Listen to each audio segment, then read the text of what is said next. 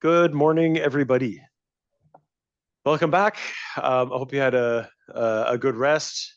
I'm sure your heads, like mine, were kind of buzzing with all of the discussions that were happening yesterday. It was a lot of information moving back and forth, which is exactly how a technical session should be.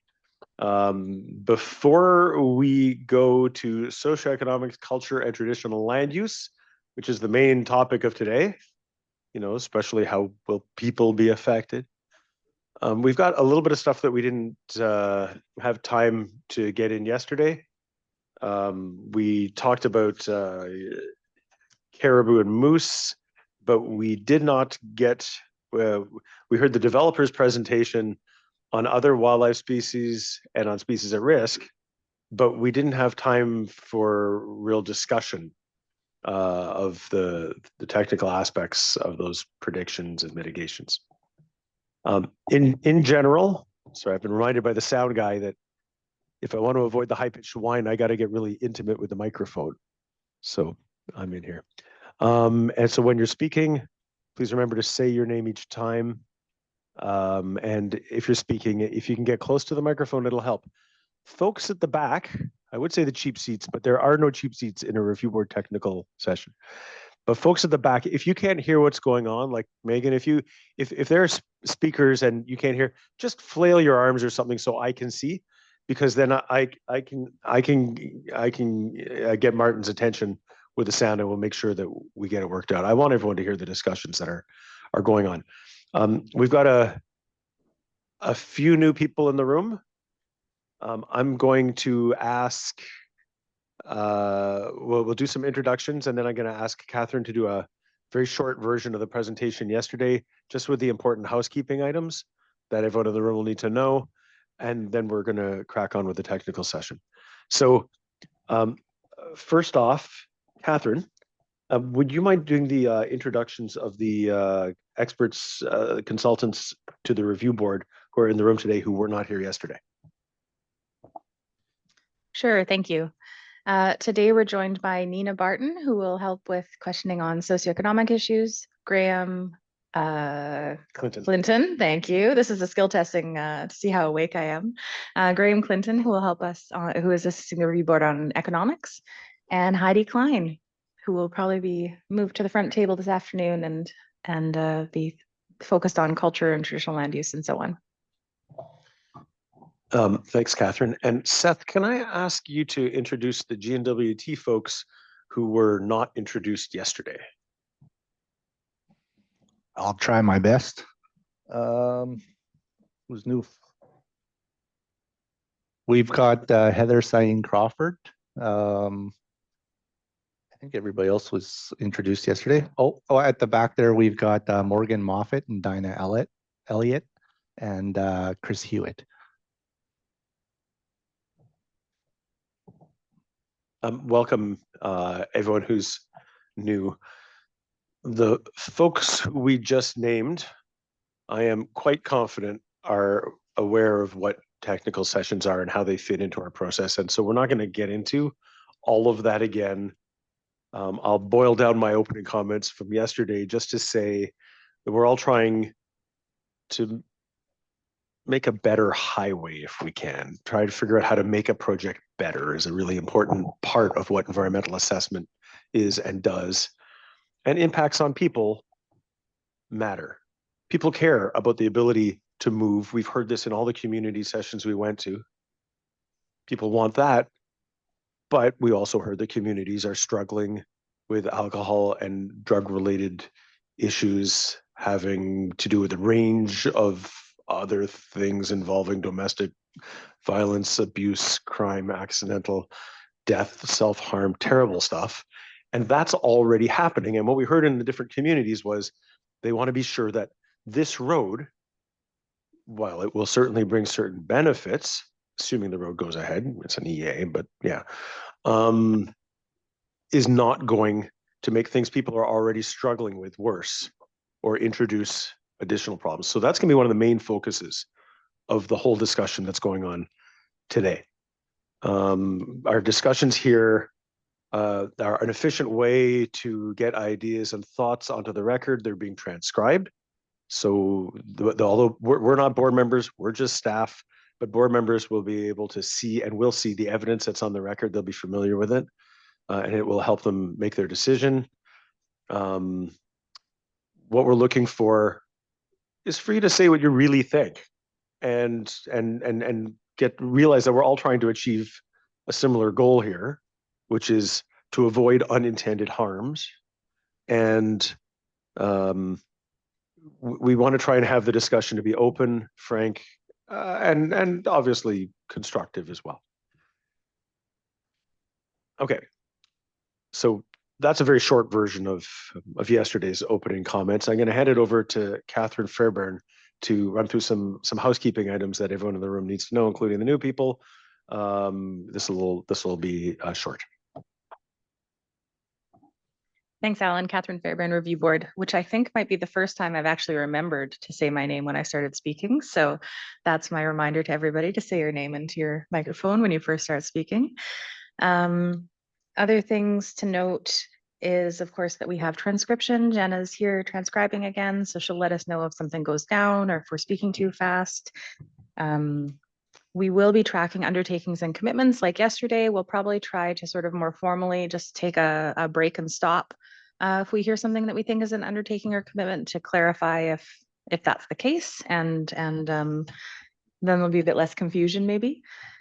Then at the end of the day yesterday, when we weren't quite sure about a couple possible undertakings, Review Board staff will be taking photos throughout the day. So if you don't want your photo taken, please let one of us know.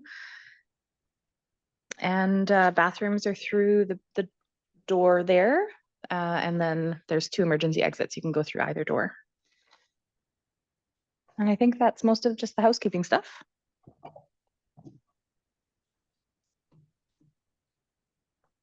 To go over them with GMB. Yeah, that was useful and succinct.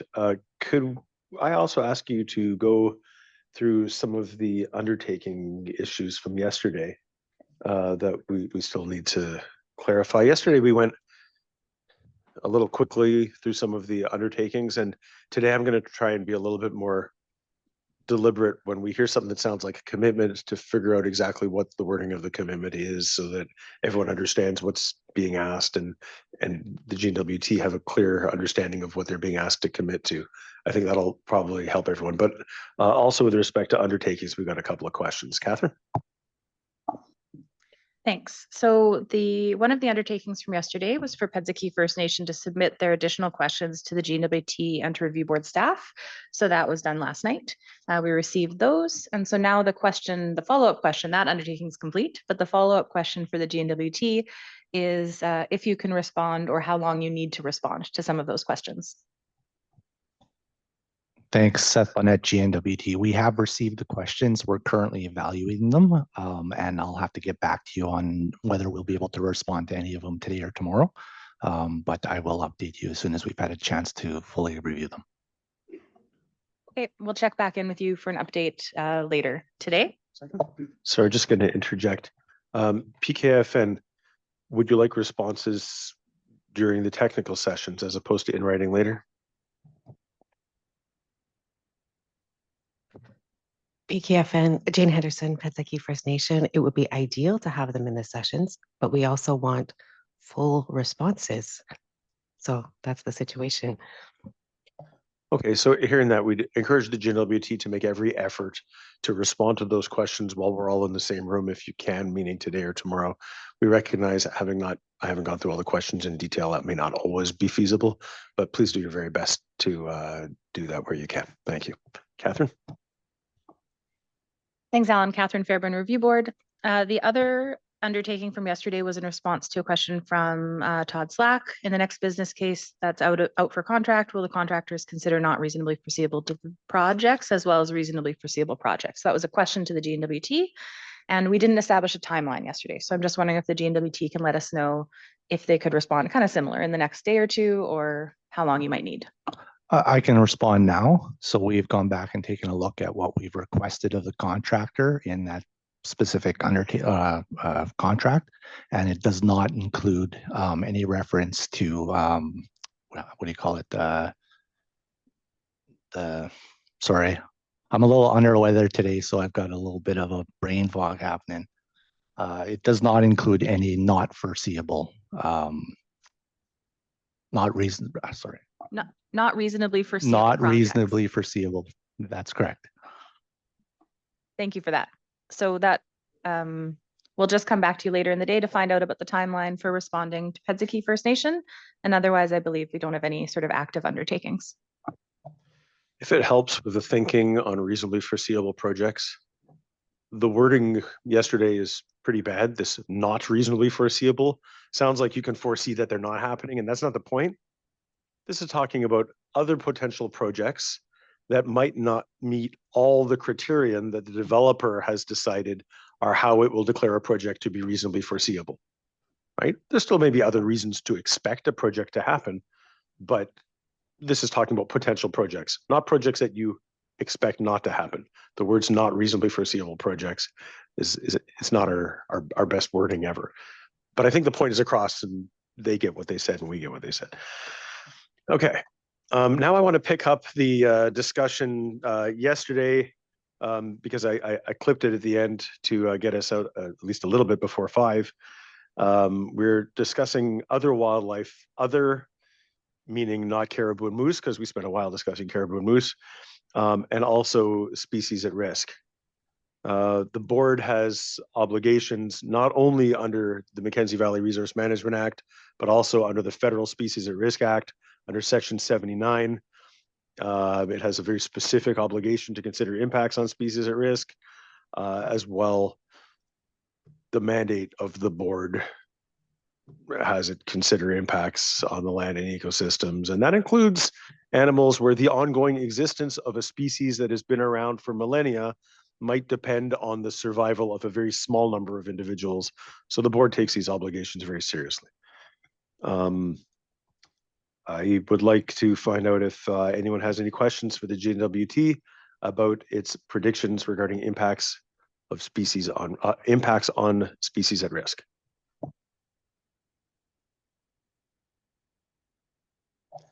Environment, Climate Change Canada, Beverly. Good morning. This is Bridget Campbell from Environment Climate Change Canada, Canadian Wildlife Service. Regarding birds and migratory bird species, the Government of Northwest Territories is proposing the exclusive use of a habitat-based approach to the effects assessments to birds. This approach is a desktop exercise which uses broad-scale data like the BAM boreal avian modeling, which mainly comes from southern portions of the provinces and is used to infer population consequences based on how the project contributes to the loss of suitable habitat. The proponent was unaware of which Arctic migrants, if any, are using this corridor, and therefore what birds are associated with each habitat type and how the project might affect hunted waterfowl. Further, ARU, or autonomous recording units, and the boreal avian modeling data focus on songbirds, land birds, and do not allow estimating abundance of waterfowl and shorebird populations. The boreal avian modeling's predictions are not considered suitable for a baseline data to infer potential project effects compared to on-the-ground surveys to address important data gaps based on proper power analyses. It's particularly true as part of this specific assessment because of very limited local data feeding into these national models. The habitat-based approach may be appropriate at ecosystem and landscape levels for measuring impacts of the project, but Environment Climate Change Canada does not agree that it's appropriate at the species level for the northern landscape. National Environment Climate Change Canada guidance encourages the use of predictive modeling using proper baseline data for species distribution and density to assess project impacts on migratory bird populations. So the Canadian Wildlife Service and other co-management partners have this autonomous recording unit data and some waterfowl collaring data, which we are happy to share with the government of Northwest Territories to assist in this type of modeling exercise, but more is still needed. The question we have is, would the government of Northwest Territories use these data along with proper additional baseline data to reassess the effects to breeding and migrating birds with predictive modeling for species distribution and density? And could it be done before the final intervention?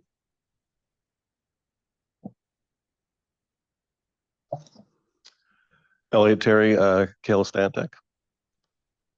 There was a lot of information in that. So to start, the additional baseline data that you're referring to, GNWT wasn't informed that that data was available till after the submission of the DAR. And so GNWT still contends that the habitat-based approach that we used to assess potential effects on migratory birds and species at risk is sufficient. Again, it's a well used method, right, to assess potential effects on birds, including species at risk. The habitat-based approach is identified in the DAR for each of the species at risk, and the existing level of habitat types that are there are assessed. So regarding the other boreal avian modeling data that you referred to, we know other environmental assessments have used that approach, but the previous efforts to actually model species densities at these scales have resulted in relatively large variability in the estimates of density. And so it may actually increase the uncertainty about prediction of effects when you actually have numbers of birds plus or minus large confidence intervals. So again, using the habitat-based approach is a more conservative approach because we're assuming the birds are actually present, right? And the loss of habitat is reflective of any relative magnitude of effect on each of those species. So given that, again, we think that that approach is sufficient to support both the predictions and the conclusions of the assessment, as well as in conjunction with the mitigation measures to protect migratory birds. Again, you mentioned the waterfowl. Yes, we recognize that a lot of the species may not be detected using either Environment Canada's ARUs or the ARUs that were put out by Kayla Stantec on behalf of GNWT. But again, potential effects on waterfowl.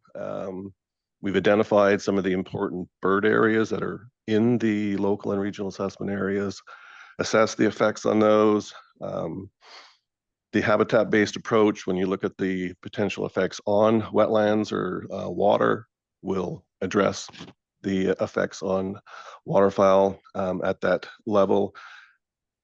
And again, because the assessment really does focus on species at risk, right? Ones that are at relatively lower levels of abundance. The waterfowl, again, is probably fine to address at that level of habitat-based assessments.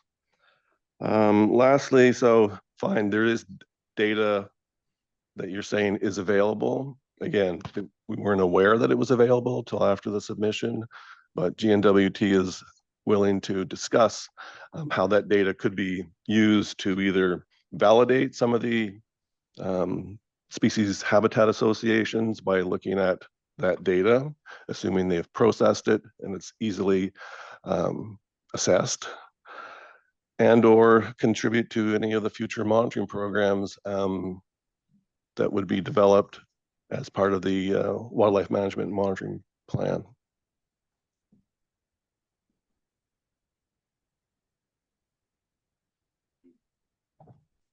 Thank you. ECCC, would you care to any follow-up comments or questions? Bridget Campbell for Environment Climate Change Canada. Thank you for that response. I imagine a meeting outside of this technical meeting might be a great idea for making an agreement on how to incorporate that data. Though I want to also mention that you mentioned impact assessment evaluation done on important bird areas.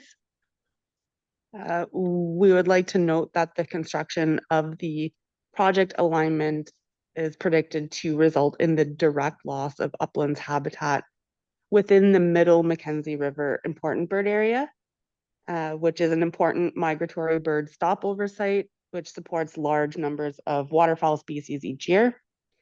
The question we have is, could an alternative route of the highway to avoid direct loss of habitat at this federally listed important bird area be achieved within the 1 kilometer corridor?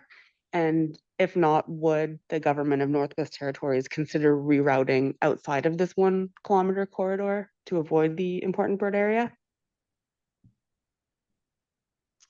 Elliot Terry, Kayla Stantek.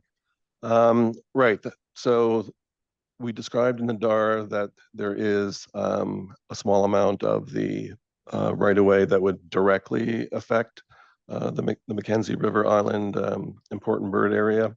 But again, to be clear, obviously, that's just the upland parts. Obviously, we're not affecting any aquatic habitats that staging waterfowl, breeding waterfowl would be using.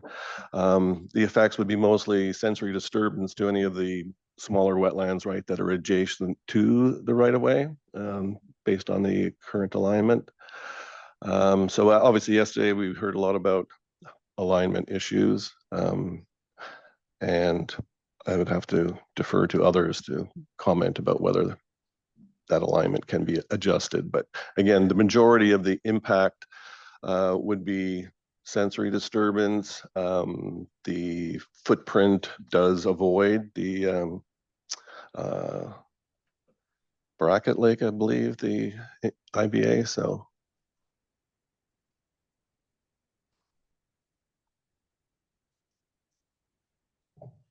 Just for clarification, you say just sensory disturbance. Would sensory disturbance with waterfowl sometimes translate into behavioral disturbance and therefore change energetics? Elliot Terry.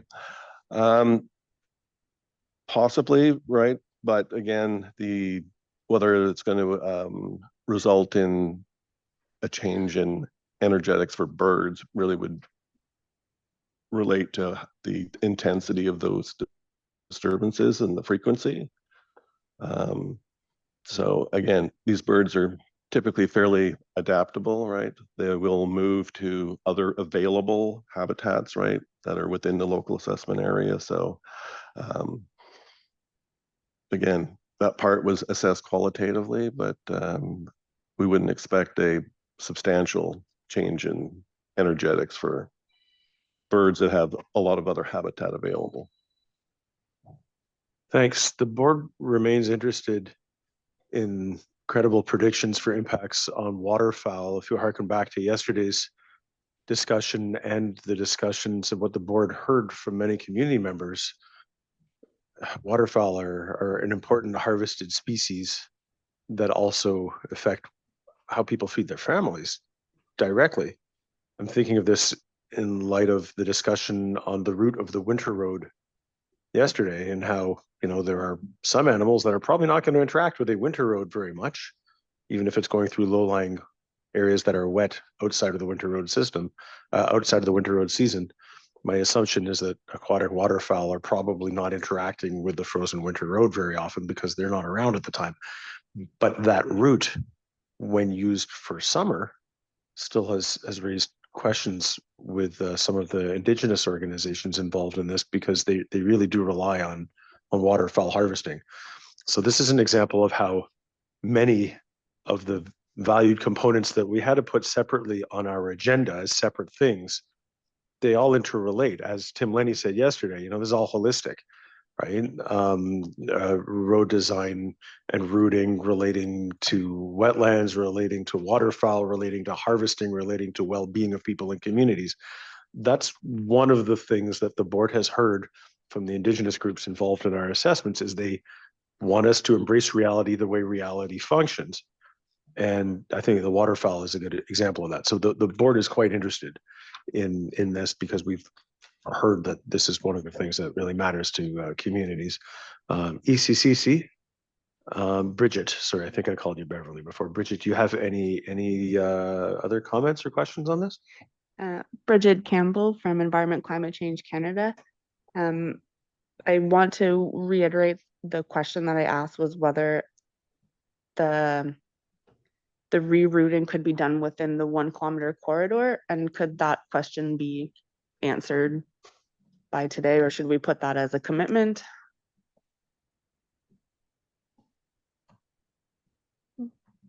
So Seth Bonnet, GNWT, to that specific request, I would reiterate again that the design of the road is not yet final.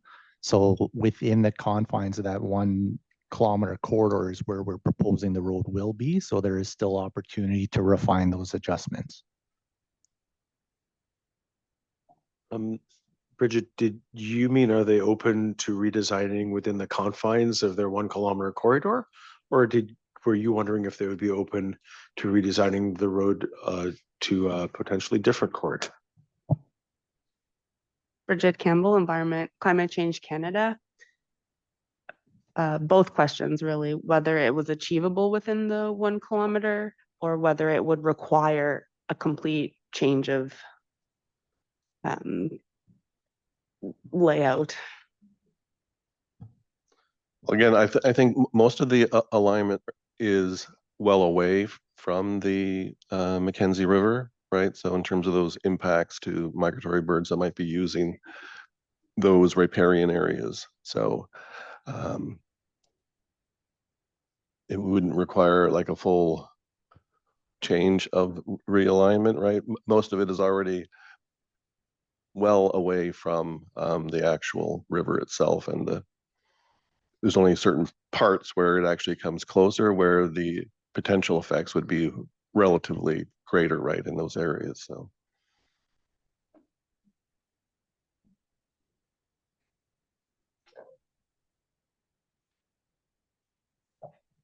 ECCC, did that answer your question? Can we ask for just a little further consideration by the GNWT, because I don't think that quite answered the question the ECCC is asking. Seth Bonnet, GNWT, we'll take that back and we'll come back with a better answer. To the technical session? Back to the technical session, or do you mean later? Later today. That's great, thank you. ECCC, do you have more questions related to species at risk or other wildlife species besides caribou and moose? Bridget Campbell from Environment Climate Change Canada. One more question related to migratory birds. And that question is related to the data that is being used for considering climate change at different scales and the age of that data, and considering that the landscape changes that have occurred in the Northwest Territories in the past 2 years alone, and that the government of Northwest Territories is using the habitat-based approach to the assessment. Environment Climate Change Canada thinks that further on the ground baseline data collection and a revisit of the habitat classification work is warranted to ensure that it's a true representation of the regional assessment area for accurate predictions. And wondering, our question is, how does the government of Northwest Territories plan to ground truth or validate the habitat classification data? For clarification, you mean ground truth it so that it reflects what's on the ground now, based on the climate change that has occurred since the time they originally got their data? Bridget Campbell, Environment Climate Change Canada. Yes, because the data is about 30 years old. So yes. Great question. Thank you, GWT.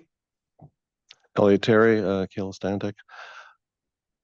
So the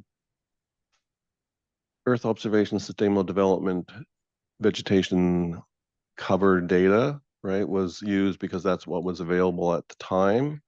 Don't forget that that data set is ground truth, right, as part of their product that they produce. So that's the data that was available. We've updated that land cover to reflect recent human disturbance and fire up to 2023. And those metrics the initial area burned were provided in the initial response, I believe to ECC 14, I think it was, to show the areas that are burned and how that affected land cover availability for wildlife species, bird species. And that will also be further updated in subsequent IR response to update the land cover. Thanks. Anything else from Environment Climate Change Canada? Bridget Campbell, Environment Climate Change Canada. Just to clarify that will be available for review prior to the final intervention for the EA process.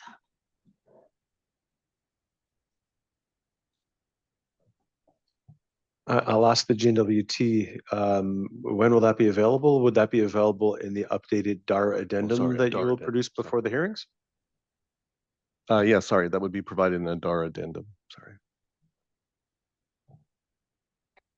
Thanks. The subject of whether or not climate change is properly considered in predicting the impacts of this road on the environment that will surround it, assuming the road goes ahead, is of some real interest to the board. GNWT has made clear that this road is intended as an ongoing project. So presumably you build it, it's still on the ground 50 years from now, 100 years from now. Is that part fair to say, GNWT? Sorry, can you repeat that? It's an ongoing project that you propose. Once the road is built, it will be on the ground. It'll be operating for 50, 100 or 100 years. There's no closure date.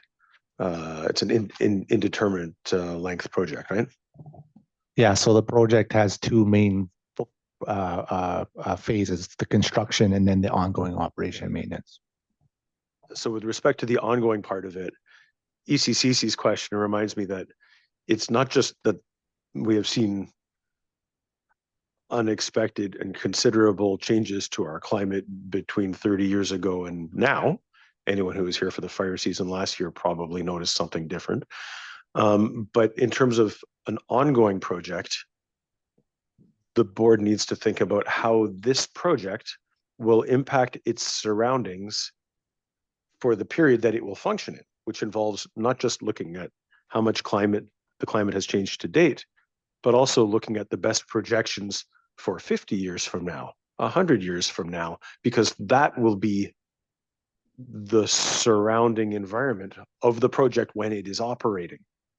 It's obviously it's not just about construction.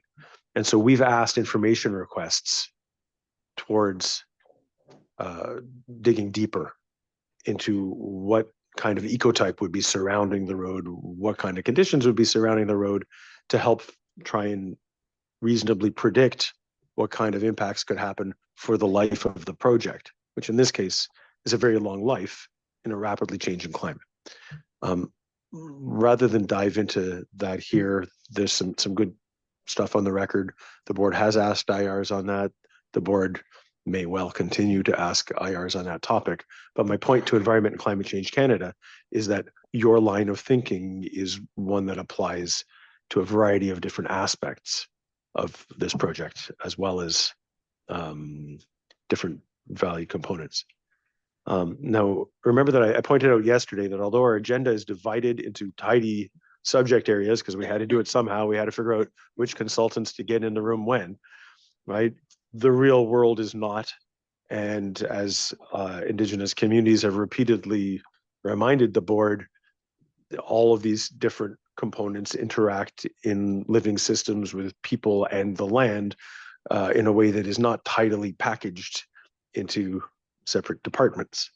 And so I just want to remind everyone something I said earlier yesterday. If you have comments, and they're not exclusively for the topic that we're dealing with today, but they relate to the interacting systems and the different parts that are connected to it. You know, we're not expecting people to stay in very narrow silos here. To me, that's not a reasonable expectation, you know, particularly for Indigenous groups. PKFN. Thank you. Jane Henderson, PKFN. PKFN would like to ask if Bridget, if you could clarify specifically what locations were being discussed, if you could repeat it, it was not clear to PKFN, and PKFN would like to comment that based on their Indigenous knowledge, the proposed alignment is dangerously close to the Decho throughout the proposed route.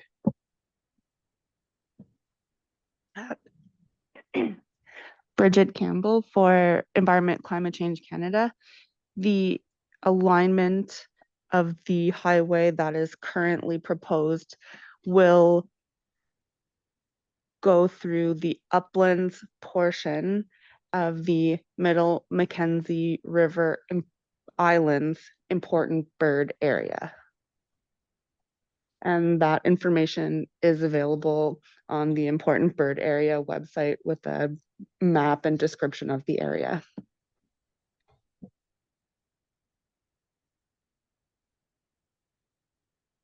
Yeah. ECCC, I just want to confirm, do we have that information on our public registry? Have you submitted it to us? Bridget Campbell, Environment Climate Change Canada. Yes, this was included in our information request ECCC number 13. Great, thanks. So PKFN, that might be a useful place to start if you want to find out more. PKFN, you had another comment or question from yesterday. Is it still on the other wildlife? Okay, so I'm going to hold off on that, and I'm going to go to Rory Carthew, who is online on behalf of the Gwich'in Tribal Council. Hi, Rory. Can you please go ahead? Hi, Rory Carthew for GTC. I will brave the video for this question. Otherwise, I can turn it off as we did yesterday. The first two questions are follow-up to the exchange between ECCC and the GNWT. And the first question goes to Bridget at ECCC. And this is in relation to the weaknesses that were identified in the assessment methodology and impact predictions that ECCC identified. Based on that information, does CWS think that the current cumulative effects assessment for waterfowl and migratory birds provides adequate confidence for parties to make informed impact predictions and decisions regarding appropriate mitigation measures to protect the long-term well-being and vitality of migratory birds that move through this region?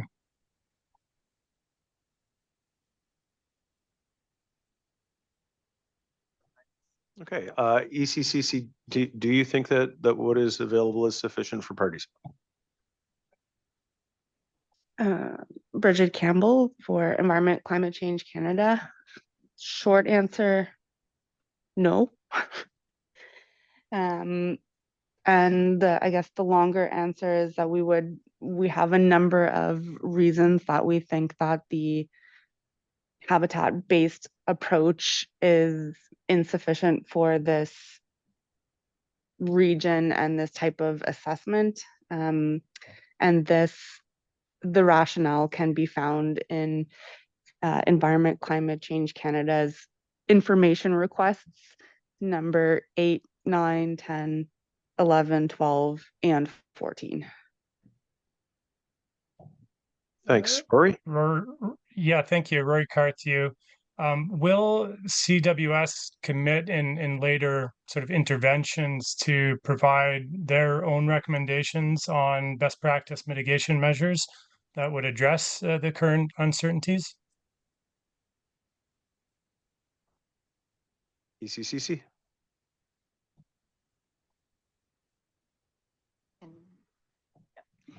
So Bridget Campbell for Environment Climate Change Canada. The Canadian Wildlife Service has provided recommendations for how to improve the methodology for this information, though regarding mitigation and management practices, I would have to bring that question back to my bird experts. At this time, I don't have any mitigation recommendations based on the approach that's being used. Thanks. Is that, when you say bring it back to your bird experts, is that something short-term enough so you could do it and report back tomorrow? Or is that something that is better done in writing for the public record?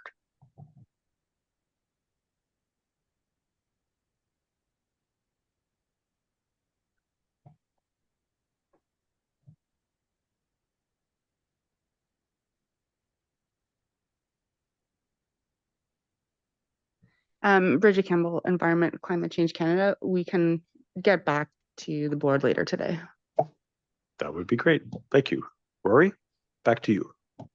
Rory Carthew with GTC, thank you. And I'll direct the next question to Gene WT, ECC, and your respective avian experts. So in view of the conversation, the identification of numerous uncertainties and knowledge gaps with respect to shorebirds and migratory birds, what confidence level would your migratory bird experts give for the impact predictions of how the construction and operation of the Mackenzie Valley Highway is likely to affect current and future migratory bird populations in the Mackenzie Valley? Would you say your confidence level is low, medium, or high? Elliot Terry, Kilo Stantec. As we indicated in the DAR, right, based on the quantity and quality of the baseline information presented, that our prediction confidence was moderate. Again, I'd like to remind folks that the alignment, right, is adjacent to an existing disturbance, and we have avoided as best as possible a lot of the wetland community types that would affect migratory birds, including waterfowl and species at risk. So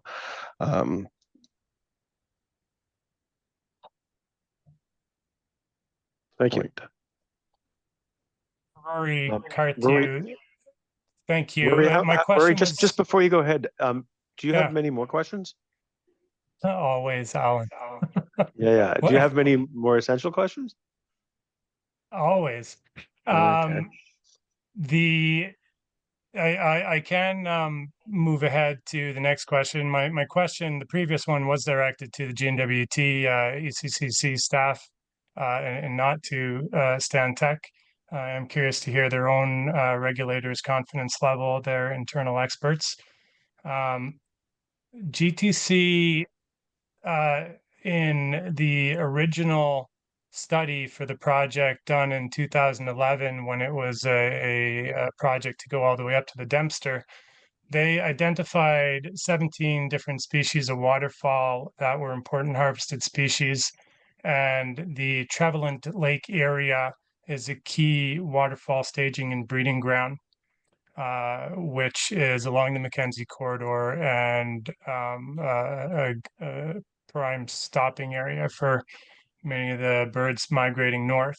So GTC has a lot of interests and concerns in the well-being of current and future populations and their continued ability to harvest and have sustenance activities.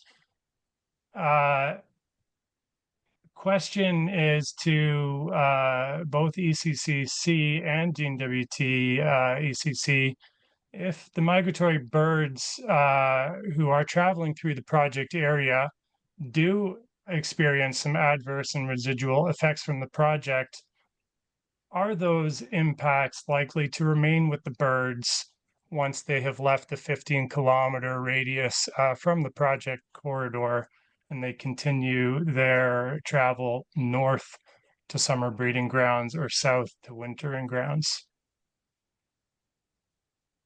And so Rory, just to be specific, did you say that that question is something you're asking the GNWT's bird experts, or that you would like to hear from, I mean, don't forget that their consultants are in the room, right? Suzanne Carrier, who is magnificent, has retired.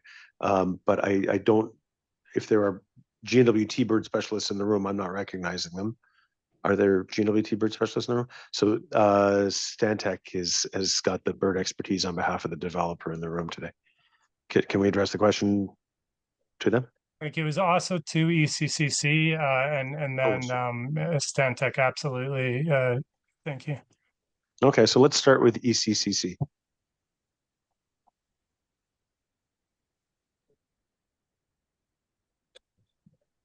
This is Bridget Campbell for Environment Climate Change Canada. Our team is conferring, coming up with a response online right now. We can come back to you in a few moments. Thanks, that would be great. GNWT? Elliot Terry. So I think I can only add that, again, a reminder of the amount of waterfowl or migratory bird habitat that's actually going to be affected, again, because of the location of the alignment close to the existing Mackenzie Valley winter road. So the amount of habitat that's actually affected is relatively low. The magnitude of the residual effect was assessed as low.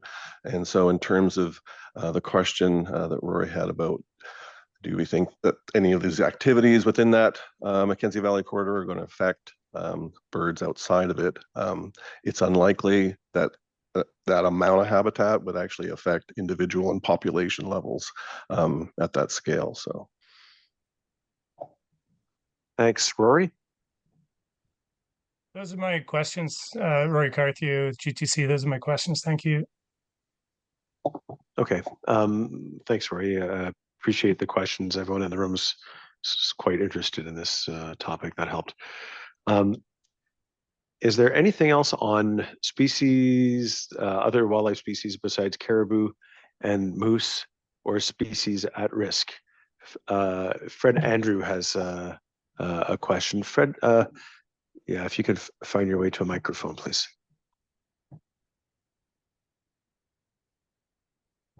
So Fred is from the Toledo Renewable Resource Council. Good morning, everybody. My name is Fred Ugandria. I'm with Toledo Renewable Resources Council. I just wanted to just comment on the species at risk and migratory bird.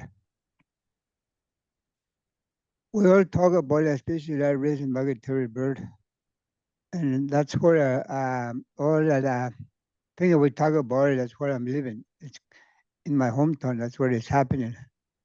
The reason I say this because you know, I go on and land lots, especially on the Mackenzie Valley Highway where we're talking about, and I utilize the land hunting.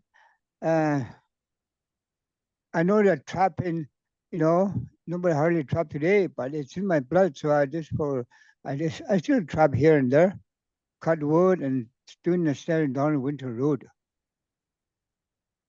And I utilize the land, so I know every inch in the corner from Toledo to Wrigley, Blackwater. And for that, because of the impact of fire, global warming, it's real and it's really happening. It impact our land.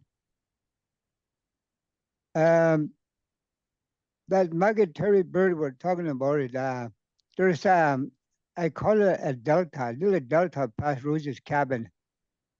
It's only about a mile or 2 miles. There is zigzag on the winter road there. It's right through all the little lakes and Beaver Dam and that. And that's really, really good for migratory birds too. But because of that fire, everything is burnt. And when it does that, the ashes are all over the lakes. You can't drink it. It's bitter. It's not healthy for wildlife, migratory birds, or any moose or caribou. We're trying to find a better road. I think Erica was there when we flew around there. We're trying to find a better road bypass or a little delta.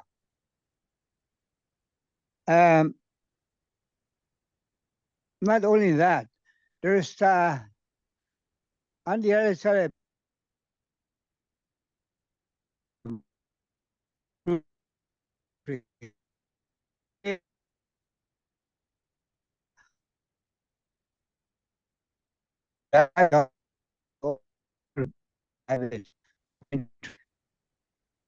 as well as I think it's burned. I think it's impact on forest layer. Everything burned, but that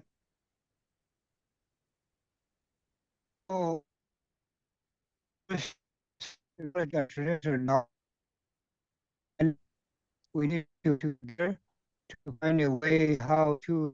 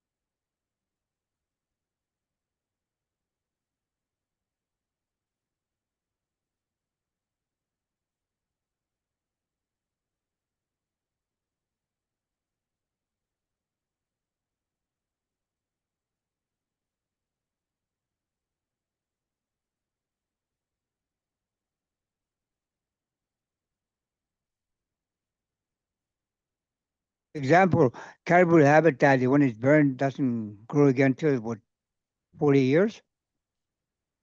But because of that really serious impact from fire, I just wanted to, because of that ashes on beaver lakes and waterfall pond, birds, the ash is really, really strong, it's really bitter. I don't think it's safe for bird to drink or anything. So I was just saying, I think we should do a baseline study with scientific knowledge and traditional knowledge. So I just wanted to say that. Masi. Masi Cho, Fred Andrew from the Toledo Renewable Resource Council. GNWT, would you like to comment on that? Yeah, Seth Bennett, GNWT, and thanks, Fred. So just so everybody again is aware, we have been working with several of the Indigenous governments and organizations to incorporate traditional knowledge into the project already to date, and we still have more work underway. That information that is being shared and collected, as Fred's talked about, is incredibly valuable to us. I want to thank the Toledo Renewable Resource Council and others as well for their valuable input to date, and reiterate that the work to inform the WEMP and the monitoring and management plans moving forward is ongoing, and we really appreciate and look forward to continued conversations on that. Thanks very much, Seth. Now, before we move on to socio-ec and other impacts on people, I just want to go to Pedzaki First Nation, which indicated it has some comments related partly to the broader discussion yesterday and some items regarding commitments that it would like to discuss. After this, we'll go to the break, and then we'll come back and get into impacts on communities. So Jane, would you like to go ahead? Jane PKFN, thank you, Alan. I did flag for you that we have some commitment requests that relate to like yesterday's discussion, but we do need a little more time to get the wording of them precise. So if we could come back to that would be great. Thank you, Alan. Can we do that after the break, or would you rather do that after lunch? It's just we've got a lot of substantial material to discuss regarding impacts on communities, and I just don't want to divert too much time. If there's a way that'll work for you that's efficient, I'd love to do that. If we could do that after lunch, that would be great. Thank you. Okay, let's do that. Thank you. Yesterday with revised wording. Okay, so now what I'd like to ask the GNWT to do is what's the commitment? They had the commitment yesterday about the WIMPUS part of the Right. RW. There was a commitment yesterday from the GNWT to produce revised WMMP as part of the DAR addendum, and we just wanted to catch the wording of what you commit to and verify that that actually matches what the expectation for the commitment was. Make sure we're all on the same page. So GNWT, could you please go over that? Thanks. Seth Bonnet, GNWT. Yeah, the specific commitment is that the GNWT will update the WMMP as part of the DAR addendum.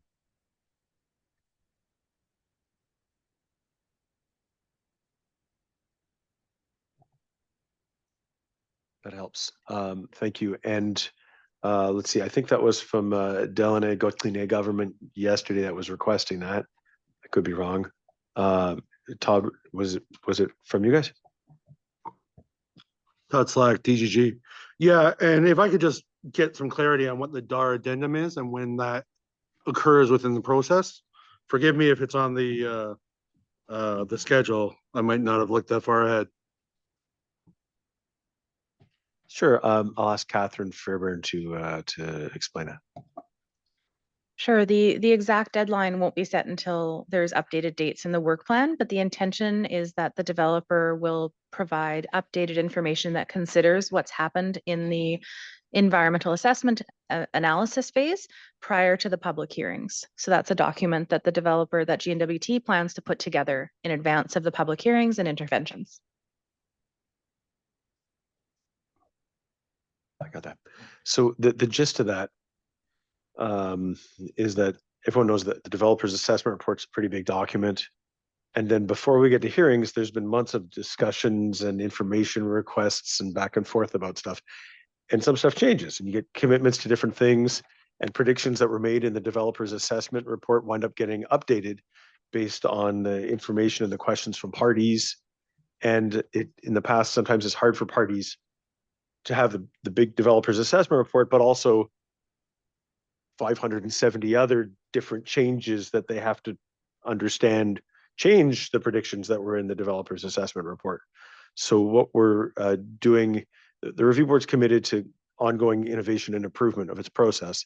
And one of the things we're going to do in this environmental assessment is have the developer produce an addendum to the developer's assessment report that has them reflect on everything that's happened in the months between the original report and just before the hearing, and update all of their predictions and make clear any new commitments. So it's all kind of in one place. We think this will make it much easier for parties to prepare their interventions for the hearing and participate in the hearing. So that's why you haven't heard this term before, Todd, is because you've been through a lot of EAs, but we haven't done this in a lot of EAs. We're trying. Todd Slack with DGG. Yeah, that sounds just fine. It's a good model for commitments. Thank you. Okay, thanks.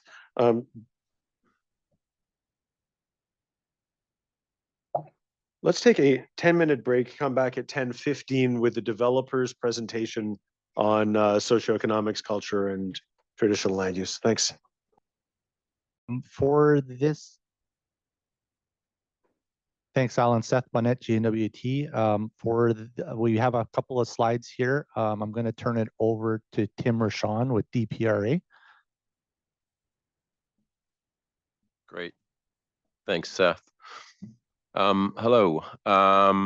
I just wanted to mention my colleague Jen Henneberry is also online and will be participating in the discussion. Great, can you do that for me? All right, so we've got 4 slides here, just really an overview of the socioeconomic impact assessment, some of the work we did, the findings, and some of the ongoing work. So the GNWT has been engaging with communities over the past 4 years on this project, and it has been a key, the engagement has been a key component of the assessment and the development specifically of the mitigations. So generally, the socioeconomic findings indicated that communities are supportive of the project, and they want to ensure that they are prepared to minimize adverse effects and be able to maximize positive effects. There are anticipated to be positive socioeconomic effects in the area of education, employment, economy, but also some in the areas of health and community wellness. Importantly, there are anticipated to be 2 significant adverse socioeconomic effects, and therefore, even with mitigations, the adverse effects are going to be noticeable in communities. One is increased availability of drugs and alcohol, which is anticipated to increase social pressures in communities and add to an already serious issue. The other is impacts on public safety, and it's anticipated that during construction and operation of the MVH project, there will be an increase adverse effects on safety levels, especially on vulnerable populations. So a community readiness strategy has been proposed to reduce adverse socioeconomic effects and again, to maximize positive ones. The foundation of the approach is community readiness and preparedness, continued engagement, and collaboration. Can you go to the next slide? The community readiness strategy is really led by the proposed Mackenzie Valley Highway Corridor Working Group, and it is supported by 3 sub-working groups, all focused on particular issues that involve community organizations, governments, the GNWT, all working together on specific plans to mitigate adverse effects and again, maximize positive ones. So this slide, of course, describes 4 key principles of the strategy that will guide the development of the plans and the activities of the people and organizations that are working together on the strategy. The sub-working groups will also be responsible to develop and oversee specific plans on different topics. So monitoring and adaptive management are key components to the readiness, the community readiness strategy. It is possible, of course, as we all know, that conditions will change in communities over time, and the community readiness strategy may need to be adjusted to be effective as possible. This requires that the project effects and implementation of the plans be monitored and adaptively managed. So both monitoring and adaptive management are ongoing processes that will start before construction and will continue 5 years after the highway opens.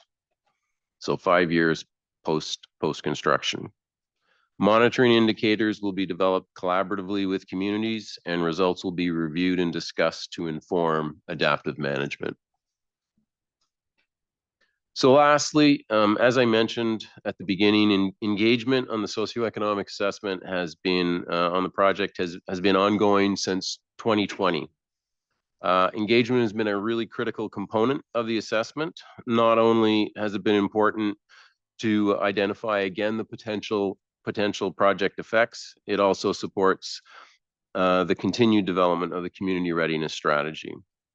Ongoing engagement through construction and operation phases of the project will be important to ensure that the monitoring and the adaptive management are effective in responding to the changing conditions, the trends, and meet community needs. Since the DAR was submitted in October of 2023, the GNWT has continued to engage with communities about the strategy. This work began in May of 2024. And the GNWT is committed to engaging with communities to refine the strategy. Future meetings are planned, and the next one will be in Fort Good Hope the week of December the 2nd. Thank you.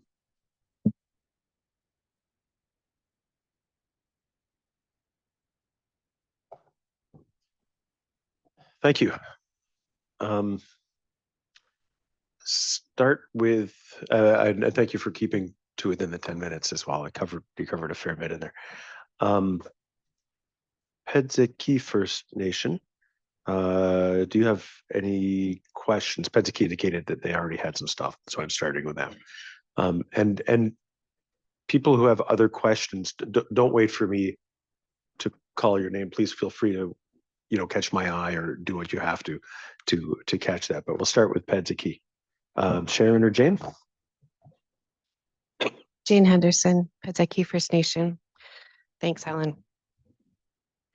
PKFN would like to start with 2 comments on the legal context here, which have been missing in engagements on the proposed work and which I'm concerned can get lost in this EA. It was confirmed yesterday that both this EA process and the highway project design and construction will proceed without recognition of PKFN's actual legal rights to their Nde. Canadian law is clear that Aboriginal title includes the right to possess the land, the right to decide how the land will be used, to proactively use and manage the land, and the right to the economic benefits that flow from the land. DNWT, as we've heard, has its own vision for PKN's role in this project, which falls far short of that. And it's clear that DNWT's approach to this proposed project has nothing of the spirit of co-management, which the review board exists to embody, and goes against the intent of DNWT's own legislation to implement the United Nations Declaration on the Rights of Indigenous Peoples. I want to be really clear that the project puts PKFN in an extremely difficult position. Its impacts will interfere with PKFN's Aboriginal and treaty rights to hunt and trap and provide for their families. And more than that, yesterday we were privileged to hear directly from Elder Tim Lenny about the teachings he received from PKFN elders. And let's be very clear that when we are talking about any teachings or Indigenous knowledge or values or ways of thinking, ways of life, there's different ways to talk about this. What we are talking about is Dene legal principles, Dene laws that are in operation today.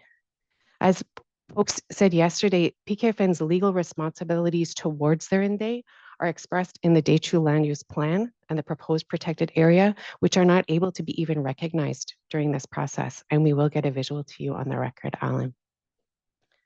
As we heard yesterday, several generations of PKFN members have now been facing highway plans.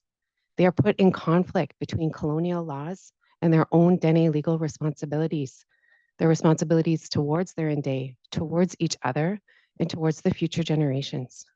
And it's very important that we keep this conflict in mind throughout this EA and throughout these technical sessions and today, because today we're going to attempt to think together about socio and economic effects, and we're going to attempt to think together about traditional land uses. So I mean that in general, let's keep it in mind, and also in 2 specific ways. So first of all, the colonial context in which we all find ourselves right now must be seen by everyone here, especially when we're talking about cumulative effects of the project. In the years of engagement on this project, PKFN has been told many times that what they are talking about is irrelevant and what they are asking for is unreasonable. This has been a major obstacle to functional consultation and accommodation, and there is a big risk that the same thing will happen today. Secondly, the Dene legal context must be seen by everyone here as well. Not only do PKFN members carry Dene legal responsibilities towards their Nde, but the Nde itself is one of the sources of Dene laws. The laws come in part from the land, from the waters and wildlife and medicines, and through the work that is done on the land. And the laws live in the language. And it's through the land and the work on the land and the language that young people get educated in their own legal rights and responsibilities. And this proposed highway goes right through some of the most important locations for that work, and we open it up to year-round interference. So when PKFN is explaining that the winter route water crossings already interfere with traditional use, with sacred and sensitive locations, please keep in mind that we are talking about violations of Dene law. I have been reminded that even to reveal some sacred locations is a violation of Dene laws. Yet PKFN members are in a position that if they don't reveal those locations, they will be damaged by the project or by the new access that the project will create. And so PKFN's Aboriginal and treaty rights to use those locations will be infringed. And this catch-22 causes real distress. This predicament itself is causing spiritual harm. And so when we are talking about how the project will have social impacts, cultural impacts, when we're talking about traditional harvesting today, we are talking about interference with PKFN's right to educate their young people and their future generations in their own Dene laws, which those people have a right to learn. So this context is very clear to PKFN, but I know that this context is not always clear to everyone in this process.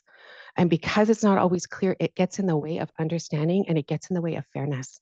And so I ask the GNWT representatives to make personal commitments to keep this in mind and to examine the limits of their own understanding here. And now getting to the questions on socioeconomic impacts. Generally speaking, PKFN has no confidence that the developer has deeply considered the specifics of Wrigley's unique situation and the ways in which PKFN is uniquely vulnerable. There has not yet been any socioeconomic assessment in Wrigley or for PKFN, and this is in large part due to the flawed consultation to date and to the rocky relationship which Chief Moses described yesterday. PKFN also has no confidence that the proposed plans will have any teeth or make any difference. So to the first question, PKFN has not been able to find any reports on the socioeconomic effects of road construction on any other community as small as Wrigley. So it is challenging to predict the effects that the highway will have on the population of Wrigley when looking to compare with other communities. Obviously, PKFN knows from their own perspective. So PKFN asks if the developer can provide any reports relating to road construction effects that include any communities as small as Wrigley. If you have access to those studies, could you provide any or undertake or commit to provide them?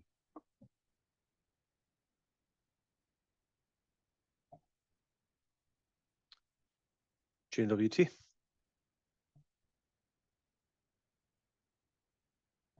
Jane, may I just ask a clarification?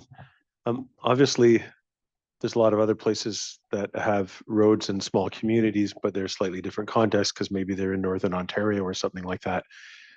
If those case studies aren't available in the NWT, because there's not that many roads in the NWT, would case studies from further afield in Canada that still involve roads to primarily Indigenous communities as small as Wrigley be helpful as well? Yes. Okay, to the GNWT. Thanks for the question. I'm just going to have to take that one away for a few minutes just to clarify whether or not we can do that.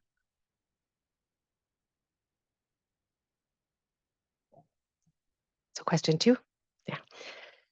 So the developer states in section 8.2.4 that there will be increased demands on social infrastructure during all phases of the project: policing, health services, social services, and emergency services such as fire services.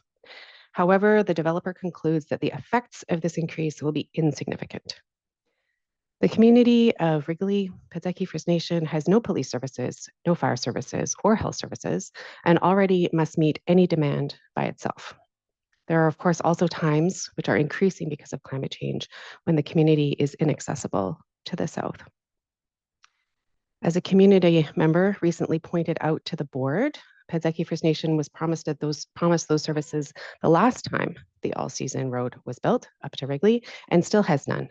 And 50 years is a long time to wait. The question is, how can the developer conclude that the increased demands for services, when there aren't any, will have insignificant effects on the people of this community?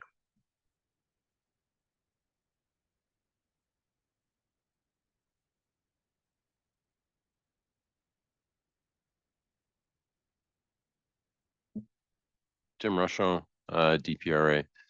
Well, as you pointed out, Jane, we have not had the opportunity to visit and meet with PKFN. So the the assessment doesn't include comments or insights from PKFN. So the assessment in terms of the significance in terms of infrastructure is referring to specifically all the other communities that we have been in.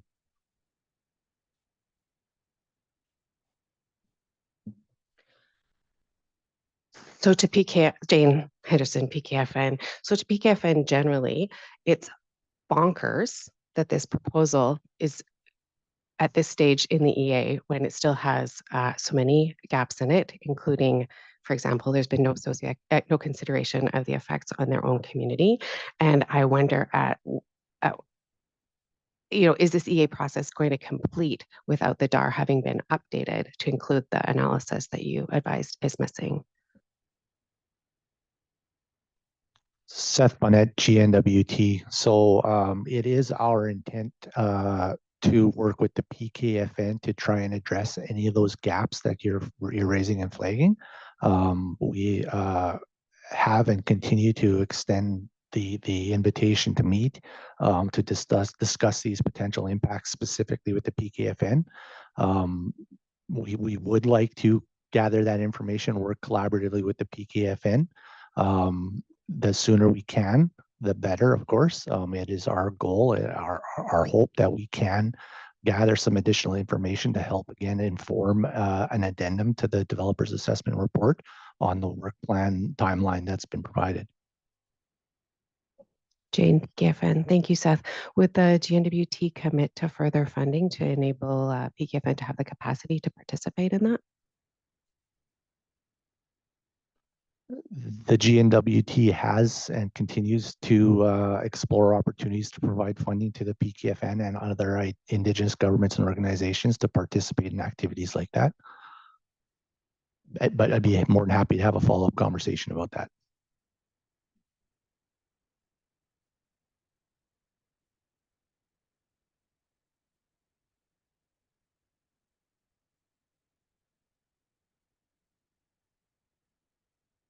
Sorry, I'm just considering some of this exchange. 1 second, please.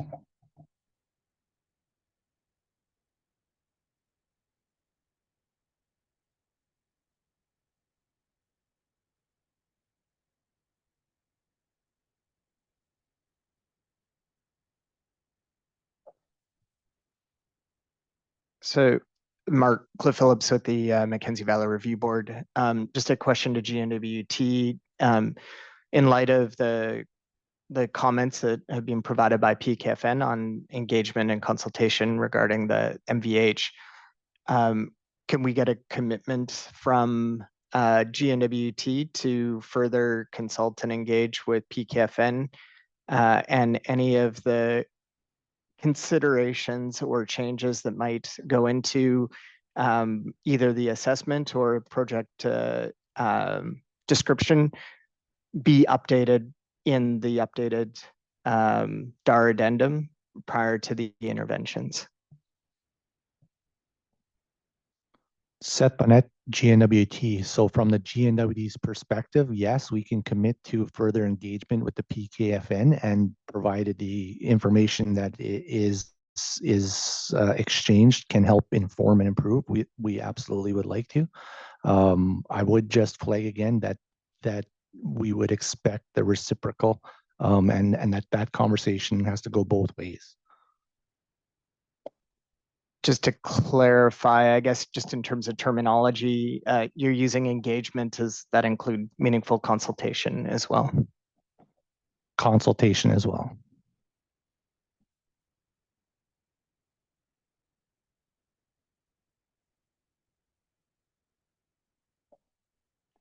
Maybe just as a follow-up, if any updates on that engagement could be provided and consultation be provided on the record, with the meeting updates, or we have forms for those types of things on our public registry, and any way that we could get that on the record in real time that allows us to move forward would be great. Seth Bonnet, GNWT, yes, we can do that. And the only other point I would make here is that the sooner we would, that's possible to do, the better, because we want to leave time in the EA to explore the issues that are identified, as opposed to start dealing with them in depth during the hearing. That doesn't usually work ideally for anybody. So appreciate your openness to doing that. And I appreciate PKFN making their, putting the offer and request out there for their needs and framing it in the context of not only the history of PKFN, but also the current development. Jane? So what I've heard, to make sure we're all on the same page, GNWT commits to further engagement, including meaningful consultation on socioeconomic effects. And of course, that requires PKFN to participate as well. And there's an important timeline here so we can get this happening so that it can still be meaningfully addressed in the EA and not left for permitting. The permitting timeline and process. And I've identified that PKFN faces real capacity constraints, some of which can be alleviated through funding. And given the emergency-ish timelines to get this all moving, we don't want lack of funding and capacity to be a reason to delay this. So that's why I'm asking for a commitment from GNWT that if funding is needed to advance this work from PKFN, can a contribution agreement or similar be entertained very soon so that what the work plan we've just described flow.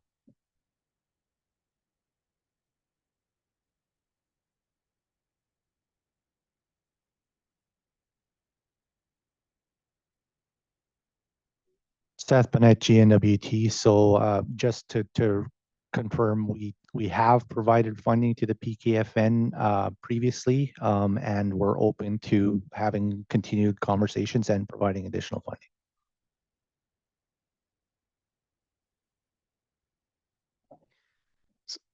So just to clarify the commitment, so we could have it on the record, GNWT is committing to having further discussions on capacity funding and the need for further capacity funding to address the ongoing environmental assessment. Seth Bennett, GNWT, yes.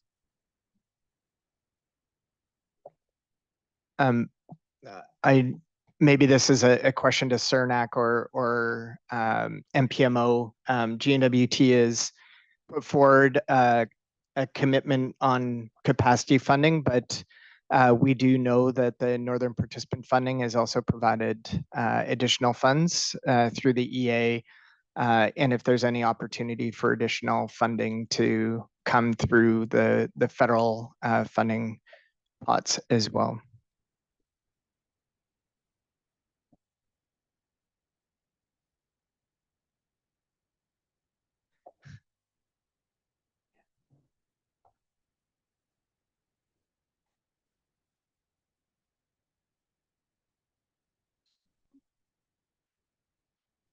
I can start.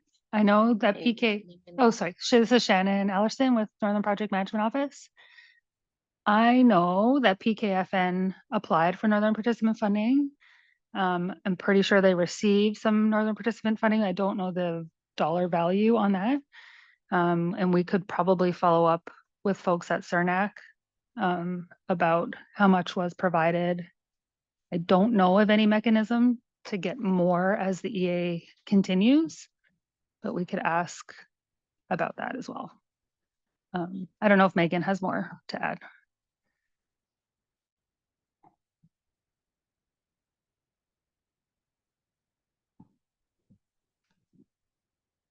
Megan LaRose, Crown Indigenous Relations and Northern Affairs. I'm just looking into what was made available in the first call for Northern Participant Funding. So when I have that, I can follow up. And we're also looking into whether or not there'll be a second call for funding applications. Thank you. Thanks for that response from both Canor and CERNAC.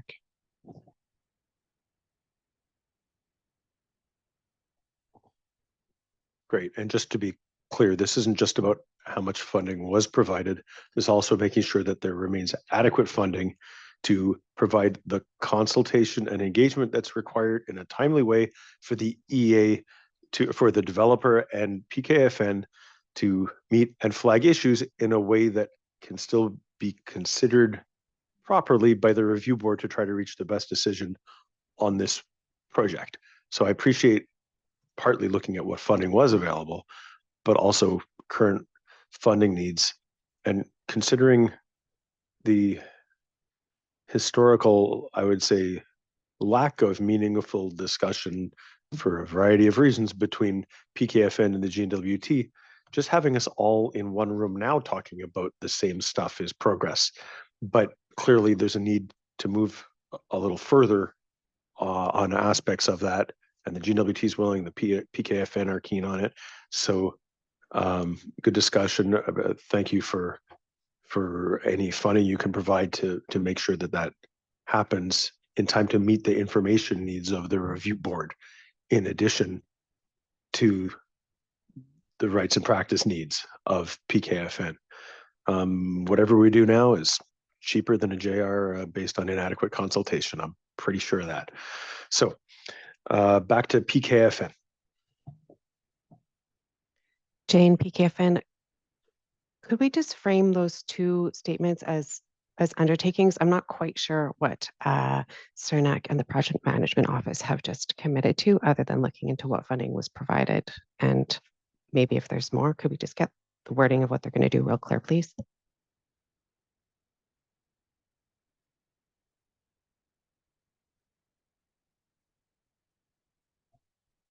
It sounds like CERNAC has agreed to come back with more information as opposed to a very specific commitment at this point. And it sounds like you're asking for the wording of a very specific commitment, but I don't think that a specific commitment was offered just yet. CERNAC, is that correct?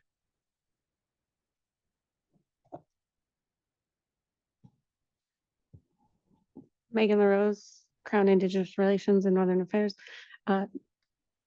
Yes, that's correct. I don't have a specific commitment. I'm just looking into to what we have available right now. And I can follow up later on today. That sounds like great timing. We appreciate that. Jane?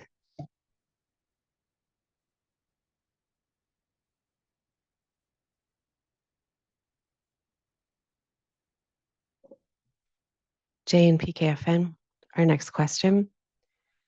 So the developer has proposed mitigation measures for the expected adverse effects on social infrastructure, which are 3 plans: a road safety plan, a safety plan for vulnerable community members, and a well-being and adaptive management plan to manage effects on community services.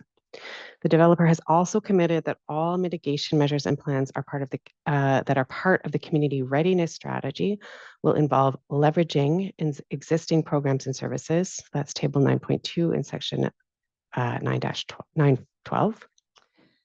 As Wrigley, as we've said, has no services, the entire community is vulnerable, and so the adverse effects cannot be mitigated in that way.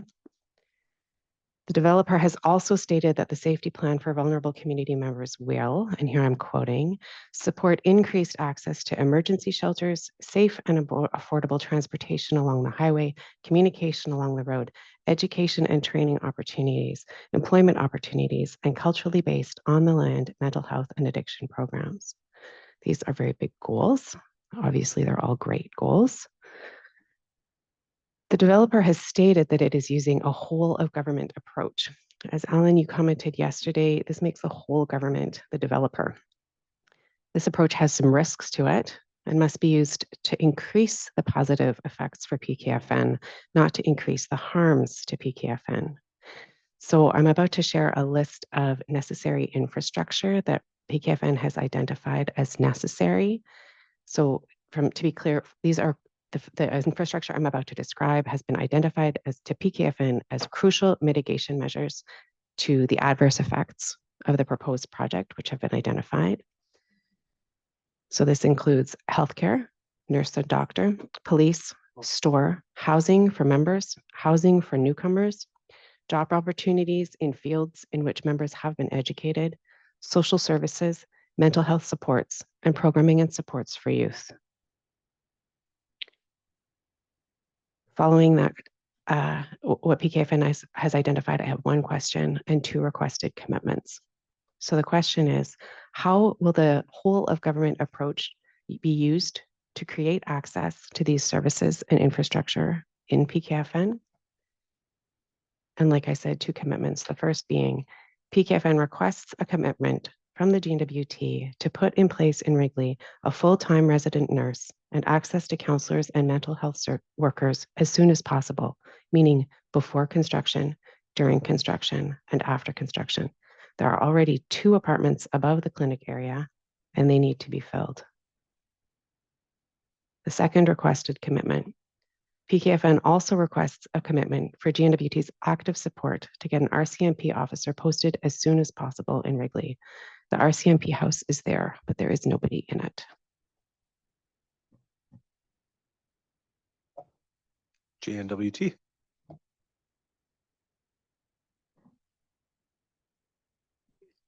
Seth Bennett, GNWT. Thanks for those requests for commitment. We'll have to take that away. I can't accept them at the moment. Does taking them away mean that they will be carefully considered and you will respond, if not on the spot? I get that those are not tiny things, but soon and on the record? So we could, I mean, the first thing I could do is I can commit to ongoing discussion with PKFN specifically on socioeconomic impacts and what we've proposed as mitigations. So again, we have committed and are open to doing that. With the specific requests that have just been made, we'll have to take that away. I won't be able to respond to that today. Right, but is it something you might be able to respond to hopefully shortly after the technical sessions and on the record, just so that people see where it landed? I'll get back to you as soon as I can. Okay, thanks. I'm not talking about like today. Yeah. Okay. Thanks. Pedziki First Nation. Jane, PKFN. Thank you, Seth. PKFN. Yeah, we'd like to be clear. We, of course, we want answers, and we would like them on the record. And I would bring back to the question: how is GNWT using the whole of government approach to provide access to services for mitigation measures? This makes that question make sense.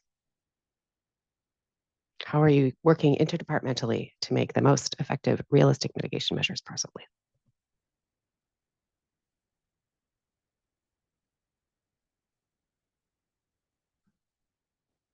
Thanks for the question, Jane. Seth Bennett, GNWT. So the whole of government approach, as Alan has alluded to and has been referenced earlier, speaks to the fact that the project as proposed is being proposed by the GNWT, not just the Department of Infrastructure. So the way we've organized ourselves internally is we've developed an interdepartmental working group that is comprised of subject matter experts from all of the line departments that have a mandate or provide programs and services that will be impacted or leveraged for this project moving forward. They all have contributed to and continue to contribute to the development of the project. They all participate where necessary in engagement activities and the discussions we're having with the various stakeholders. So they are a critical part of the team. It is a one government window to the project from all perspectives.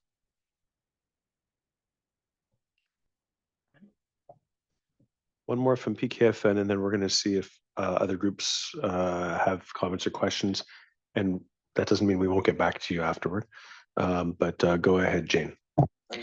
Seth, could you say, Jane, PKFN, could you say a little bit more about your intergovernmental working group and how you could imagine, we're not asking for commitments in this very moment, but how you could imagine it could be used to move forward on the kind of mitigation measures that PKFN has identified as critical to their ability to survive this project? Sorry, Seth Bennett, GNWT, I get bad at that. Seth Bennett, GNWT. So specific to the commitments that you've requested this morning around resourcing in the community, what we will do is we will take that back to our our internal subject matter experts on those programs and services if they apply to GNWT programs and services.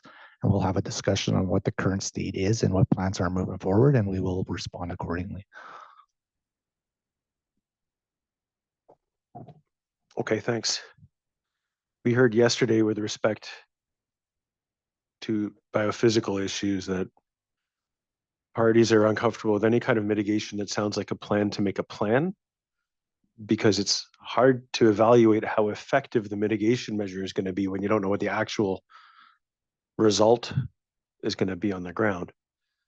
The board spent some time in sessions in Wrigley, Toledo, Norman Wells, Delaunay just last month, and people talked about a variety of different issues. Many of them were socioeconomic. One of the things that struck me based on what we heard from the communities and seeing the presentation saying one issue is increased drugs and alcohol is based on what we heard, that's actually a huge suite of issues because it relates to crime, accidental death, the tragedy of young people taking their own lives, domestic violence, domestic abuse, a huge number of things that communities have told us they're already struggling with. And that if that changes or increases as a result of an all-season road, they expect those things to get worse based on what they've seen in other communities that have more access to all-season roads and organized crime and very different stuff. And you were in these sessions, so you know what they are. But you also heard what I heard, which is that they've told the board that, you know, they don't think that business as usual, that standard GNWT programming is doing a very good job to address those in communities already. So they want to be sure that the mitigation, if the project is going to increase these problems, that the same programs that they don't see as necessarily working perfectly now are the planned solution to deal with not only current issues, but the extra load that could come from this project. So one of the things that I think there's a lot of interest in is where you have different mechanisms where you're planning to work with communities to address these manifold issues, not one issue. You know, what kind of creative new solutions are you going to be reaching for to deal with things that are different from what hasn't worked in the past, for additional problems that could really affect people's well-being in many different and profound ways in communities. And so communities were very clear with us, and there was a consistent theme across the different communities that we heard. And so the board remains very interested in approaches that you're taking. One of the information requests that we asked had to do with how are there parts in other places in Canada, are there examples, I'm paraphrasing here, where our CMP have had more effective options for managing increases in drugs and alcohol in similar situations where you have a small remote community and a new road. And it seems like the response to the information request, do we know the information request? Check over lunch. Okay. It was the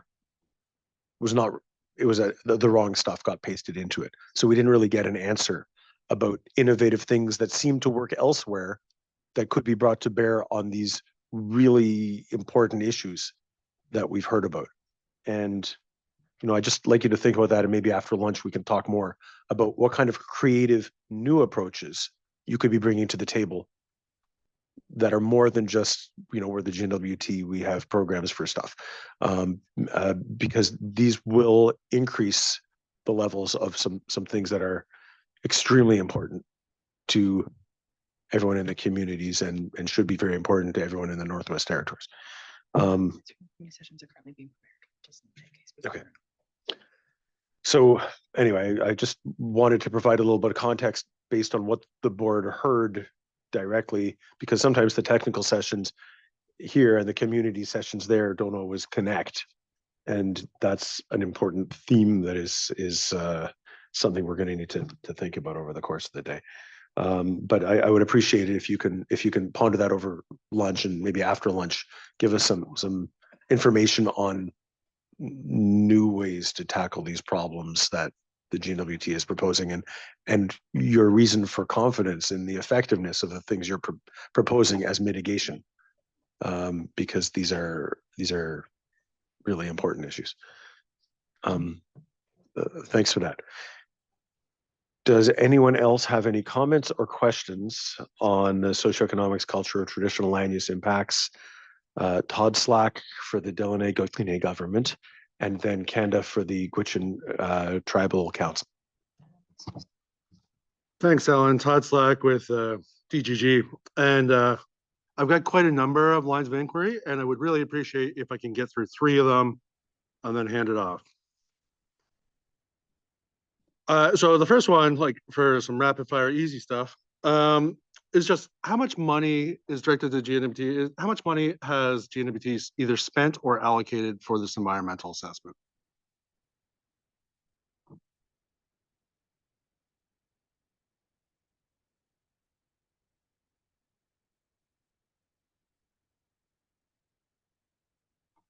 And if it helps, a ballpark number is fine.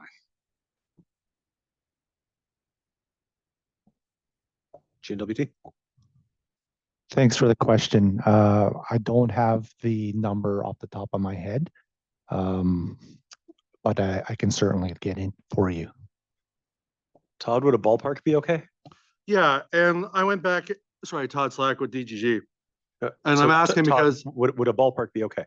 I'm going to provide a ballpark number right now, if that's Thanks. okay. And I went back, I'm no expert on government appropriations, nor do I have any ambition to be. And I went back and had a look at the main estimates and some of the supplementaries. And if I was to say that it's spent 35 million already, does that seem fair?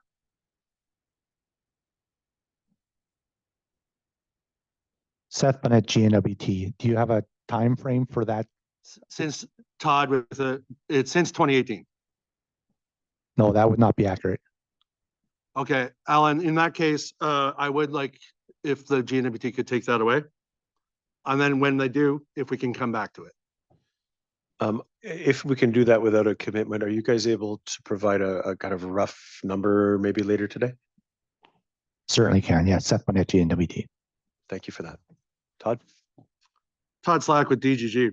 I'm just out of interest. Am I low or high? Because if it's higher, it's fine. You're high. Okay, then let's get the number. Okay, so the next one, and I ask everyone's indulgence a touch here because there is some preamble. And so the project has stated that they are going to have significant impacts.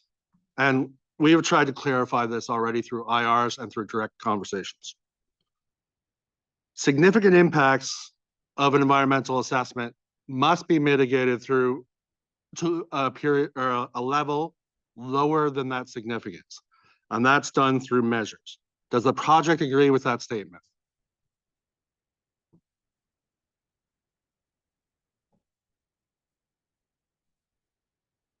I would suggest that, sorry, Seth Bonetti, and I'm so bad, I apologize to you.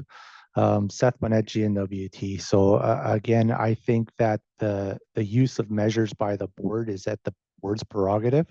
The GNWT provides mitigations that we deem are appropriate. Okay, Todd Slack with DGG. I would encourage the project to speak with the environmental assessment staff. If you go back to the Fortune Minerals hearing, one of your poor colleagues from ITI found themselves in this very position, and Alan, I'm sure you remember this, in which the board staff or the board legal counsel went at length to try to clarify this, and she took the same position as you are. But I'll move on. Please have a look at that. It's in the transcripts, but that's how it is. So what I have suggested, because DG, we have 12 lines of inquiry today. A lot of those go away if we can agree that a measure is required, similar to what the GTC consultant was talking about yesterday. The issues are similar to what Alan just talked about, that, hey, you are going to create a plan. Great, we support that plan. And to be clear, Delaney supports this project.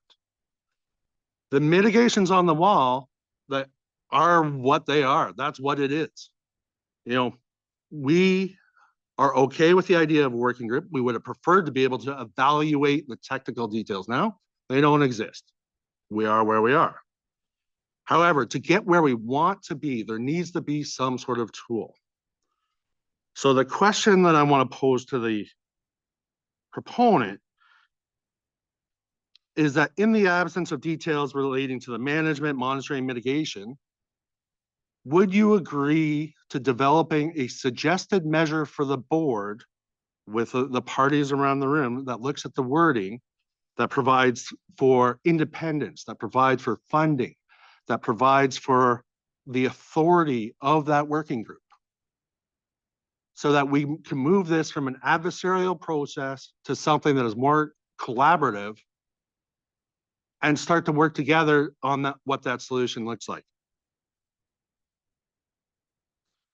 And just to reiterate, the key points of this commitment and this measure would be things around resourcing / staffing, independence, the ability of the working group to require mitigations, things along those lines. That gives that group, the agency is the frame term that was used yesterday. It gives them the authority to go and do that work, and gives DGG confidence that that work will get done.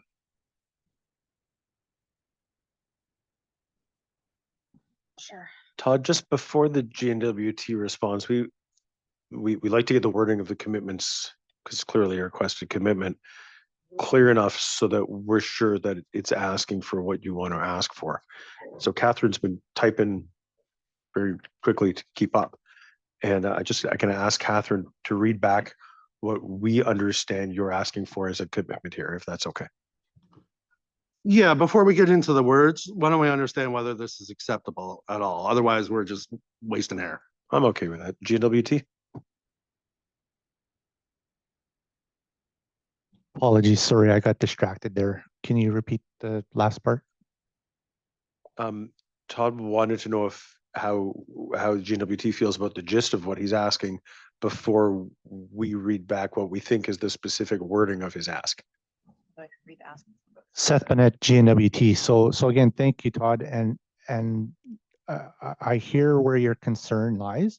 What again, the GNWT has committed to and is open to and are willing to do is continue to engage Delaney and others to help make improvements to the mitigations that we've proposed. So the mitigations we've got currently in the DAR are just that, mitigations we've proposed. We still have time through the environmental assessment to meet bilaterally outside of this process and or at this forum or any other forum that DGG seems would like to figure out ways to improve the proposed mitigations that we've presented. And we're open to that. At the end of the day, whether or not we can resolve DGG's concerns through the mitigations collaboratively, again, that would be ideal. We're open to that. If we can't, then I would suggest that it would be up to the board to ascertain whether or not additional measures are required in the event that the mitigations aren't appropriate. But again, we're more than willing and happy to work bilaterally with DGG and others to identify opportunities to improve the mitigations that we've outlined. Todd Slack with DGG. Well, thanks for the response, but what I hear from that is no, you're not willing to look at a commitment to work towards a measure at this point. The commitment that you're willing to, as far as you're willing to go, is just more talking, more engagement. Is that fair? Seth Bennett, GNWT. So yes, the commitment that I can make right now is to work collaboratively to improve the mitigations we're proposing. Okay, well, I'll just end this line by saying, this is exactly what you guys want to do. You know, the working group model, we're trying to find a way to put some sort of authority in that. And we're consistently saying, no, we're not going to give them the authority to go out and do their work so that the government, Delaney Gauthier government has confidence in their ability. So the outcome of that is the lack of agency, that GNWT controls the resources, GNWT controls the agenda, and GNWT controls the implementation. And those are the key issues. And we've offered a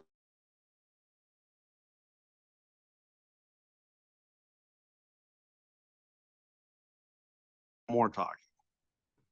And that's the pause there. I have a number of other lines if you want me to keep going. You can do another one. So in the absence of that commitment, we need to delve into the limitations of the details on the record. You know, to use Ms. Bonham's term, we're going to ask about the information that's filed, which is lacking.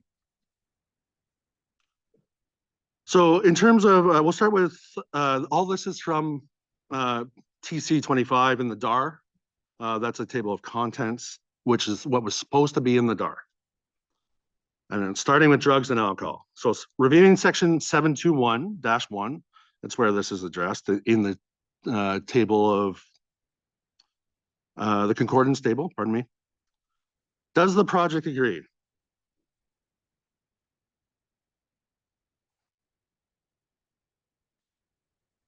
So the mitigation is to develop the well-being adaptive management plan.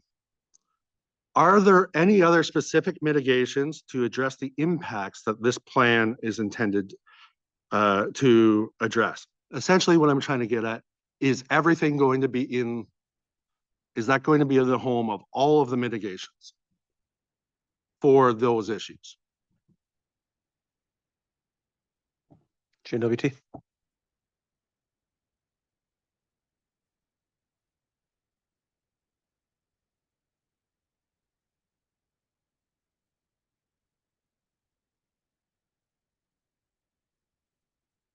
Seth Bennett, GNWT. I would suggest that, again, that the idea of mitigations for socio-ec is broader than just that plan, and includes several other plans that are proposed under the community readiness strategy. Sure, and we'll get to some of those other ones, but I was just talking about those matters that fall under the well-being adaptive management plan. But I can move on. Sorry. So, and we heard in the response a second ago that all mitigations will be based on the existing programs that GNWT delivers.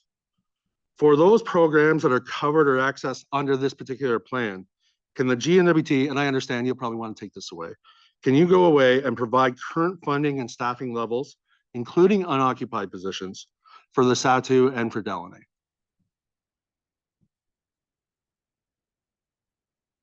And I'll add, the point here is to understand the level of resourcing that exists now versus so that we have a baseline later, once this project is constructed, to understand whether anything has changed. Have you deployed any mitigations? Have you allocated any additional resources?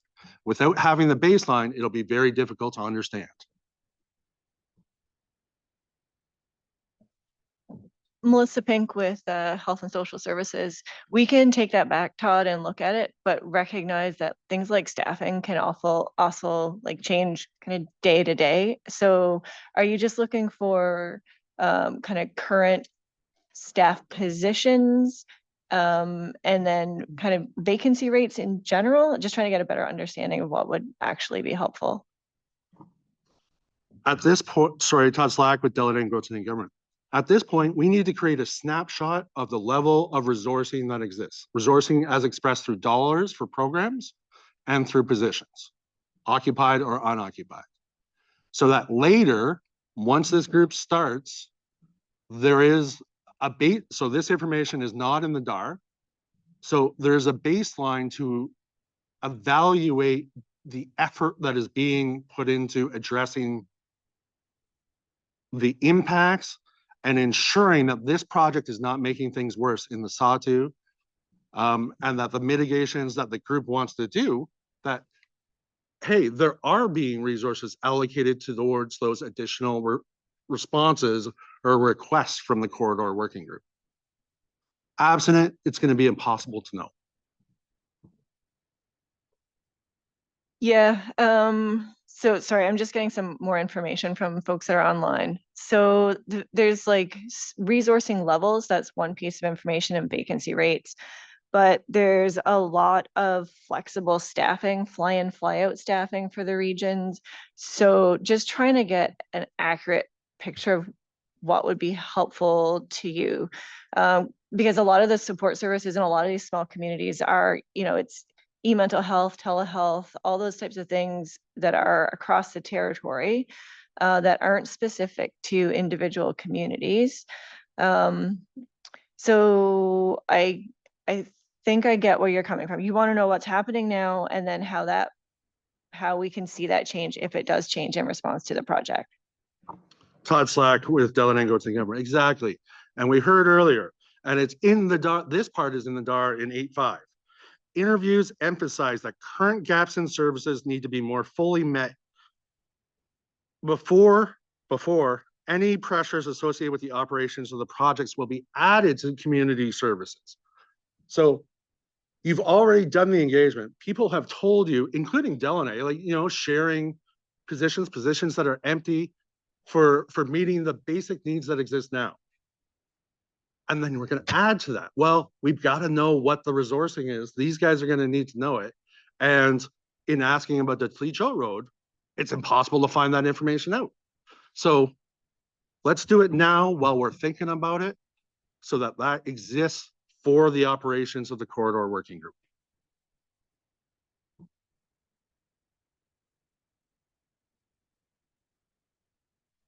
Sorry, Melissa, GNWT. Was there a question in there, Todd? Can you provide that number, those positions? And what I heard from you was, I need some time to take that away, which I believe is an undertaking. Again, yesterday I was telling GNWT what to do. You correct me.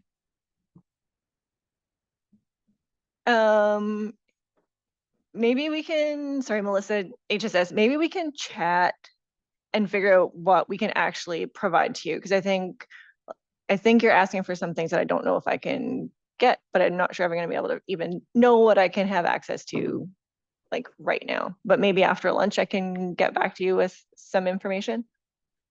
Sure, and I'd like the opportunity to come back to this. Moving on to Todd Slack with Delaney, go to the government.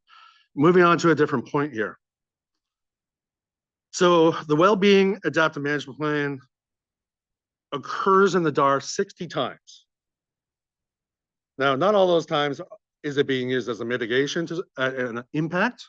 There's going to be some titles in there and whatnot. This plan is currently advanced as far as what we read in section 916.2.3.1. That's right? Or is that fair to say? Or let me ask it a better way. This plan doesn't exist except for that particular section. Seth Bennett, GNWT, that's correct. All right, so 60 times we have this as a mitigation, doesn't exist. Within this plan, there's a number of things that are described as continuing or supporting. Is it and it's hard to get at what the funding level is it GNWT's anticipation that there's going to be, other than the 2 positions mentioned in the DAR to help develop the plan, is there going to be additional staffing and resourcing as this road is built? Is that your expectation?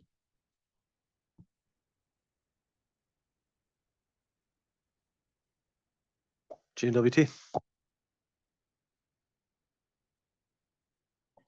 Todd, after this, we're going to go to a different group and we'll cycle back if you got more questions. Seth Bennett, GNWT. So with specific reference again to the implementation of that plan, you're correct. The plan hasn't been fully developed yet. It requires additional input. We cannot confirm or state what's going to be in that. We can't presuppose it until we've established a term of reference, established the group that's going to help develop that plan. Sorry, Alan, let me just add, I got to clarify that. It's Todd Slack with DGG. Notwithstanding the development of the plan, let's ignore that for a second. The plan is going to recommend mitigation. Some 60 times it's going to mitigate things. Is it GNWT's expectation, or are they prepared if the working group, if the mitigations that come out of the working group, are they prepared to allocate more resources for implementation on that? Seth Bonnet, GNWT, it's going to depend on what resources are requested or required or needed. Again, at this point in time, we don't have anything to base it on. Sorry, the question is, are you prepared? Sorry, Todd Slack, Delegate Go-To Government. The question is, if it's required, is GNWT prepared to spend more money or bring in more staff if it's asked for? Seth Bonnet, GNWT, we would have to evaluate it when it's asked for. Okay. I have 9 more lines of inquiry, but I understand. Let's rotate it around. Thank you. Yeah, thanks, Todd. And look, we're going to keep going after lunch, and there's going to be chances to get back to this. But in the meantime, Mark McDougall from Acho-Denico First Nation is online and has questions. Mark, could you go ahead, please? And thanks. Yeah, Mark McDougall, Acho-Denico First Nation. So Acho-Denico First Nation has raised meaningful concerns regarding the potential adverse social and well-being impacts, not only within the RAA, but also along the transportation corridors to and from the proposed highway. Consistently, GNWT has pointed to the community readiness strategy and its associated plans as its approach to mitigating these impacts. Now, the geographic scope of these plans are limited to the RAA, but this is not founded on traffic studies or other information about prospective traffic flows to and from the highway. How will GNWT ensure that not only will the community readiness strategy be able to respond to social issues, but proactively avoid impacts both inside and outside the RAA, especially if we aren't looking for those impacts?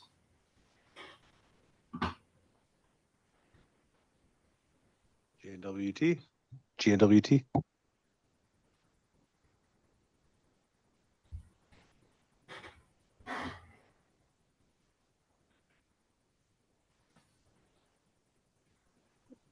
Seth Bennett, GNWT. So we would anticipate that if there's any issues that are flagged outside of the RRA, that can be raised to the corridor working group.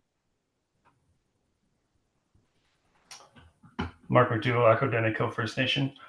Sorry, who's flagging these concerns?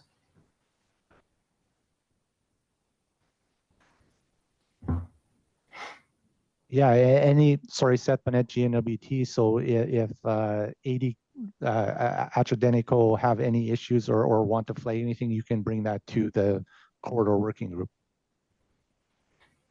Mark McDougall, Acho-Denico First Nation.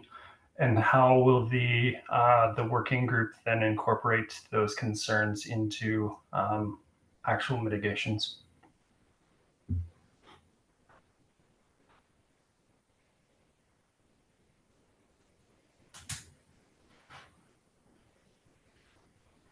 Seth Bennett, GNWT. So any issues that are raised or flagged to that working group would be considered by that working group and help inform any recommendations that working group brings forward.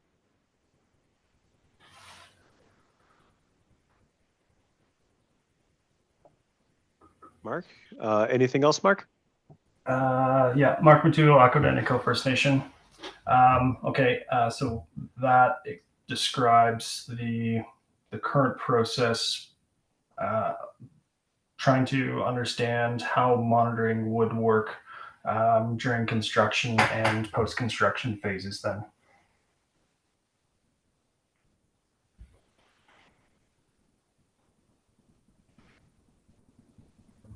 Sorry, is there more? I'm not understanding the specific question.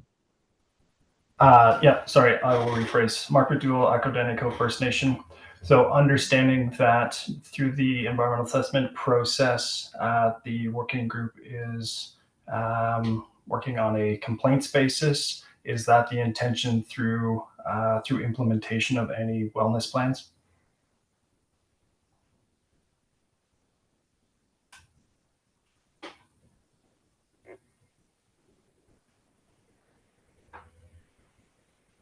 Seth Bennett, GNWT. Again, I'm sorry, I'm not understanding the question. Mark, just to clarify, I think what you're saying is that the working group would be responding to problems that are identified rather than anticipating and avoiding problems ahead of time. Is that what you mean by the complaints basis?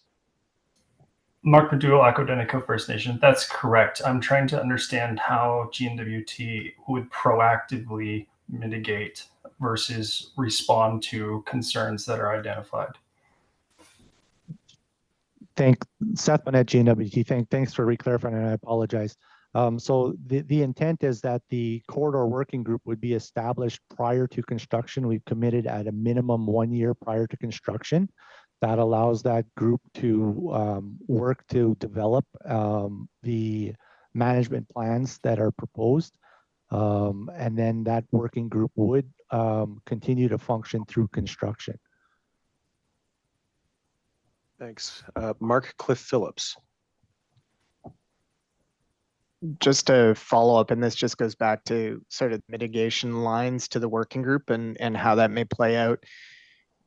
The idea around the working group is to inform, but the mitigations would flow from either the recommendations that might come through the working group, but going back to the proactive nature, GNWT describes adaptive management in various places throughout the DAR. So in terms of how you're going to set the management response framework for those management plans in terms of setting thresholds and criteria for action levels, how will that be done and when will that be done?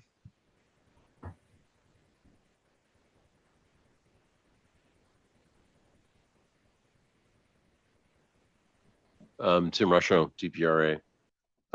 So you're correct, Mark, that each sub-working group is responsible for either one or two respective management plans. And those plans would be developed by those sub-working groups, and that are representatives from the GNWT communities, Indigenous governments, that type of thing. And they would develop, basically criteria for monitoring, that type of thing. Obviously, they would use, I would assume they would start from some existing criteria that may be out there, certainly lessons learned from TASER, that type of thing. And they would use measurable parameters. In terms of thresholds, I don't think in terms of the socio-ec that they're going to be looking at thresholds. That's certainly, what I would argue.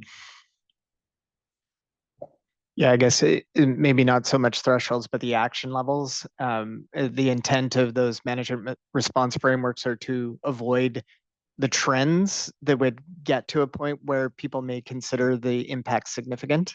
So I guess the criteria that we're looking at as you mentioned, needs to be measurable. But in terms of the measurability, one, we've seen that a lot of the times it's just statistically available information that might be available that you're measuring against, which might not actually describe the effects that might be felt by the changes that the project might bring along.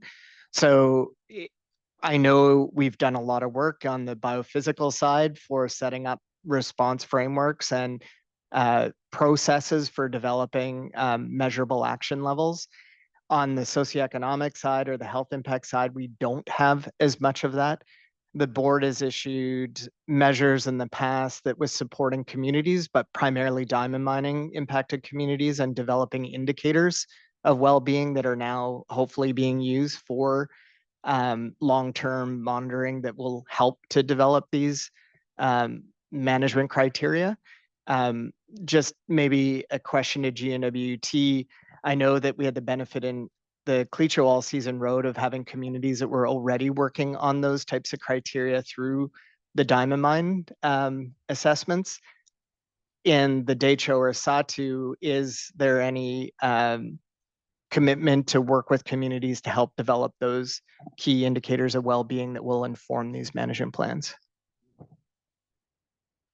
Tim Rochelle and DPRA. The short answer is yes, and I mean that's the foundation of the community readiness strategy, those working groups, and those plans. And communities were very clear that they wanted this to be community driven, and that the GNWT has heard that and has responded to it. Thank you. It was just tying those all together is what I was trying to get at. Yeah, thank you. I guess we could write that down as a commitment that GNWT will work with communities to help develop indicators that will be used in those management response frameworks. Sorry, can I ask a point of clarification there? Go ahead. Forgive me. So the issue, two issues here.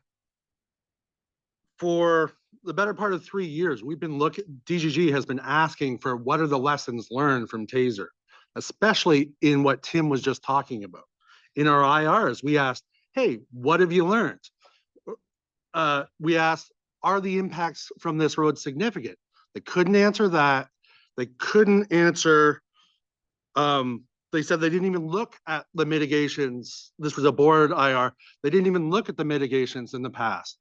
This is why that concept of agency or that authority is so important to get now, because if you leave it to later, you're relying on best intentions. And if the working group agrees to leave parts of the measure behind, fine, give them that flexibility.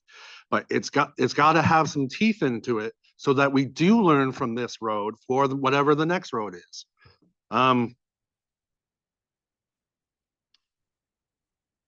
Yeah, sorry, stop there. Thank you. Thanks, Todd. One of the important principles of impact assessment that the board really supports is it is always better to anticipate and avoid impacts than try and react and cure them after they happen. It's cheaper, it's more effective, there's less harm, there's less suffering. It's better.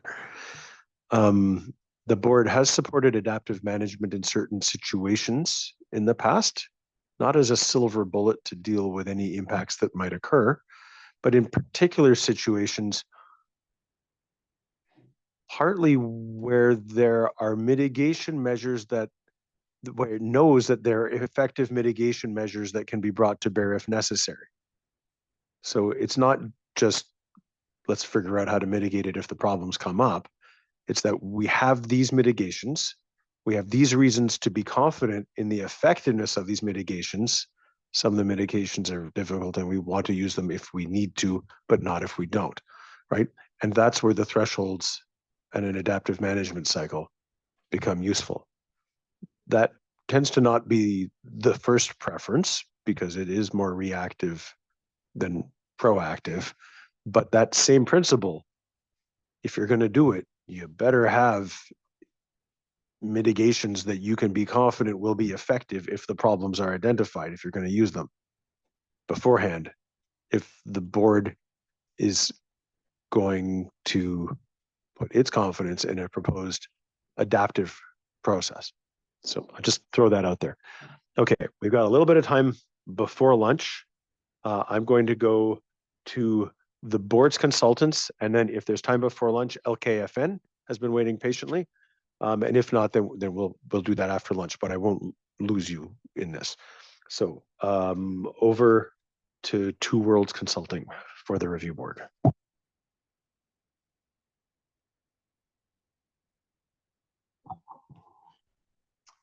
Hi, everyone. It's Nina Barton, Two Worlds Consulting on behalf of the review board. I think the questions that have been going around and the points that have been made are really related to a question that I was thinking of with respect to the proposed mitigations to, can everyone hear me okay? Yeah, to the socioeconomic, particularly the significant impacts that have been identified in the DAR with respect to increased drug and alcohol availability and use, and increased social pressures and effects to public safety from the project.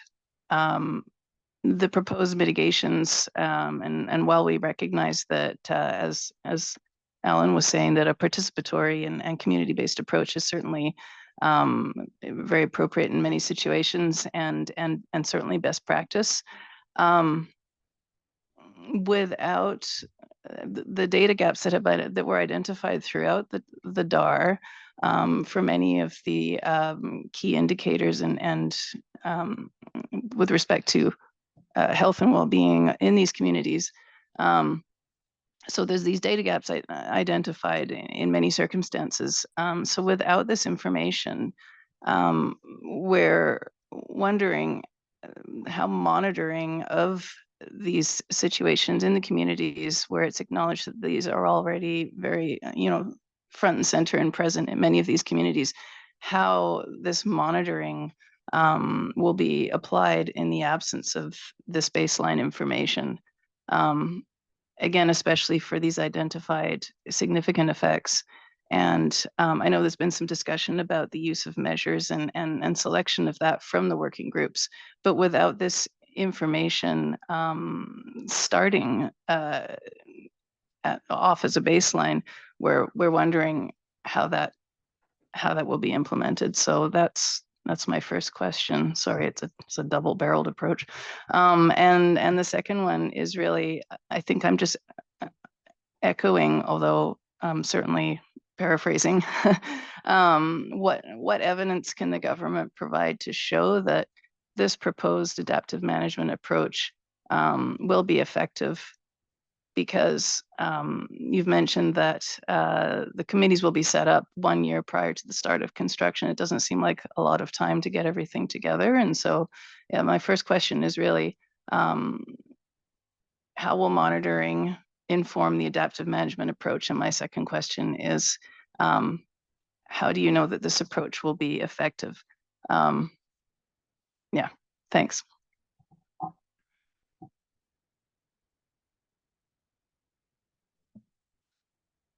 Thanks for the question, Tim Rush on DPRA.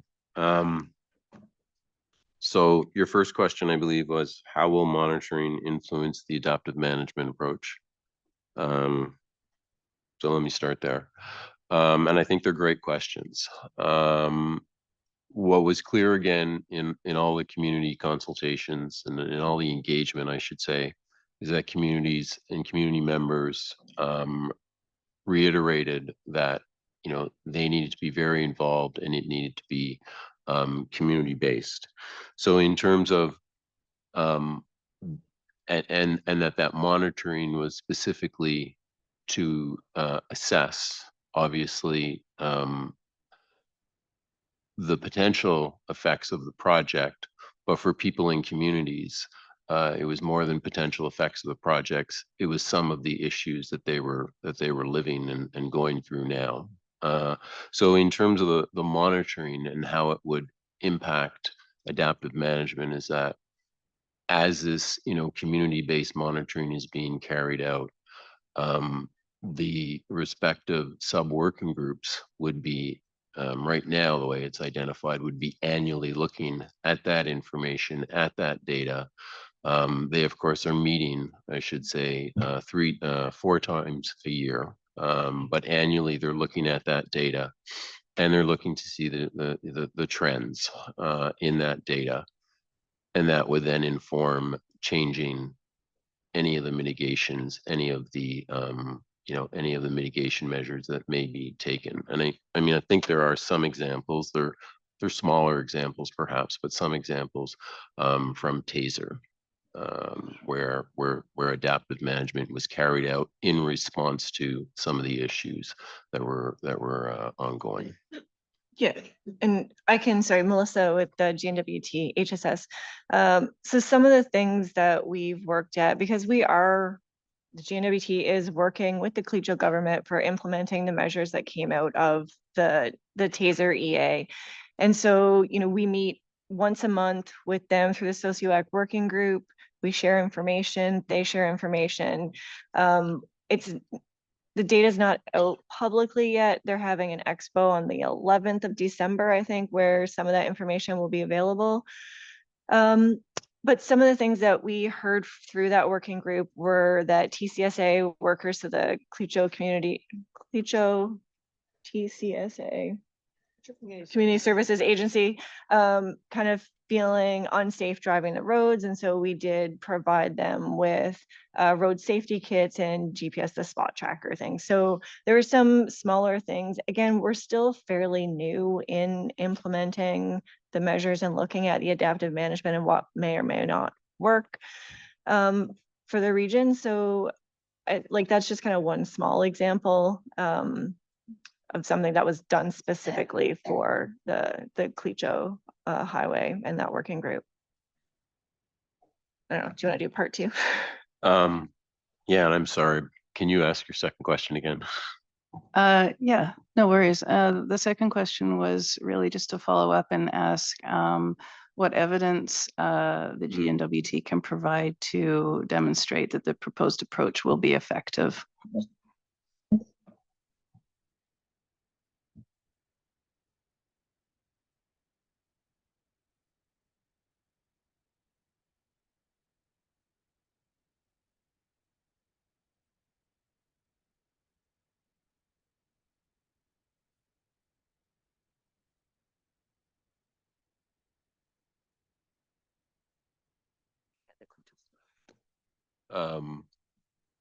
So as I'm sure you know, there's been plenty of monitoring that's gone on in the NWT around, for example, diamond mines and other such things. And so, without monitoring, it would be very hard to know what's happening with the trends and how effective or not mitigation measures are. So I think the evidence we have is over the last 20 years, certainly there's been a lot of monitoring, and there's been certain actions that have been taken, I think, based on that monitoring. And I don't know if you want to again talk about TASER.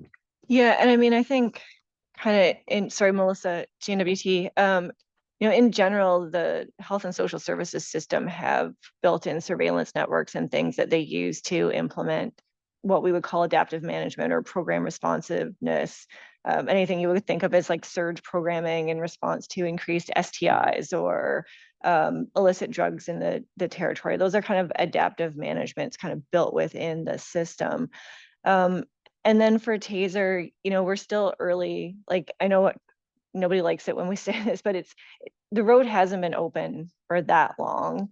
And we're still monitoring potential impacts from the road. And when you implement something, it takes a while to see the changes happen. So, we're in the phase where we're looking for any changes in trends, but we can't really say a whole lot right yet. And again, working with the Clecho government. So wanted to make sure that they're on board and they have input into what they see the data as saying as well. Can I ask a follow-up question? Yeah. Yeah, thanks for that. I'm not sure I understand how. So you talked about monitoring and actually the actions of the working group and the sub-working groups would, of course, identify community indicators of interest and things that will be monitored. But I'm still not clear on how the data gaps identified in the DAR will be addressed so that this working group and these working groups can kind of get up and running with the best information that would be available to them.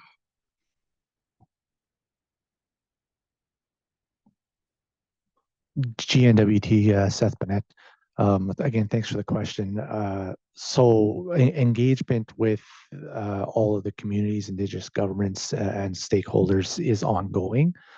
So we are looking to fill any data gaps in the near future again, and any additional information that we can present or provide through that engagement will be included in an addendum. Thanks, Seth. I'm looking at the time. Yesterday, it seemed to work okay, the strategy of breaking for lunch 11:45 before everyone else has ordered in restaurants. So you guys are at the front of the line. And it seemed also like an hour was enough time for lunch yesterday. So what I'd like to do is break for an hour and we'll get cracking again at 12:45. Obviously, there's a lot of interest in this topic. There's a lot to talk about, not a ton of time. So we're going to try and start promptly. Thank you all for the discussion and thought and openness that I think we heard in the questions and the answers this morning. It's been helpful. We'll see you at 12:45.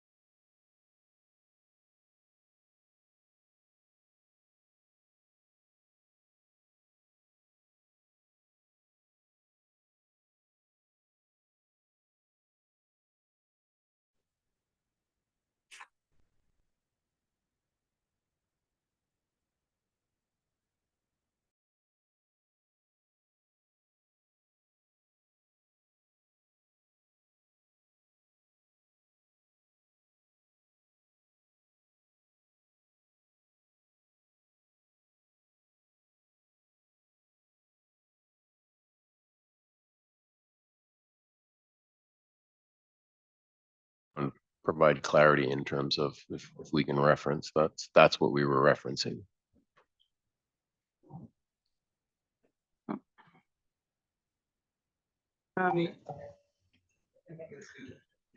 Nina, go ahead. Oh, sorry. So sorry, this is Nina Barton from Tours Consulting, the review board. I guess what we're looking for is for this project, these working groups, the working group rather, and the sub-working groups will be set up a year in advance of construction. That's correct? To begin the process of shaping the adaptive management plans and the strategies that will come out of that. Does the government feel that that's enough time to get all these plans together, understand all the information that does exist, maybe identify data gaps then by community that do exist and need addressing, in time to have these plans and everything ready for the start of construction? And if so, I guess that's kind of what I'm getting at. Thank you.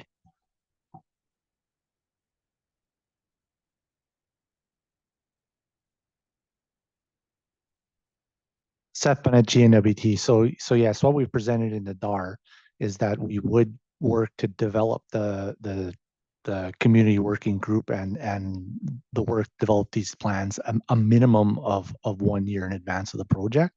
And through recent engagements with various community organizations and individuals through our engagement sessions, we have been hearing that there's a desire for that work to start earlier, which we're currently exploring.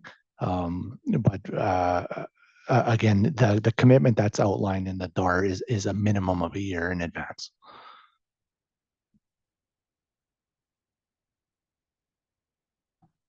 Would that be the beginning of the work being, is that the start of all the work that will be, so the planning process and everything will start basically when the working groups are convened? Seth and at GNWT, no, there is engagement underway right now to help inform the planning for the establishment of the working group. That's underway right now.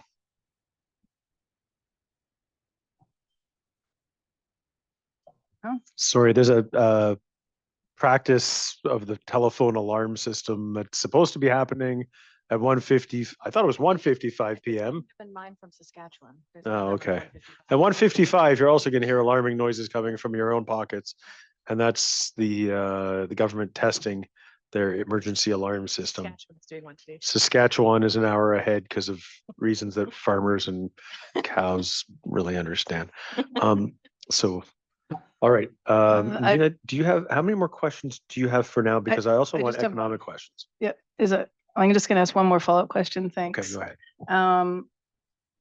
I guess in light of other comments that have been that I've heard in the room this morning and afternoon now, with respect to the working groups and the way that so they would basically make recommendations based on monitoring programs and planning on what programs need to be enhanced or what additional measures need to be done to mitigate concerns that arise.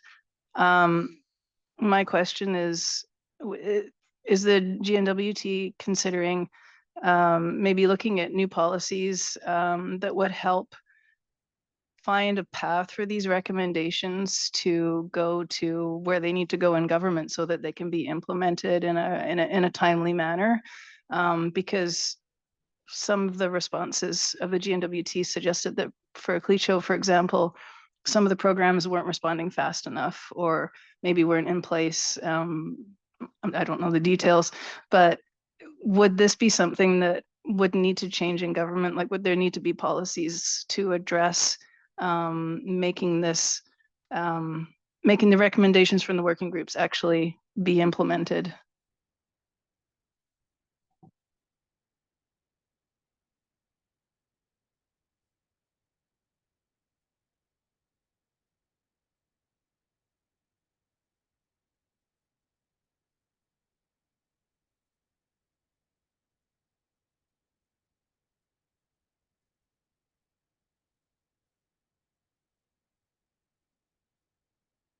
Seth Bennett, GNWT. Thanks again for the question.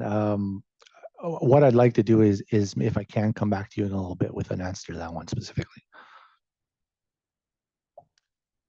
Okay, thanks. Also from Two Worlds Consulting, Graham Clinton has questions. Oh, not from Two Worlds Consulting. Sorry, I got that wrong. It's still Graham Clinton, who's an economist who's providing expert advice to the review board. Graham? Thanks, Alan. It's Graham Clinton with Impact Economics for the board.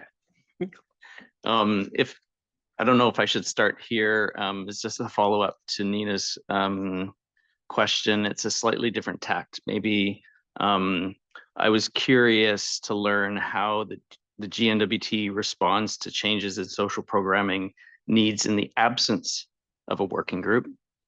Are communities that are subject to these groups better served?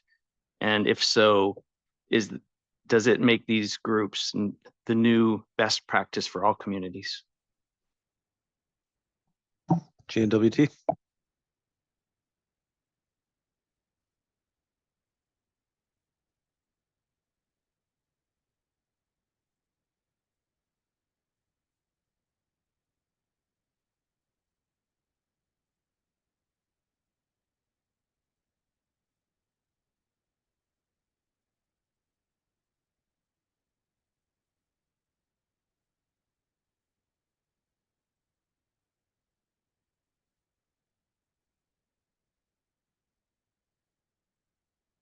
Seth Bonnet, GNWD, and thanks for the question again. As it relates to how GNWD programs and services are informed in the absence of these community or project-specific community working groups, there's various mechanisms depending on the individual programs and services. There's monitoring and measuring that happens on a regular basis depending on the specific initiative or program and service we're talking about. And then, of course, there's accountability through GNWT's existing policies, where this proposed mitigation is different, is that it provides an additional direct outlet to hear from community members and participants on the working group directly. Graham? Graham Clinton, Impact Economics for the Review Board.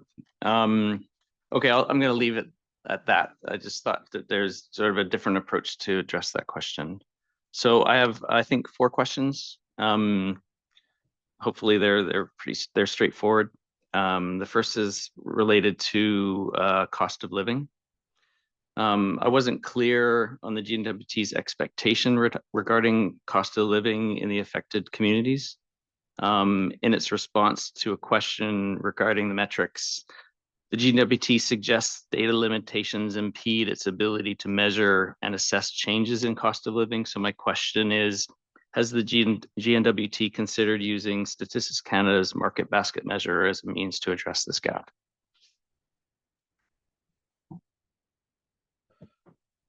Thanks for that, Graham. So I'm going to hand over these questions to my colleague, Jen Henneberry, who's online with us. Jen, you there? That's Lois.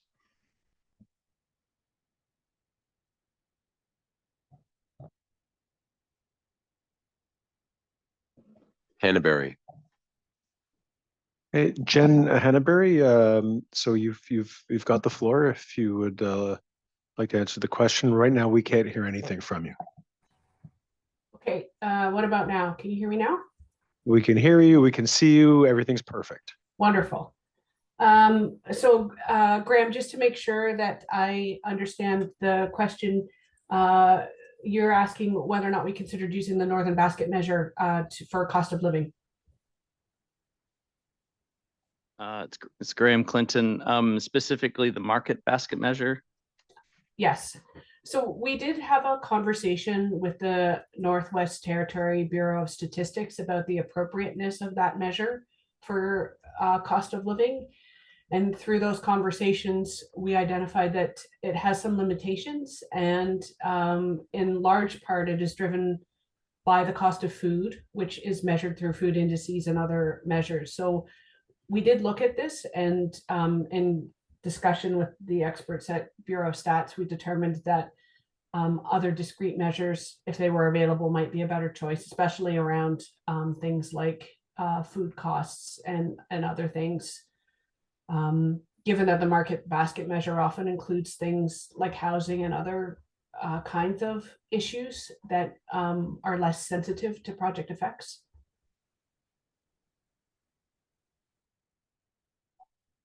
It's Graham Clinton with Impact Economics. I think maybe a bit more research is necessary on your end. I think if you're wanting to look at specifically food prices, I'd encourage you to look at the Northern Food Basket, which through the Nutrition North Canada collects data on a quarterly basis from every participating grocer, of which there's 5 in the SATU. So it will give you a quarterly price for a basket of food that's appropriate to feed a family of 4.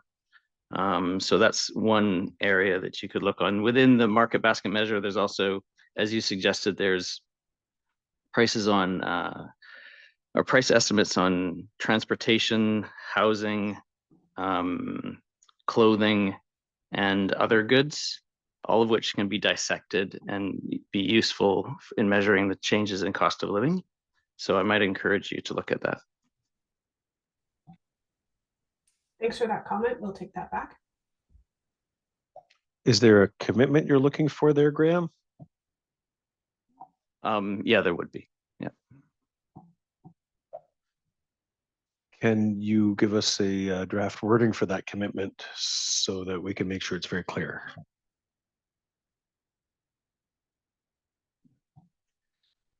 So it's Graham Clinton with Impact Economics. The commitment I'm looking for is for the project to reconsider the market basket measure and the details contained within it, as well as the data provided through Nutrition North Canada to assess the changes in cost of living.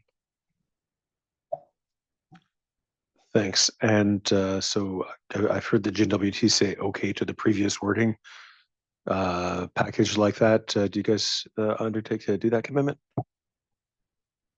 Seth Bennett, GNWT, yes, we can do that. Thanks. And Mallory Nirlungyuk, she's keeping track of these commitments and she's got the wording. So, Graham, by when would be helpful for you to have that?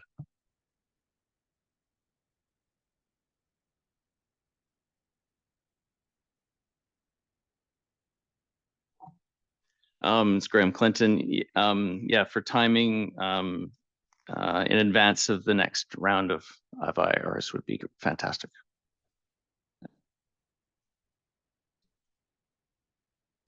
So that's pretty soon. Are you guys able to do that?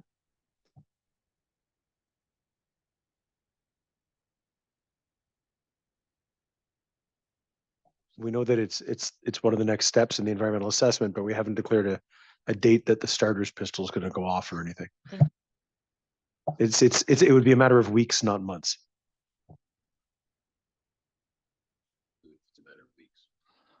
Seth Bennett, GNWT. Yeah, it's not something we're going to turn around immediately. So we will endeavor to get it as soon as we can. Noting again that we don't control the schedule, but we will get it to you as soon as we can.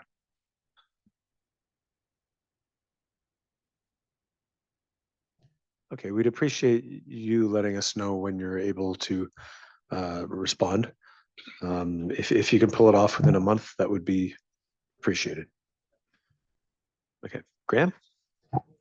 All right, thank you. Graham Clinton with Impact Economics. So my next question is around expected outcomes. In terms of preamble, economics is a subject focused on optimization, sort of at what point are benefits maximized and costs minimized. In simple terms, I tell people economics is about choices, evaluating choices we make and also those that we don't. One of the central challenges in assessing this project through the lens of economics has been the lack of clarity on expected benefits. This is not to suggest there are no benefits, there are many, but it would be helpful if they were clearly articulated. My question is the GNWT able to articulate its expectations of benefits from the road and therefore allow a more complete economic assessment? GNWT.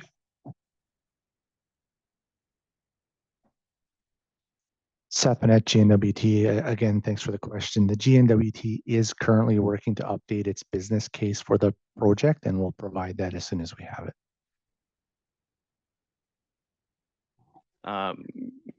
Graham Clinton with Impact Economics. Do you do you believe that the expectations of benefits will have changed from when you put the DAR in to when this new report is published?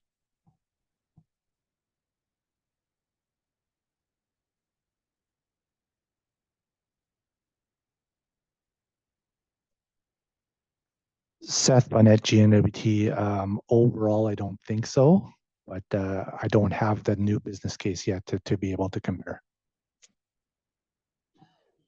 Graham Clinton, Impact Economics. So then are you able to, in the absence of that new report, are you able to articulate that the answer to the question as it stands today? And that the question is, what are the expected benefits from the road?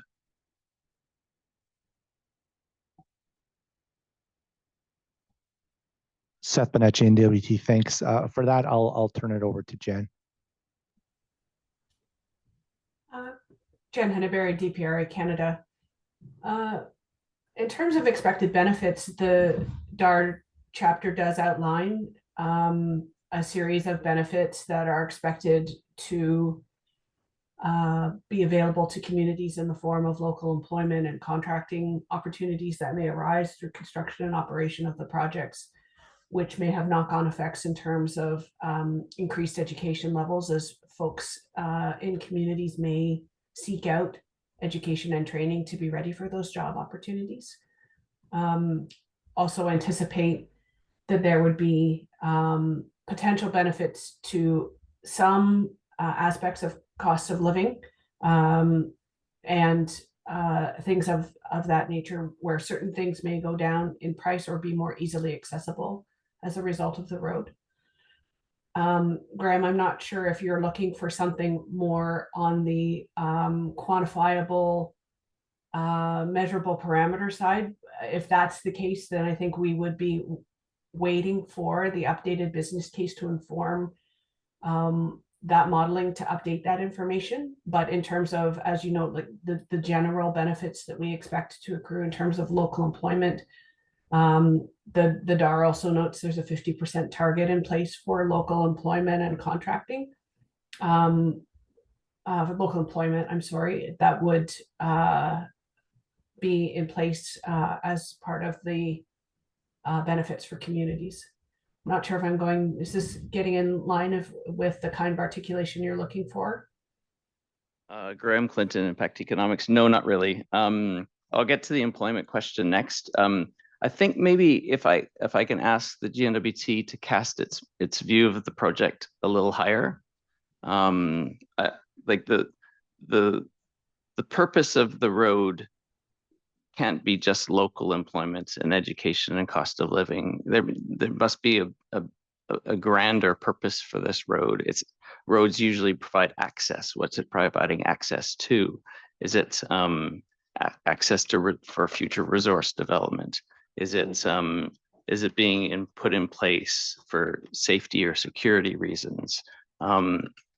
If you're to do a full economic assessment, we want to look at the overall lifetime benefits of the project against its costs, which are some of them are social costs, but a lot of them are financial costs. I'm trying to understand how I might be able to do that evaluation myself, such that I can make my own determination whether I'm in, if this is a road a good thing for the territory or not such a good thing. So beyond the, let's call it the nuts and bolts sort of benefits of, yeah, you're going to create jobs, but that makes it sound like it's in the 1980s and 90s, we called them make work projects. I don't think this is a make work project. So I'd like to understand why the project is going forward from a benefits perspective. Thank you. So to the GNWT, why do you want to build the highway?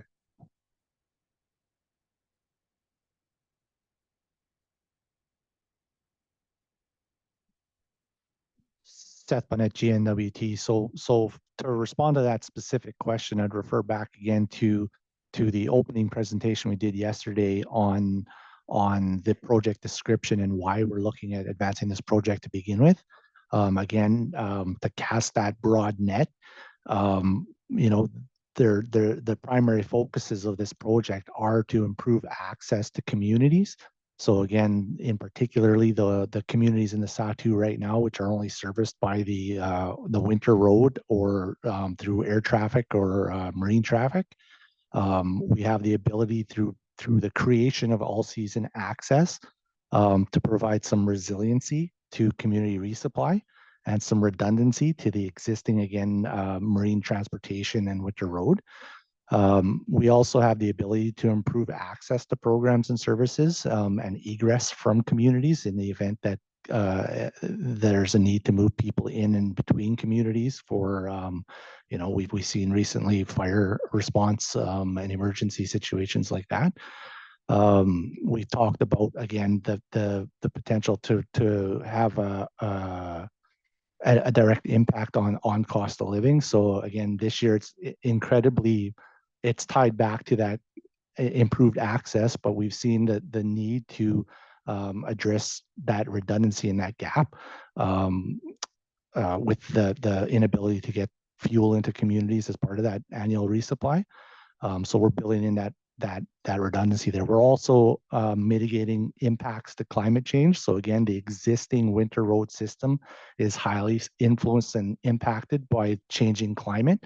So by replacing that portion of the winter road with all season access, we're helping to mitigate concerns with a shorter winter road season. Those are the main themes that I would draw attention to. Thanks. Correct me if I'm mistaken, but when you guys started this environmental assessment and proposed the road,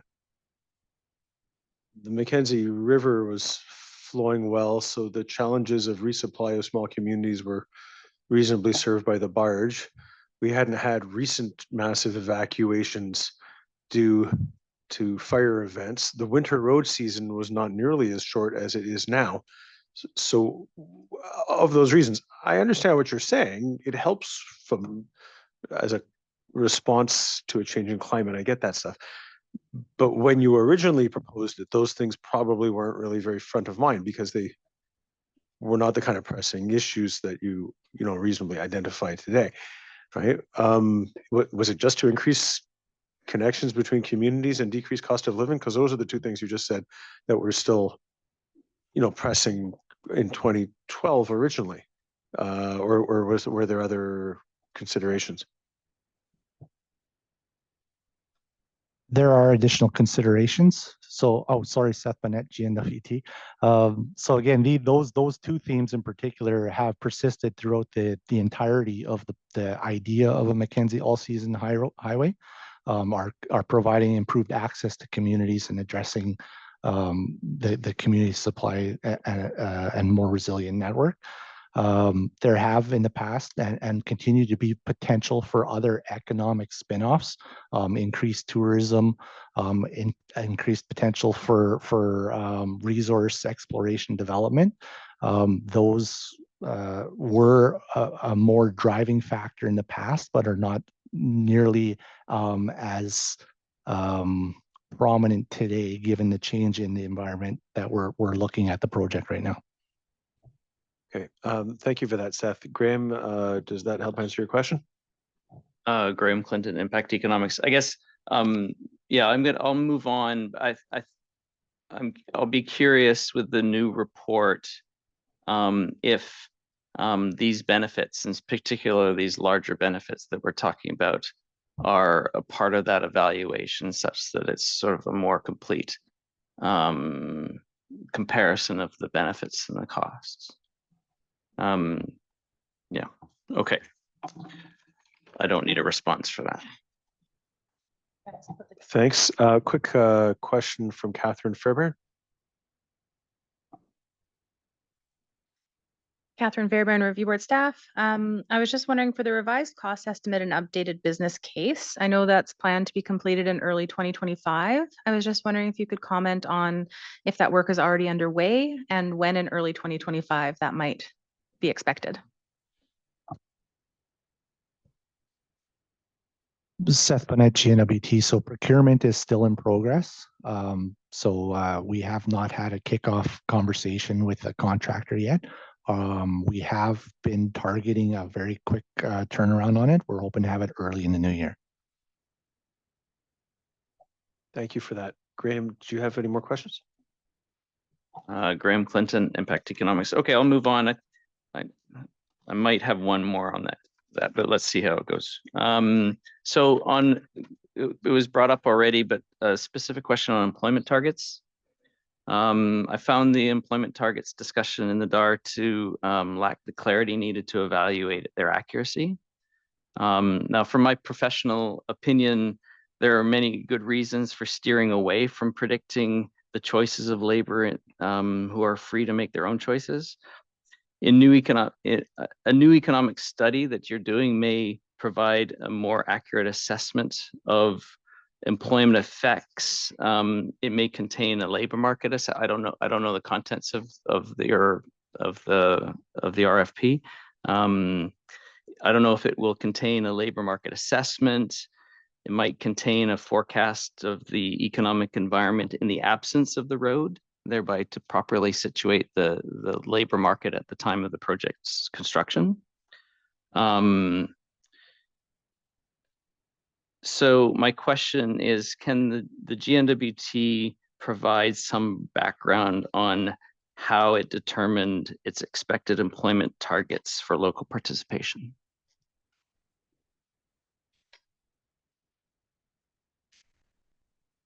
Seth Bennett, GNT. My apologies. I don't know if you caught that. Seth Bennett, GNWT. I'll defer to Jen on this one as well, please, Jen. Thank you, Jen Henneberry, DPRA Canada. So the 50% target was developed in conjunction with GNWT as we looked at the existing conditions in communities in terms of the unemployment rates, the jobs, and the training that had taken place. I think the other thing to take into account here is, given the long time horizon for the project, 10 years construction over a period of 20 years, we did anticipate that there would be opportunities for people to enter the labor market on a longer time horizon than may have existed in the existing conditions report, or was taken at the time that report was compiled. And so just as a way of another data point, the adaptive management approach that is built into the community readiness strategy does attempt to account for that and allow for the ability of the contractor training and employment sub-working group to adjust to labor market conditions as they might be changing, to support people to enter the labor market as time goes on. So that would be just a piece that I provide as additional information. But the expected, to your point, Graham, moving away from detailed predictions, given how and why people may choose to enter the labor market or seek certain kinds of employment, can be quite difficult. And so this 50% target was developed with the GNWT in response to what we saw in terms of existing conditions, and to some extent looking at the long time horizon for the project and the opportunities inherent in that, to maximize the opportunity for people to undertake the training and to seek out employment. Thank you for that response. It's Graham Clinton with Impact Economics. I note that in the DAR, when talking about the employment targets of the 50% target, it stated something that I don't know the exact wording, but that 50% would be made up of labor from within the local area, the regional area, and across the NWT. So with both the local and regional areas being within the NWT, does that mean that your 50% target is just NWT employees, or is there a regional breakdown? Thank you. Seth, did you want me to go ahead on this one? Yes, please. Sorry. Thank you. Jan Henneberry, DPRA Canada. Yes, the language in the DAR is 50% would come from the local Satu and Decho communities that are identified as part of the local assessment area and regional assessment area that were identified for the project, as well as elsewhere in the NWT. There's a bit of mobility to account for here in terms of how people move around for work within the Northwest Territories based on what work might be available, right? And the ability to do that and the willingness to do that. And so that's why this target is phrased this way, and that it is around the local Satu and Decho communities and elsewhere in the Northwest Territories. So it should be read as 50% within the Northwest Territories targeted towards the Satu and Decho communities, with the other 50% potentially coming from outside. I don't want to speak for GNWT. I would point to them. I would imagine maximizing local employment. That's why it's a target. It's not a ceiling. It would be a floor, right? Like if it could go above, that would be a very fine outcome indeed. But that is how that indicator should be read. Thank you. Thank you for that response. It's Graham Clinton, Impact Economics. You know, I've been dealing with these employment targets for most of my career. They are a source of great pain for everybody because they say nothing. You just said is it a ceiling? Is it a floor? Is it a target? Is it aspirational target? We don't know. And if you don't meet it, what does that mean? If you exceed it, what does that mean? I think you know, it's a little bit different if you are a resource company, and I was here representing the GNWT and saying, well, you know, for us to benefit from this project, you must employ our labor, you must buy from, you know, use our capital. In this case, I would think that it's in the GNWT's best interest to use its own labor and use its own capital. And so, you know, there'd be great benefit to the GNWT and to the territory if it was rather than 50%, if you identified all the jobs that are going to be required on this project and then said, okay, well, we should work towards having everybody or every position that's going to be created filled with NWT labor, and then sort of, if you can't, try to meet that. Like, I mean, if you're to maximize benefits, it means everybody at the project is from the Northwest Territories. So that's the maximum. So that's what we should be striving towards. And what you get to, if it's not 100%, means that from an education and training perspective, there's opportunities to do better. So I don't know about, again, this gets back to the question of your pending economic study and the extent to which you are including a labor market assessment and a more detailed look at the types of jobs that will be created and the territory's ability, the territory's labor supply, its ability to fill those positions.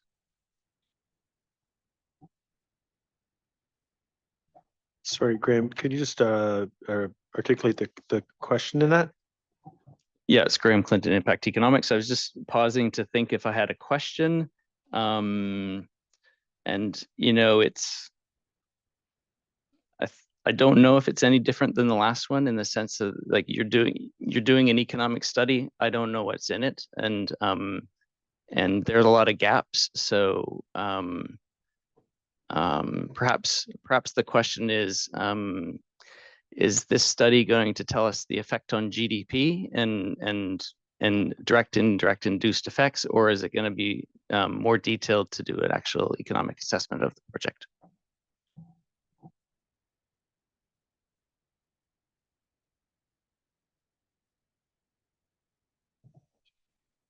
JWT. And then after this, I'm going to Lidley First Nation, which has been waiting extremely patiently. And I know both Dieter and Trinica, or I don't know if it's Dieter or Trinica, but I thank you both for hanging in there.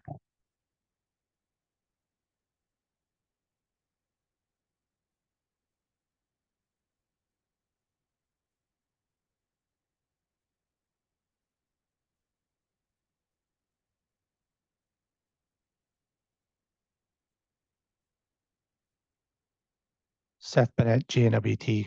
Sorry, I apologize for the delay. Just conferring with my experts. So the updated business case will include additional information on costs associated with the project in particular, and then that will help us inform updates to the information that's presented in the DAR, including GDPA. Thank you for that. It's Graham Clinton, Impact Economics. Just to my last question, Alan, or just my last follow-up is, so I guess one of the areas that I hope to see in the study is sort of like, as you said, a full accounting of the costs, in particular the maintenance costs of the project, and how that's weighed against the benefits, which were hopefully also articulated in addition to just GDP. I recall, before devolution, one of the problems that the territory had is the federal government would build us roads and we had no way to maintain them. We had to get a change in the budget to maintain them. And here we now have post-devolution, we have the ability to potentially build our own road, and it'd be beneficial to learn, or it'd be helpful to, that's not the right word, reassuring to learn that the GNWT has considered some of these challenges and is sort of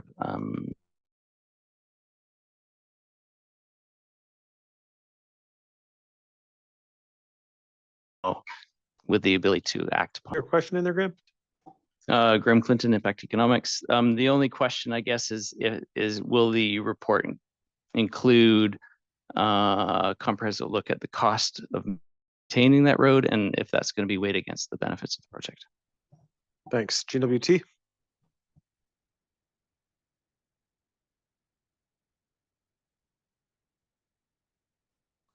Seth Bennett, GNWT. Sorry, I'm going to need a few minutes just to come back on that one.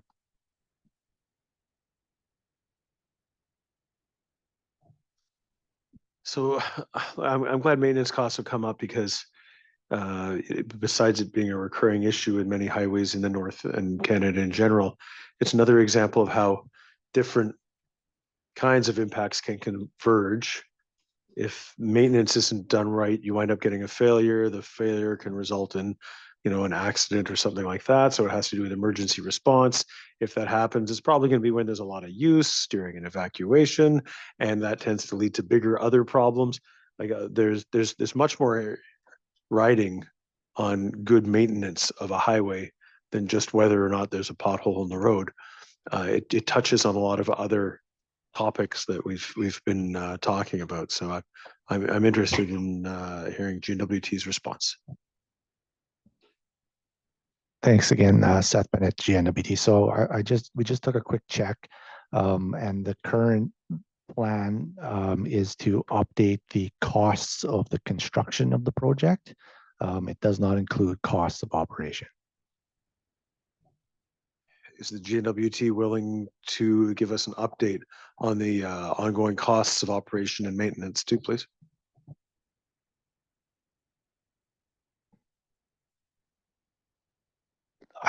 Sorry, Seth Bennett, GNWT. We can provide additional information on what the GNWT does spend on operation and maintenance of highways in the NWT. That would be a good start, but then projecting it based on what you know about the proposed length and location of this highway, it'd be very helpful to have an understanding of how that would apply to the project that we're discussing, even if it's an estimate. Do you agree to provide that? I'll take that away and look into it. Yeah.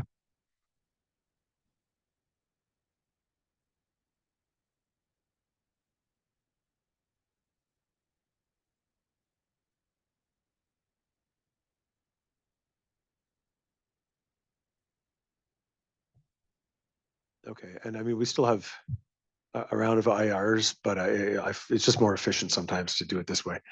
Now I'm going to switch to Lidlaqua First Nation. Dieter, thank you again for standing by. The floor is yours. I just have one question. My colleague Trinica Gassmeyer is going to ask a question to GWT, and I might have a follow-up. Sounds good. Thanks, Dieter. Trinica Gassmeyer for Lidlaqua First Nation.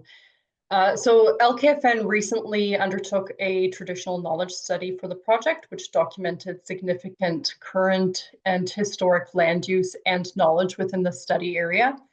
And one of the conclusions of that study was that the project will impact LKFN's Aboriginal and treaty rights, and that not all of these impacts will be able to be mitigated for with the proposed mitigations.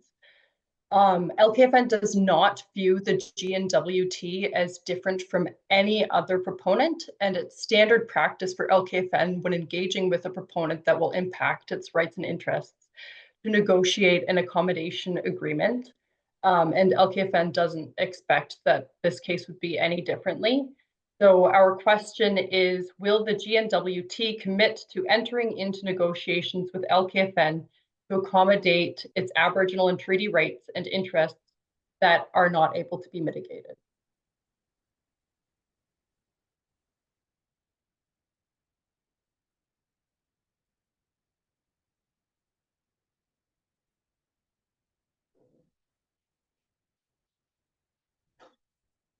GNWT. Thanks for the question, Seth Bonnet, GNWT. That's not a commitment I will make right now, but we can certainly come back to that. Thank you. We look forward to Trinica Gassmeyer for LKFN. We look forward to continuing further conversations about this. And I guess just to add to that, well, actually, Trinica, just before you go ahead, yeah. So Seth, you said you look forward to continuing conversations to that effect. When do you expect to do that?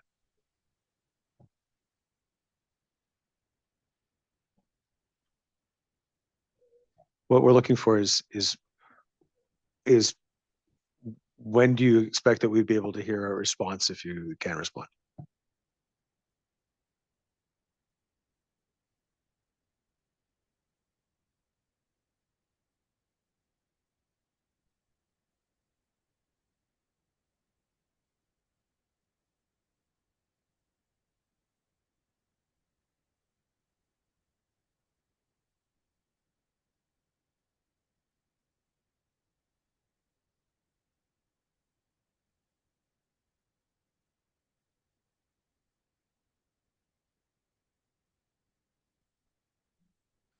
Apologies again, sorry, just conferring.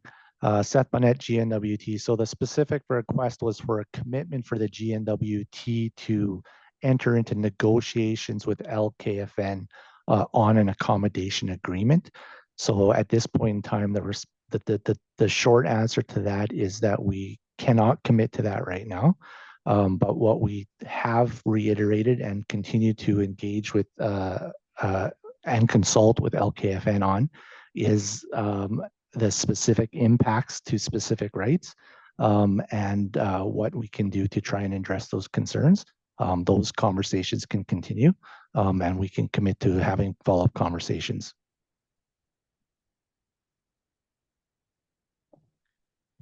Mark Phillips with the review board. Thanks for that response. Just again, going back to the process that the review board has put forward in its reference bulletin on issues regarding consultation and accommodation, how that relates to impact assessment.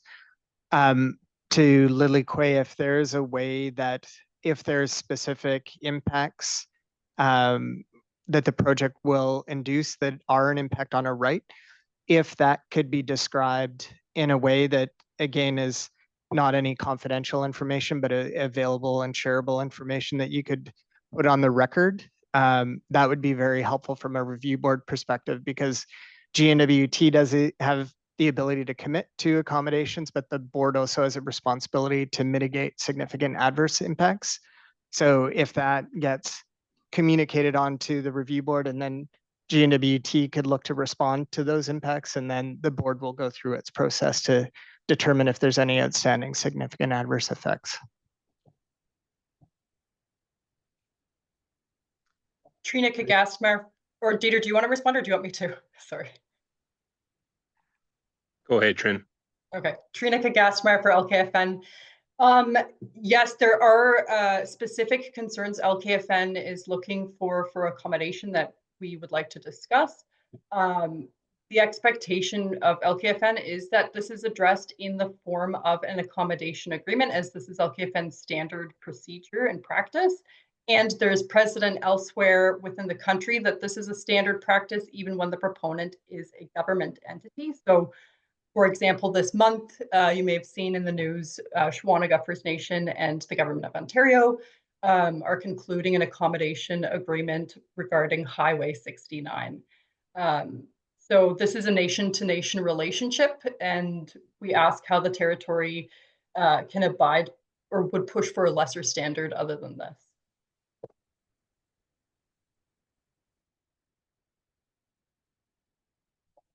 To GNWT.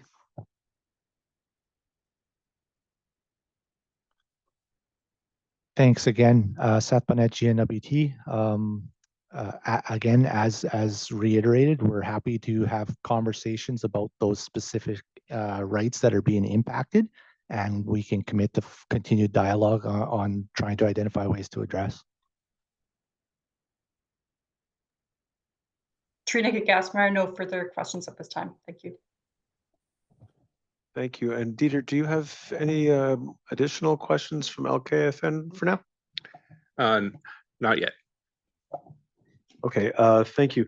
The next thing that I'm going to ask for is I understand that CERNAC is ready to provide an answer to the funding question that it took away from this morning. Could you go ahead, please, Ms. Rose? Miss LaRose, sorry, I confused you with Chris Rose, also from CERNAC, who might be on the line. Megan LaRose, Crown Indigenous Relations and Northern Affairs.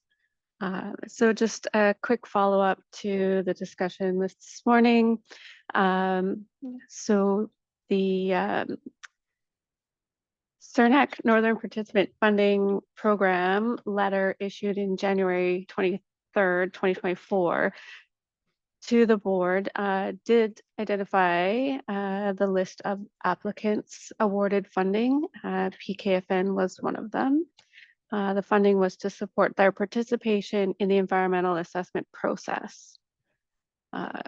We will take back what we've heard today to the Northern Participant Funding Program team for their consideration as to the potential provision of additional funding for the Mackenzie Valley Highway project.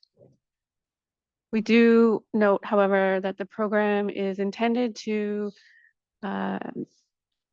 is not intended to replace a developer's funding obligations in regards to engagement and project-specific discussions.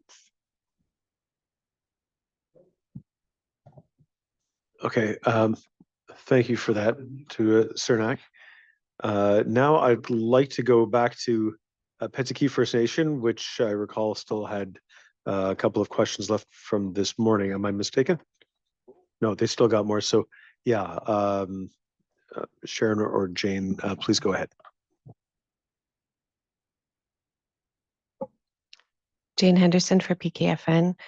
First responding to Megan, thank you for that. PKFN invites all other recipients of that funding to indicate if that funding was also insufficient for their needs, as it has been for PKFN's.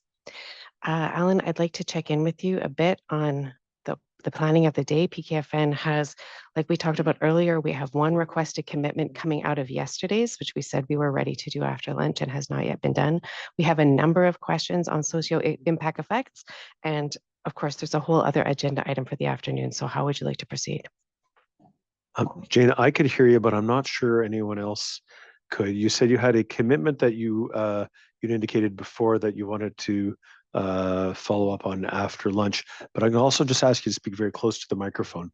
And Martin, if there's anything you can do to raise the roof, that would be great. Thank you. Is this better? I was told to point away from the speaker, which is directly behind me. So Sharon, if I'm in your personal space, I apologize. Okay, so we've got several items to go through here, and I think I have the go ahead. Again, this is Jane for PKFN. Sorry. So first of all, returning to the commitment, which PKFN would like to raise coming out of yesterday's conversations.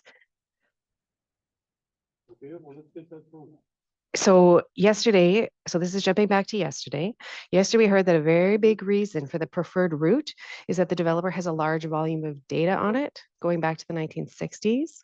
PKFN would like to point out two things. First, that this data is certain to have significant gaps in it from lack of consultation and not including Indigenous knowledge over those decades.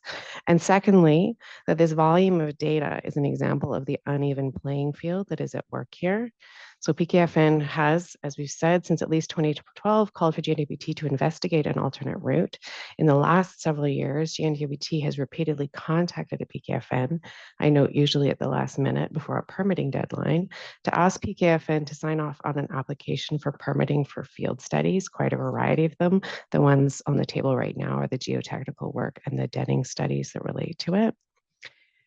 And each time, Pedzeki First Nation has told the developer that the scope of those studies is insufficient and that it only focuses on the preferred route with the focus on the 1 kilometer corridor.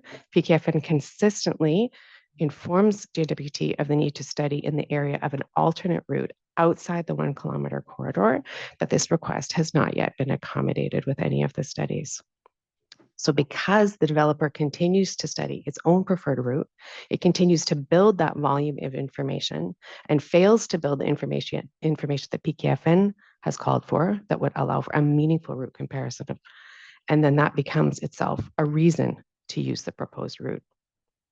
So PKFN requests that GNWT commit to expand the scope of the remaining field studies to include areas requested by PKFN.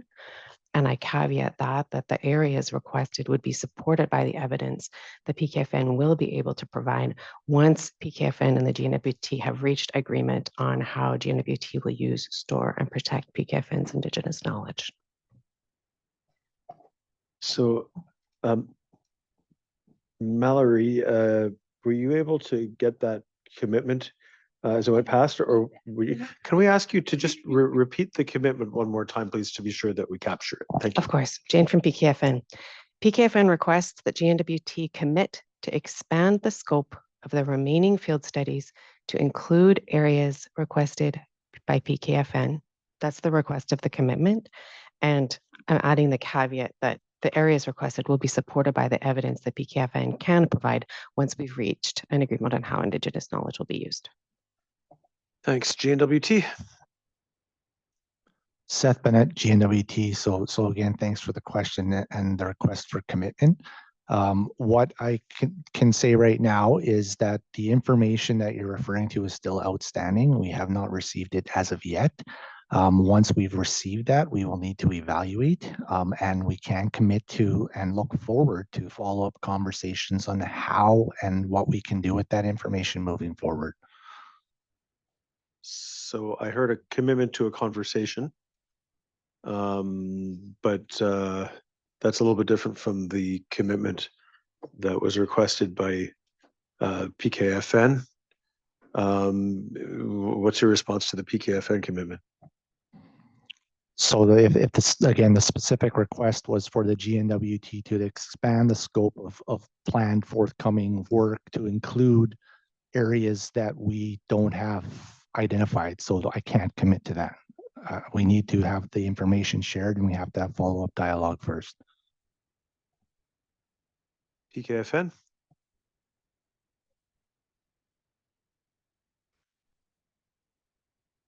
Sharon, did you want to comment? Well, you just maybe that's your. Okay, just a quick comment, Sharon Palacy, PK event. Okay, so now this brings us to another question. So you're saying that the scope that the studies that to taking place is within the 1 kilometer, and that we're saying that because the studies are so concentrated in the 1 kilometer, it doesn't leave room for any of our TK knowledge, which is outside of the 1 kilometer. So we're wondering, how can we do this so that we can have our information in there, our studies in there as well, and then go outside of the scope of 1 kilometer? How can we do that? GWT. Yeah, thanks again, Seth Bennett, GNWT. So again, we look forward to working collaboratively with the PKFN. Again, we have information that we've been working collaboratively to acquire. As soon as we have that information, I would forecast that we would meet to review it together and identify how it can be used to help inform the project moving forward, and what capacity. So again, we're eager to do that. I can commit to that follow-up with you guys, but we do need that information before we can make adjustments to what we're planning. Seth, can I just ask you, what information would you need in order to decide whether or not to investigate an area that PKFN wants you to investigate as a possible corridor instead of just within the corridor you've identified?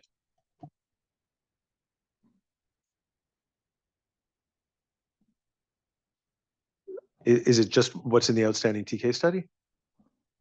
So Seth Bennett, GNWT, there's 2 studies that are outstanding right now. There's both the traditional land use and utilization work, as well as some engineering work. So again, PKFN has and continues to raise the idea of putting more effort into exploring an alternative route. We have funded work for PKFN to do some additional work on that as an idea. And we're looking forward to having follow-up conversations on that.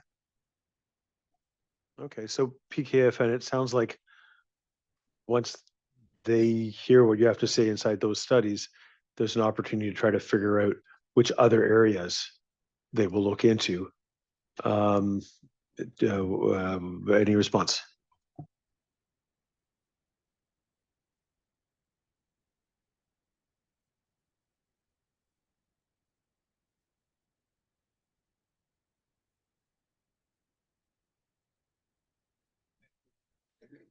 Jane, PKFN. I think that we are at a bit of an impasse in this particular moment, and it would be useful for perhaps us to caucus and then return to it. And in the interest of all the other things we have to get through, I would like to park this for now, because what we're hearing is, the commitment that is requested is just being said no to, and that's unsatisfying to PKFN. So I think it's going to take a little time to figure out. Maybe we could return to it later and continue now to the socioeconomic effects questions. Sure, if you could refer to it today or tomorrow, that would be helpful. Yeah, definitely. Thank you. Thank you very much. Do you have other questions, PKFN? We do. We have questions about socioeconomic effects. No.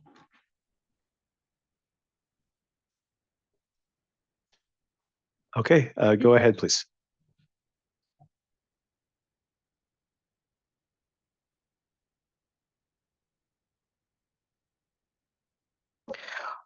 Okay, our first of the questions, and we have a number of them. So if we have to do what we did yesterday, let me know. I don't know what's going on with your timelines.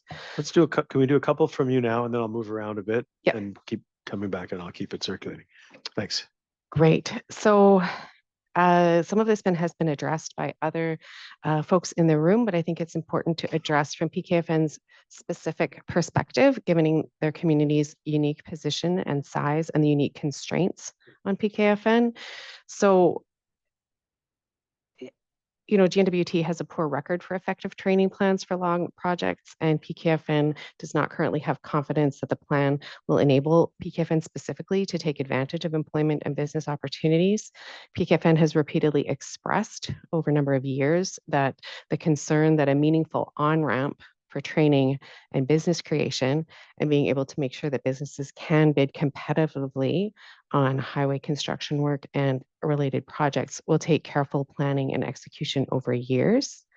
Other communities have said the same, for example, page 912, section 9.1.6, and have called for greater transparency in how this work is awarded and being done. So regarding the contractor training and employment plan, PKFN asks for more information about the creation and implementation, how it will be developed and by whom. GNWT.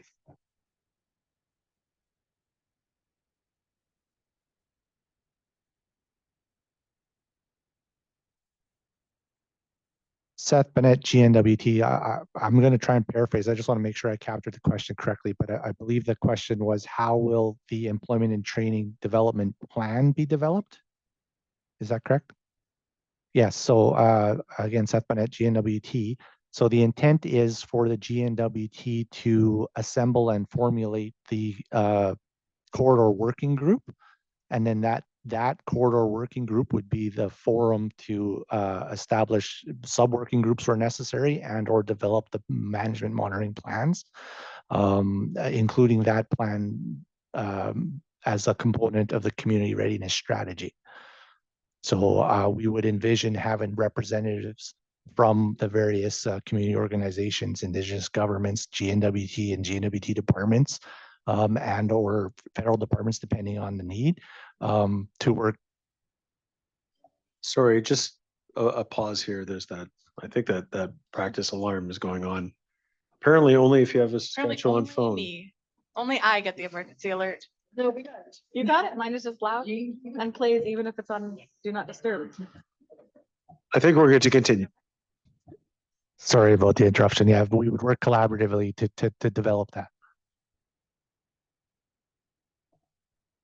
Okay, thanks. One more from PKFN now. Jane, PKFN, again, this has been touched on before by the review board's consultant. In PKFN's opinion, the timeline for community readiness is completely unrealistic. The minimum of 1 year before start of construction. And GNWT is aware of some of the constraints on PKFN due to its small size. And why does the GNWT think that this is enough time to develop and implement a strategy?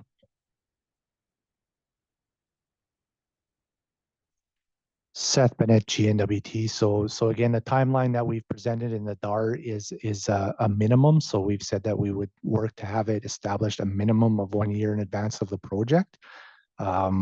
One of the driving factors on that as a time frame is that we do not currently have funding for construction, and we do not currently know when construction actually will begin.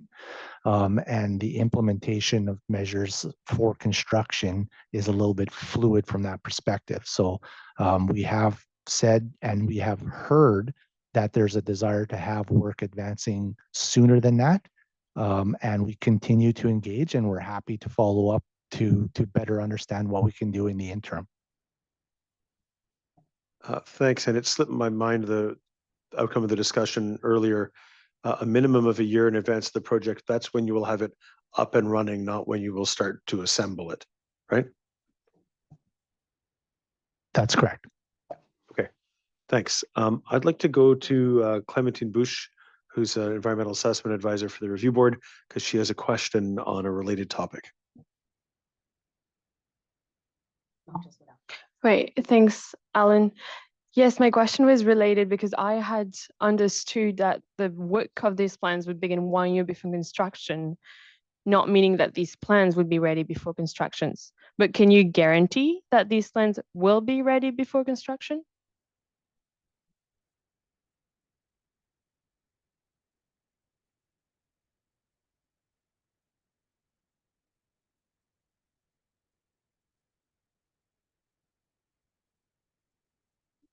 Seth Bennett, GNWT, yes. So the working group will be assembled a minimum of 1 year in advance, and the intent is to have all of the plans in place prior to construction starting.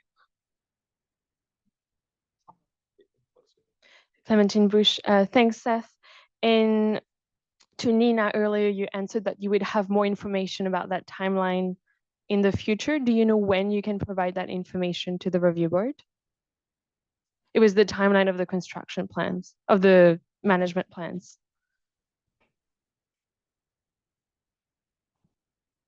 I don't recall the question. Sorry, can you clarify? John, go ahead. I think. Yeah, it was the same question, just asking on a more precise timeline for building the strategy and these plans. And you said you were continuing to do engagement at the moment, and so would have more information on that timeline in the future. And I would like to know when in the EA we would get that information. Sorry, so any information that we collect in the interim that can be used to supplant information that's already in the DAR, we will make available as soon as we have it and can make it available, but no later than the DAR addendum. That would be our target. Thank you for that, Seth. Okay, now I know that Delaney Gauthier government still has some other questions. Is that right, Todd? Okay, do you want to go ahead? Sure. I'd like to just clarify what that commitment was, because there was confusion from back here, or maybe just right here. Is it the intention that these plans, these 5 plans, will be complete a year prior to construction? Or are you saying that the work of these 5 groups will, the work on these 5 plans will commence no less than a year prior to construction? Because both things were said into the record.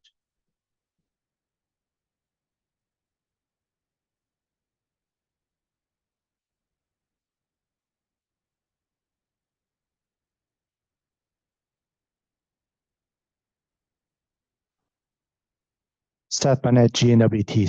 So again, to clarify what's exactly written in the DAR right now, the plan is to assemble the corridor working group 1 year, no less than a year in advance of construction.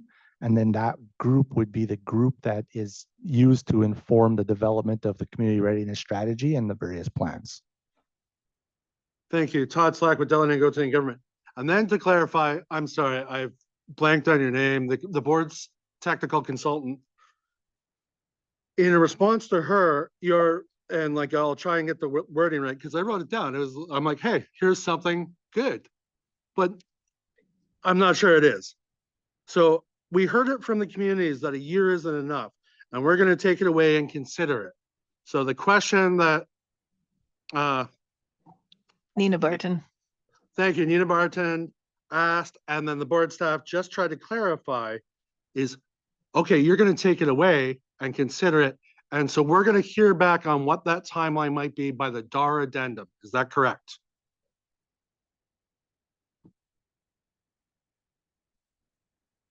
So sorry, Seth Burnett, GNWT, the timeline we're referencing, I believe, is the establishment of the working group and those subsequent plans. So what's in the DAR is currently committed to. We have heard through engagement that there's a desire for us to explore options to do some of the preliminary planning work earlier. And that's what we're currently exploring. Now, if something changes between now and then that'll allow us to do any additional work in the interim, we will provide that information. Todd, just give you 1 second. I'm going to ask Catherine Fairbairn to ask a related question because it relates directly to what Seth just said. Catherine, go ahead. We'll go right back to you, Todd. Thanks. I just wanted to clarify, or I wanted to ask actually about Catherine Fairbairn, review board staff, about related experiences and lessons learned from the Cleacha All-Season Road or from other projects where you've had working groups like this. Could you comment on how long it's taken those working groups to sort of develop things like a community readiness strategy or some of the plans that have been discussed and identified as mitigation for those projects?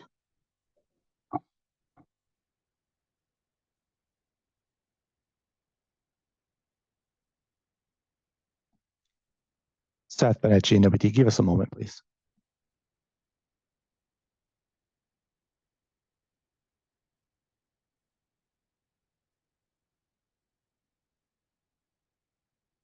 Todd, we'll go right back to you after we get an answer on this.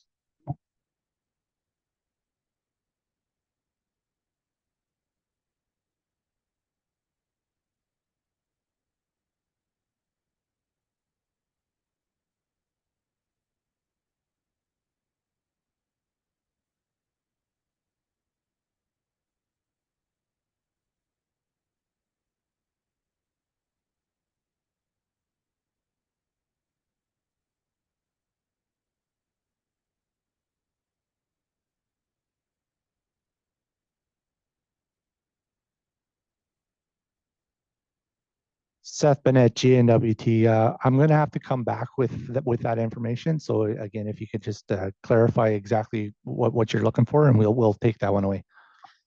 Sure, Catherine Fairbairn, Review Board staff. I was asking if you could provide, based on other highway experiences in the Northwest Territories where you've had things like community readiness strategies or plans that are in place prior to construction, and you've used working groups to develop some of those things. If you could look into, as a lesson learned sort of thing, how long it took from maybe how long it took to establish the working group, but then also how long it took, certainly what I requested earlier was how long from establishing the working group did it take to sort of get those plans and programs and like the strategies in place? And this is, of course, to try to look at that, whether a year is sufficient time. So in particular, that context. Thanks for that. We'll take that away and we'll come back. Will you take it away and come back during the technical sessions? Like, can you do it? Can you give us that tomorrow? I'll have to check. Sorry, I don't know yet. Okay, well, we'd appreciate it if you could try. There, we finally had our much forecasted practice of the alarm system. I think we're all supposed to get underneath our desks or stop, drop, and roll or something at this point, but let's not. Let's go back to Todd for Delaunay-Gauthier Government. Todd Slack here, contractor on behalf of DGG. So I think I'll skip one in case we have time for later. Getting support from people beside me to skip things. Okay, talking about the hiring targets. In the information request, you made it clear that the target is a NWT, and we had confirmation of that today. And I'm just wondering, is the GNWT going to consider a local hiring target? We heard yesterday from Frederick back there. He's like, hey, will you guys hire some wildlife monitors from Toledo? And the GNWT would not commit to that. And this is one of the few job classes that's identified in the DAR. So I guess what reassurance should Sato communities have that benefits will accrue to those communities, given that GNWT isn't even willing to make what I would think is a no-brainer commitment? GNWT. Thanks for the question. So to characterize that the GNWT is not willing to make commitments is not correct. So we have and continue to present that we will work directly with the communities, and that's based on feedback we've received through engagement with communities and Indigenous organizations. We have and continue to commit to work with them to develop and establish the working group, to develop the plans, including the wildlife management monitoring plan, the training and development plan, the road safety plans. So we have made these commitments. These are things that we have presented in the DAR. Again, there are commitments that we have made, and we continue to work to refine them throughout the process. Thank you. Todd Slack with DGG. And so if the working group says, hey, let's have a hiring target of 50% Sato-Gautier residents, is that something GNWT would accept?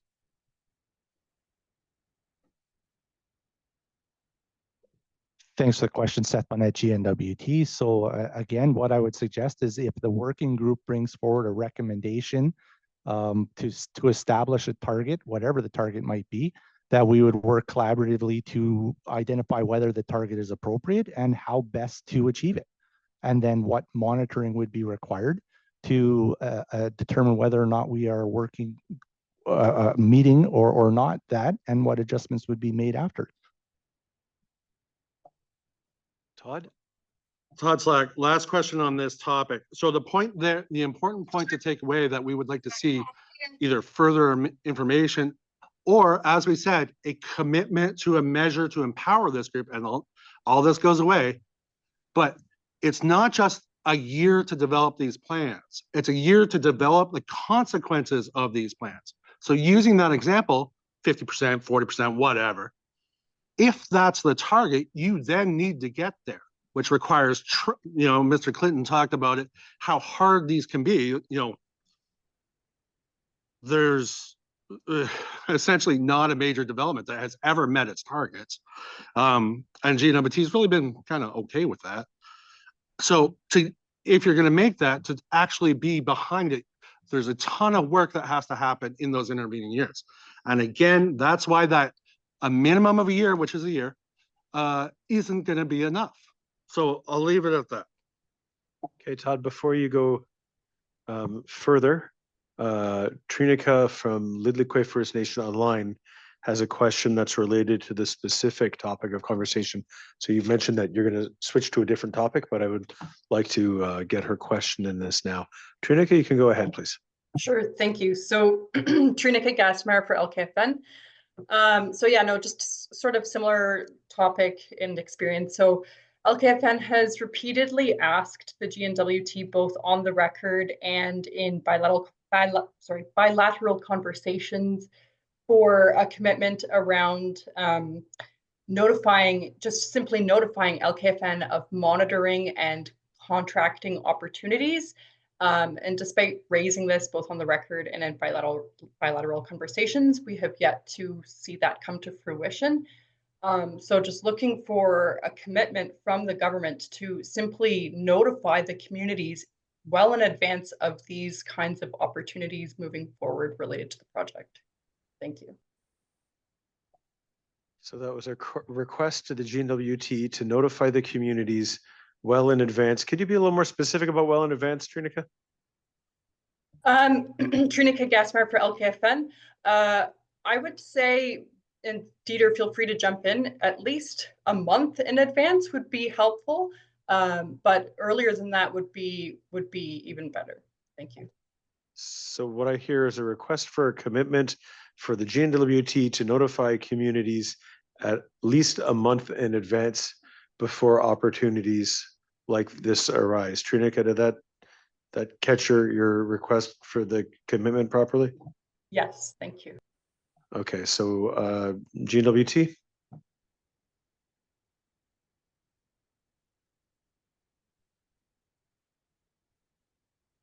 Seth Bennett, GNWT. So I do just need to specify that I need a little bit of clarity on what I hear, that there's a desire for a month in advance notification on what specifically? Sorry. Go ahead, please. Yep, Trinica Gassmeyer for LKFN. So this is in regards to tendering opportunities as well as monitoring opportunities related to the project. GNWT. Seth Bennett, GNWT. So there's two different aspects of that. So when it comes to monitoring opportunities and opportunities for involvement and information on the project specifically, absolutely, we can commit to having, and I think we do have regular conversations with all of the various different IGOs and communities on what we're doing, and we'd be happy to continue that. As it relates specifically to procurement opportunities, the GNWT is bound by current procurement policies. So I outside of that, I can't commit to anything. But within the procurement policies of the GNWT, assuming those policies enable you to provide them with a month's notice, would you agree to do that? I would have to verify that it's something we can do. If it is something that is in alignment with our procurement policies, then that's something that I can commit to, but I don't know offhand if it's something that I can do. Okay, so if the policies will allow you to do it, then you will commit to it. We appreciate that. Mallory, with respect to the first commitment, commitments were flying pretty fast and furious here. Did you catch them? Yes. You're quick. Thank you. Back to Todd and Delaney Gauthier government. Thanks, Alan. Todd here. And sorry, that last line of questioning was related to the terms and conditions, direct and indirect employment opportunities generated by the development and the potential for uptake of these opportunities by Aboriginal peoples. This information is missing from the DAR, so that's what that was about. in terms of the next set of missing data, it's also from can be found on TC 26. It's employment and income opportunities for every year of construction and operation, with particular reference to the wage and salary employment by length of employment, form of employment, full-time, part-time, skills category. Is this information within the DAR? GNWT?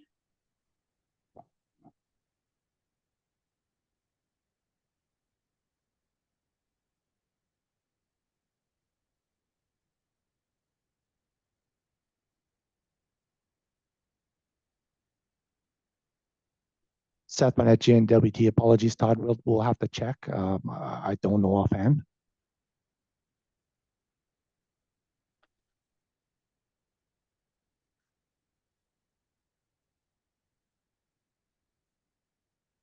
Catherine Fairbairn, Review Board staff, are you kind of come back, do you think today or tomorrow with that information? We'll come back to it as soon as we can. We're just going to take a look here and see what the specific request was, whether or not there is employment numbers by year. It's within the terms of reference. You can find the exact language there. Thank you. We'll take that away. Todd, do you have any further questions? Sure do. I hate to say it.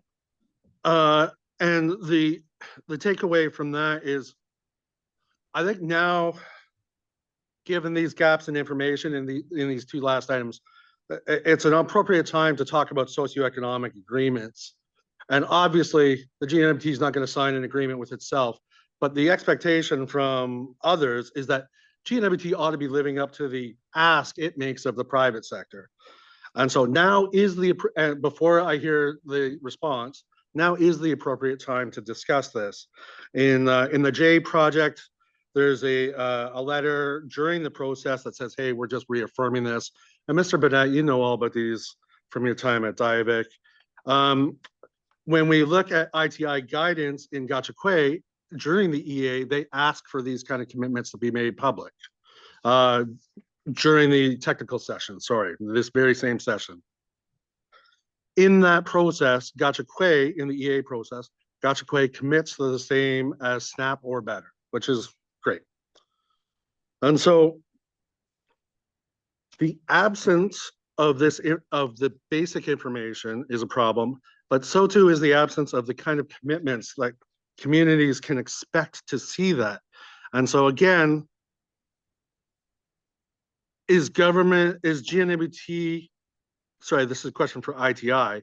Is ITI happy with the level of information they have to date regarding the proponents' public commitments for contracting, for hiring, for the types of things that go into socioeconomic agreements?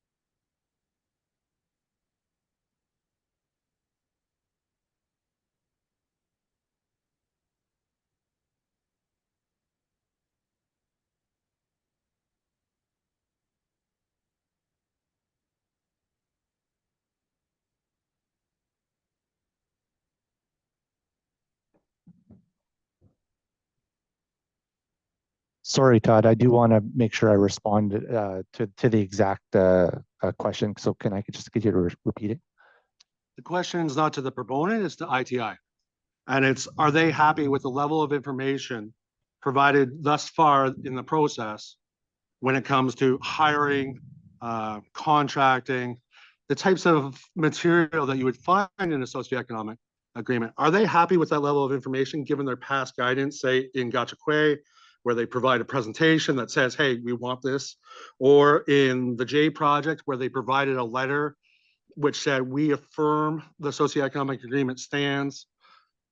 In past EAs, ITI has had a higher bar than what we see today. And so the question is to them, is the proponent walking the walk that they ask others to do? And is ITI happy with that?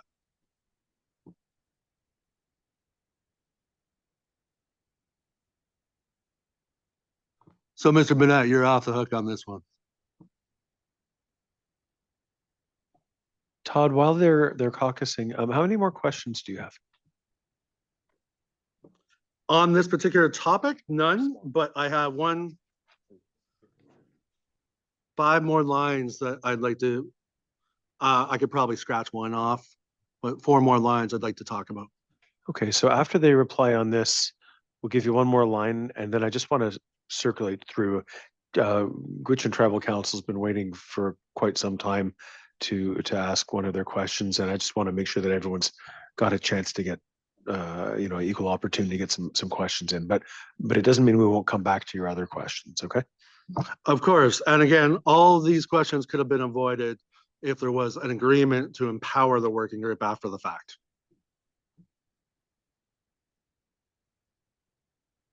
So is ITI ready to respond? Seth Bennett with GNWT. We do have an official from ITI here. Dinah Elliott. Dinah Elliott, ITI. It's not on.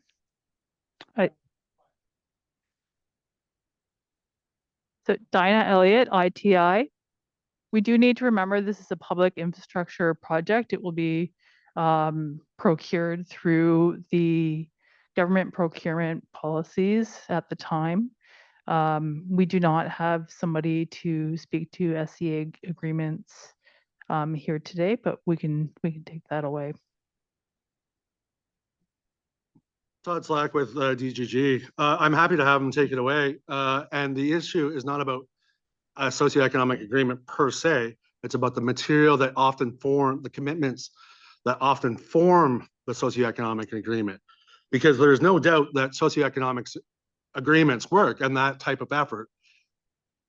We know from the diamond mines what happened before versus what happened after.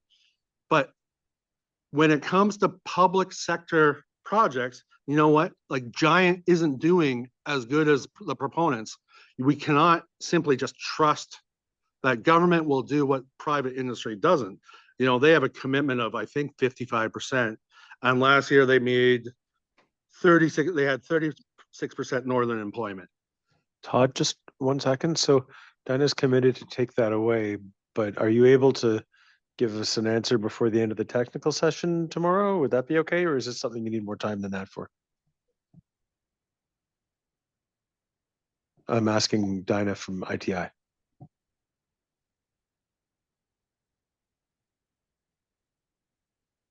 So the question again is, are we happy with the benefits from the project?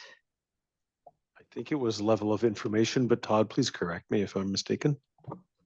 Yeah, it really is about the level of information that the proponent has provided, in particular, considering what ITI asks of private sector proponents. And with the outcome of all this being, well, do they think they're going to get the level of benefits similar to what they would with a socioeconomic agreement or with something akin to that? So my question is, you said you have to take that away, and that's okay. But are we able to hear the answer during the technical session? Not necessarily today, but perhaps tomorrow. If not, it'll have to be in writing on the record. I'll see what I can do. Okay, if we don't hear it tomorrow, then we're going to require it in writing. Thank you for that. Todd. Todd Slack on behalf of Delaware and Gauteng government. Again, straight from the terms of reference, the proponent was asked to provide information regarding, or was required to provide information in terms of maximizing local and Aboriginal participation in contractor and subcontractor business opportunities. Again, this information is largely missing from the DAR. And, to change it up a little bit, during the initial engagements for this project, there's a whole bunch of mitigations that are provided on page 160 in section 9, 160, 9.7.4.2. However, none of these are presented in part or as part of the contractor training and employment plan. So what mitigations or what is the project going to do to help local and Aboriginal businesses come onto this project? Are they going, if we use the Giant example, they've highly structured the project so smaller companies can take advantage of them. They have moved them such that smaller companies and communities are not entirely saturated and therefore can't bid on some projects.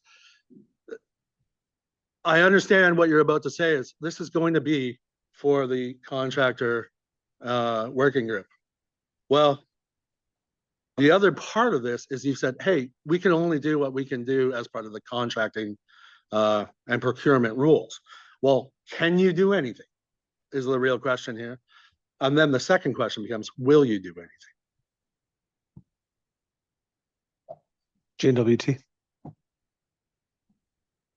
Seth Bennett, GNWT. So a lot of the issues and things that you are raising, Todd, again, I fully appreciate you raising them, and we hear you loud and clear. What we continue to reiterate, and again has been informed through community engagement, is that we have and continue to commit to, as you said, developing the working group and developing the various plans collaboratively with the various individuals, organizations, and stakeholders that'll help us inform that.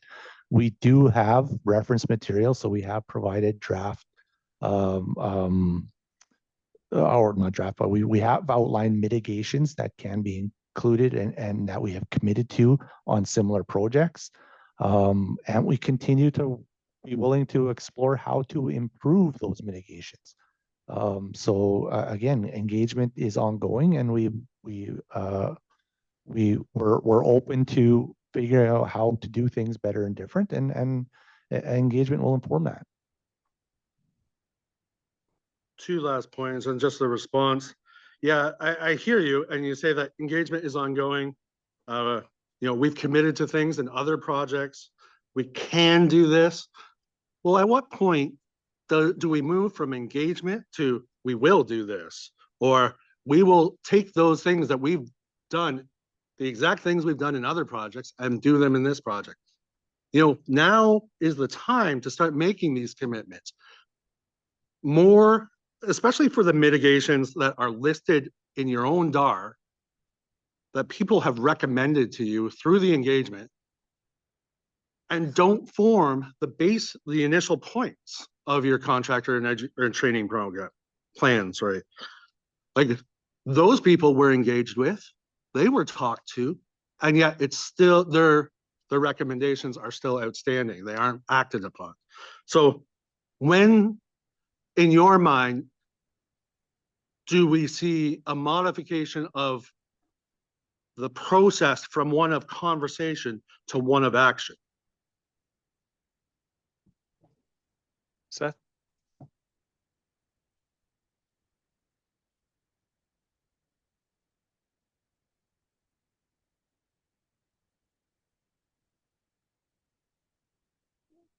Seth Bennett, GNWT. Thanks again, Todd. So again, I would reiterate that action is in progress. We are actively engaging. We are actively working to inform and discuss the plan for the development of the community or the corridor working group. We're actively engaging individuals in what we have proposed, and we continue to be open to identifying where improvements can be made. Moving on, my last question on this line. Of the bullets in the contractor and education plan, which of them cannot currently be done given the information that GNWT has? Today, we're supposed to be talking about technical information, and given that those are mostly desktop studies that look at gaps or opportunities with existing programs, it seems to me that's the material that ought to have been in the DAR. And then that would have met some of the terms of reference. Instead, we're at a position here where those are still outstanding. We continue to ask about them. This is work that GNWT staff could and should have done. So what of those bullets can't have been done prior to today?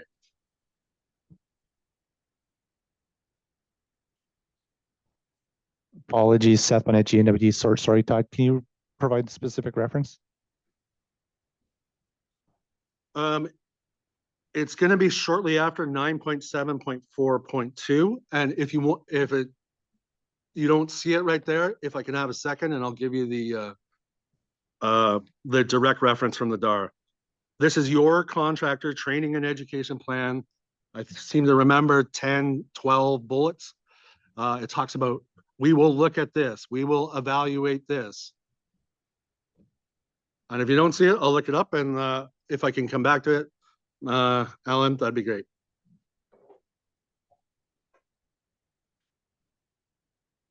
They're just having a look for it right now, Todd.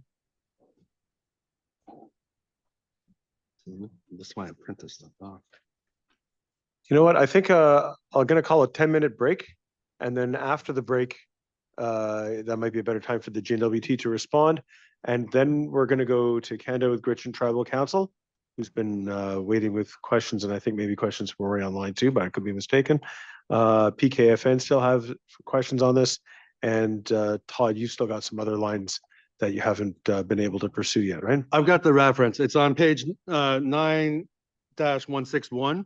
It is in 9.7.4.2. It has, I don't know, 15 bullets, give or take. But these are all things you ought to be able to do or could have done over the summer. Okay, so we're going to break until 2:40, and then we'll get back to it. I think there's a reasonable chance that our impacts on culture, traditional land use, and harvesting may overlap until tomorrow. So I'll ask the GNWT to consider if you can have your people available who need to be there for that, as well as anyone else in the room. Let me know if there's a staffing timing problem with pushing that till tomorrow. Thanks. Okay. Hi, everybody. Okay, time to fire it back up. Now, we still have some material to cover with respect to the socioeconomic impacts we've been talking about, but of course, impacts on culture, traditional land use, and harvesting are also very important.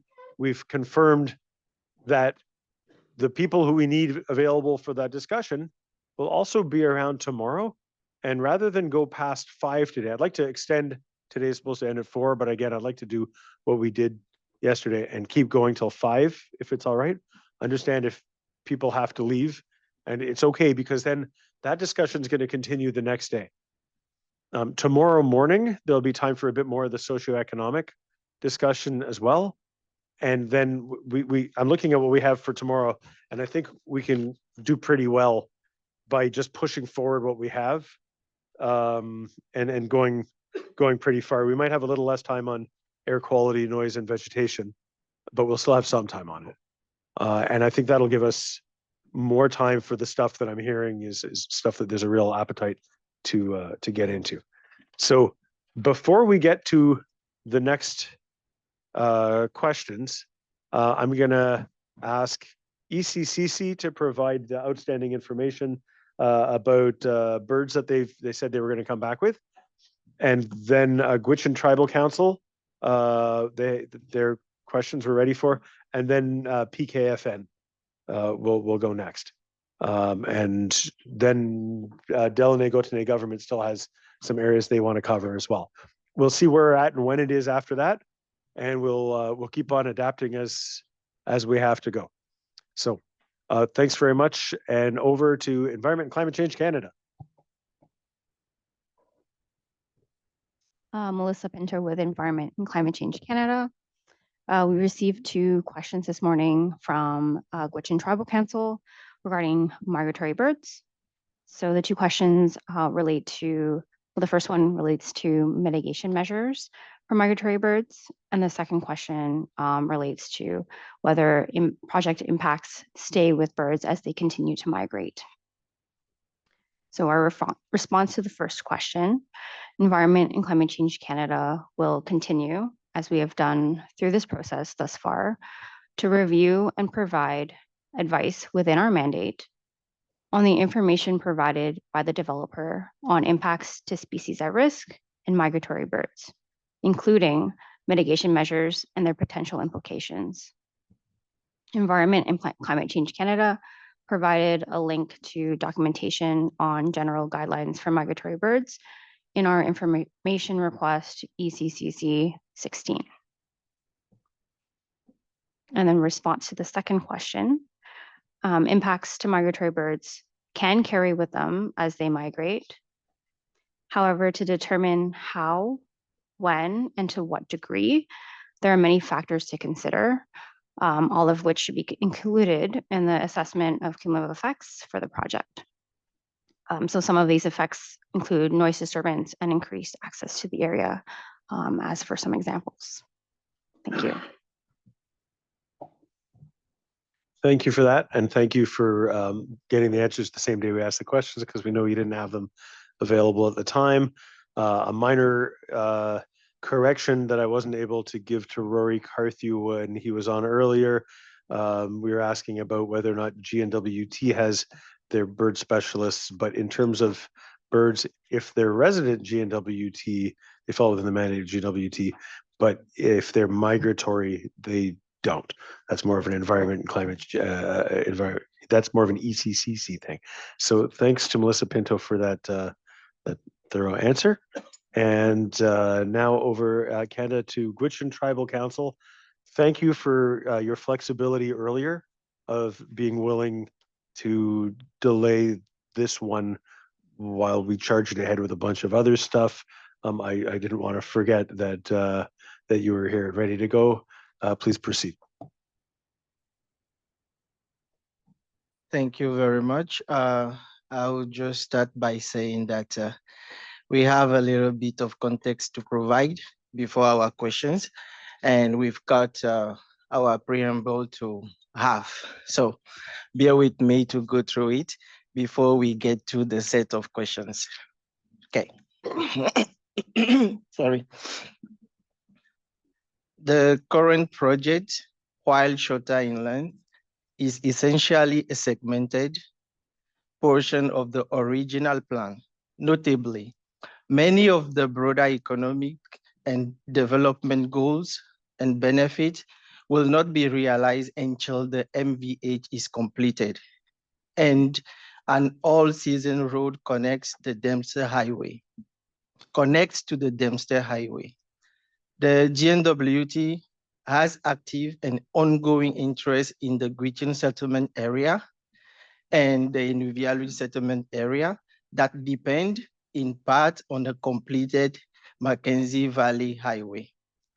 The GTC contends that the completion of the MVH, a project discussed since 1950s, represent a reasonably foreseeable future project. A completed MVH also meets the GNWT's narrow standard for the project inclusion list. The DAR described a reasonably foreseeable project as one that, according to the MVH file 93, page 84, has obtained the necessary authorization to proceed or are in the process of obtaining the required authorization, or a project that have been publicly announced with the intention to seek the necessary authorization to proceed. The current EA process is in the regulatory, the current project is in the regulatory process and has been publicly announced. Approval of this project will result in completion of a significant portion of the originally planned MVH. Additionally, the additional projects, and initiatives that depend in part on a completed MVH also exist that have not been considered as part of the cumulative effects assessment. These projects have components that would inevitably connect directly or through a third party to a completed MVH. GTC's rights and interests will be affected by this development and likely future scenarios. GTC believes it is important to discuss some of these plans and initiatives to establish that the entire MVH is a legitimate and responsible consideration for the project inclusion list and for a fulsome cumulative effect assessment.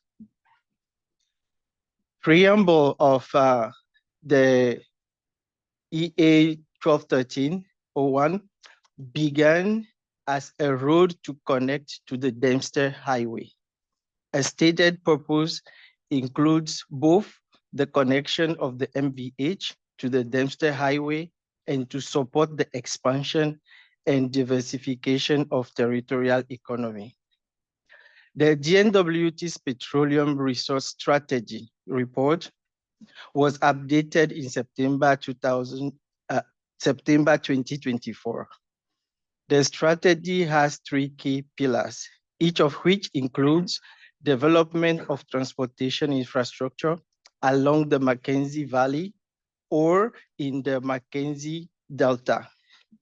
It lists significant natural gas and oil resources in the Beaufort Sea, Mackenzie Delta, and Central Mackenzie Valley. Part of the PRS is for the NWT to become an exporter of liquid natural gas.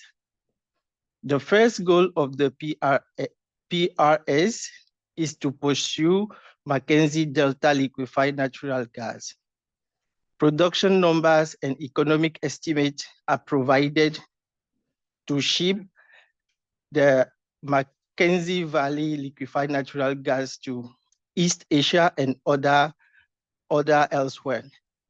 Over the reporting period, this idea has become a viable development concept the DNWT is promoting to key industrial partners. Additional references include the intent for the DNWT to capitalize on its energy investment ambitions. The NWT Oil and Gas Annual Report, also published in September 2024, references the Petroleum Resources Strategy and the proactive support of small-scale natural gas initiative to meet the need of residents and communities in the NWT. On page 8, it lists existing petroleum land dispositions in the NWT, notably 22 in the Central Mackenzie Valley, 19 in the Southern NWT, and 39 in the Mackenzie Delta and Arctic Islands. These collectively occupy 619,234 hectares. None of these are referenced in the current project inclusion list or enter the conversation of cumulative effect. Figure 2-5 displays maps of the Mackenzie Valley showing oil and gas rights, pipeline infrastructure, and hydrocarbon potentials. These give a very different picture of potential and foreseeable future projects. GTC will provide reference to this report for public record. So now we come to the questions, and I will share the question with Rory online. The first question is to DNWT ITI.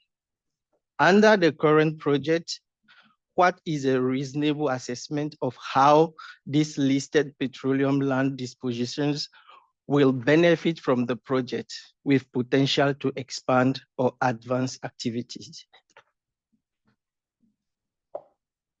GNWT. Thanks, Dinah Elliott, ITI. It's impossible to know what will happen in the oil and gas and mineral development sectors as a result of the road. it's highly speculative what will happen. We are under, evolving geopolitical situation right now. I'll have to hand it over to DPRA to talk about how they selected their reasonably foreseeable projects.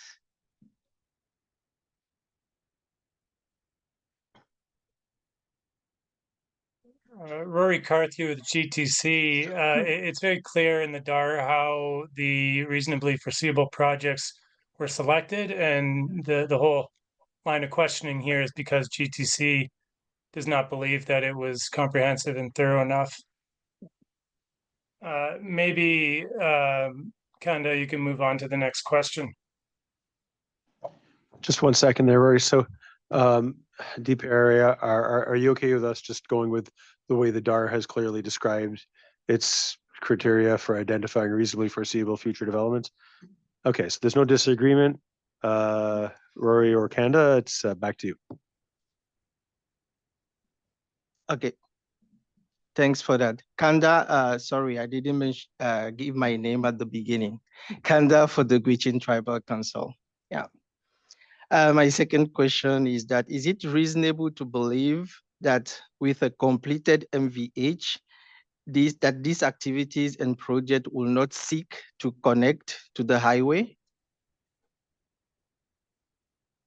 GNWT.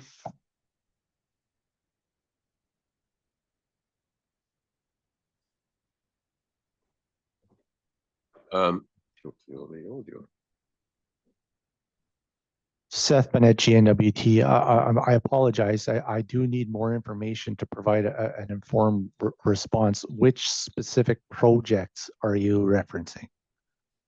If I can mention the land dispositions that we already referenced to, those projects and others.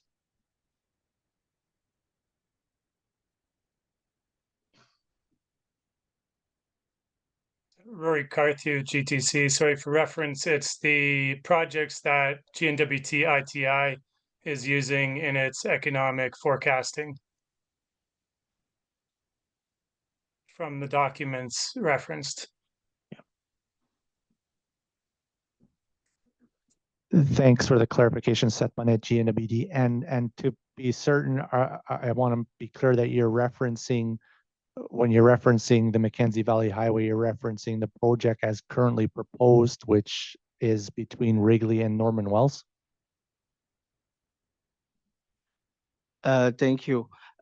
Our question is about the initial project. Even though you are stopping in Norman Wells, we believe that the intent is the full sum of the project, but you in the assessment, we couldn't see that you reference that. Seth Bennett, GNWT.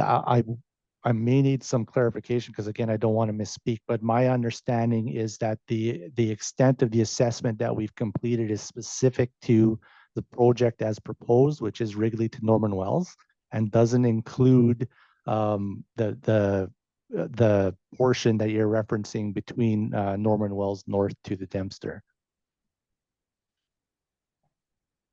Just drawing back to the early days of this environmental assessment, the route that Simon Toogood, Stacy Menzies, and I did scoping for was the original route, which connected all the way up to Inuvik. So we also did scoping in Fort Good Hope, for example, and in Inuvik. And then, if I recall correctly, and this is going back over a decade, a very large fracking play off of Norman Wells was identified with interest from 3 different super majors. And then sometime after that, the project, the scope of the development in this case that was proposed was removed back down to Norman Wells. I'm not saying it's because of the enormous gas play that was discovered there, but at the time prices were high and it looked like it was probably financially feasible. A lot has changed between then, but that's when this EA started focusing on a project that was only proposed to go from Wrigley to Norman Wells, even though we did scope and look at issues all the way up the valley.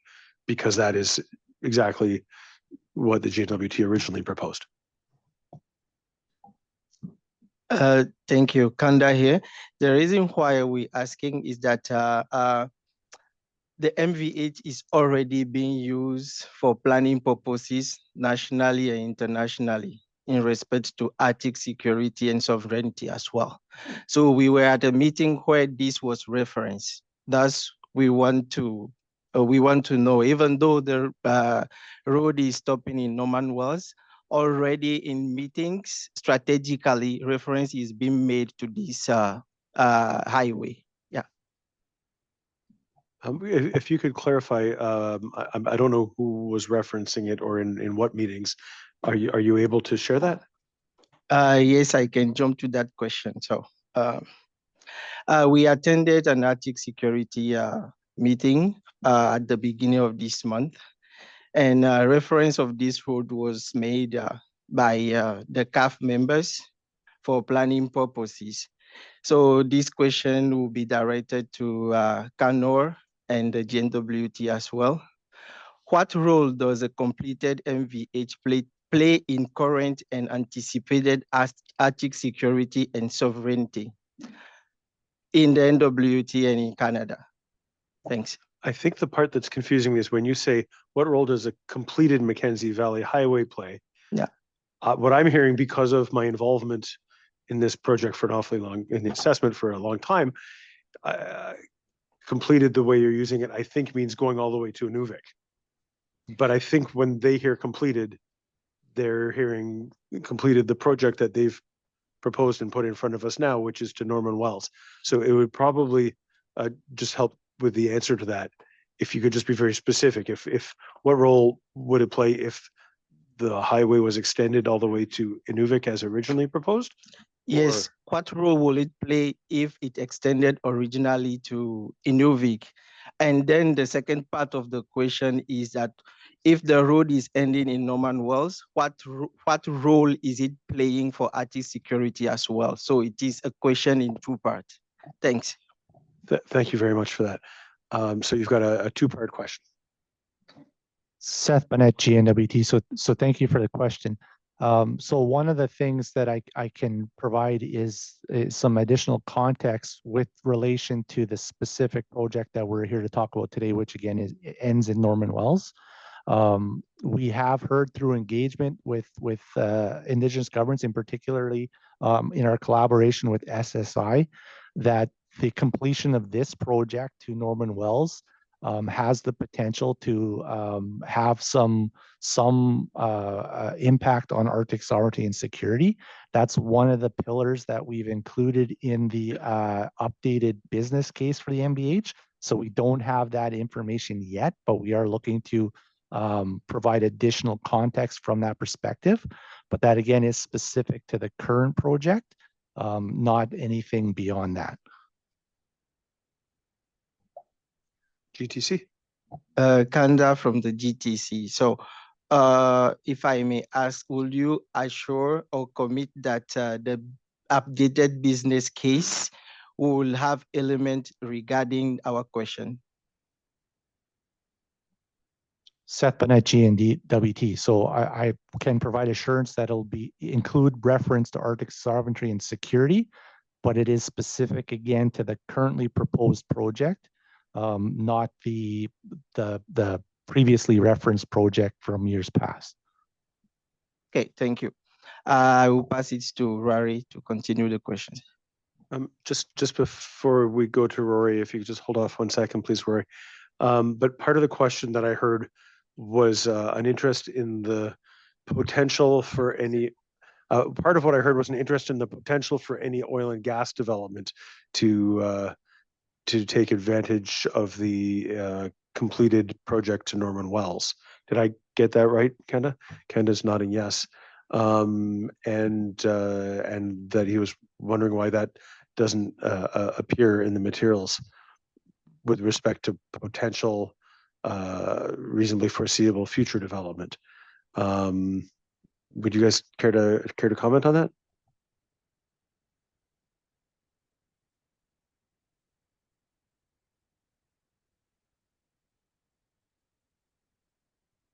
Seth Bennett, GNWT. So in response to that, again, I would defer to the comment and the response already provided by ITI specifically, in that is highly speculative. So I would refer back to that response. Okay, and I have a question, and I apologize if it was already covered in an IR that I don't recall. But we know that Imperial's Norman Wells operation, substantial affair that's been going on for a century, and Imperial is giving many indications that this is not going to keep on going on forever, and that closure of their facility is probably going to happen. And I imagine an all-season highway is a very helpful thing if you're doing a massive remediation project in Norman Wells with a lot of different materials, some of which you might be able to deal with there, some might need taking out. Was the closure of Imperial's Norman Wells operation one of the things you've considered in your reasonably foreseeable future developments?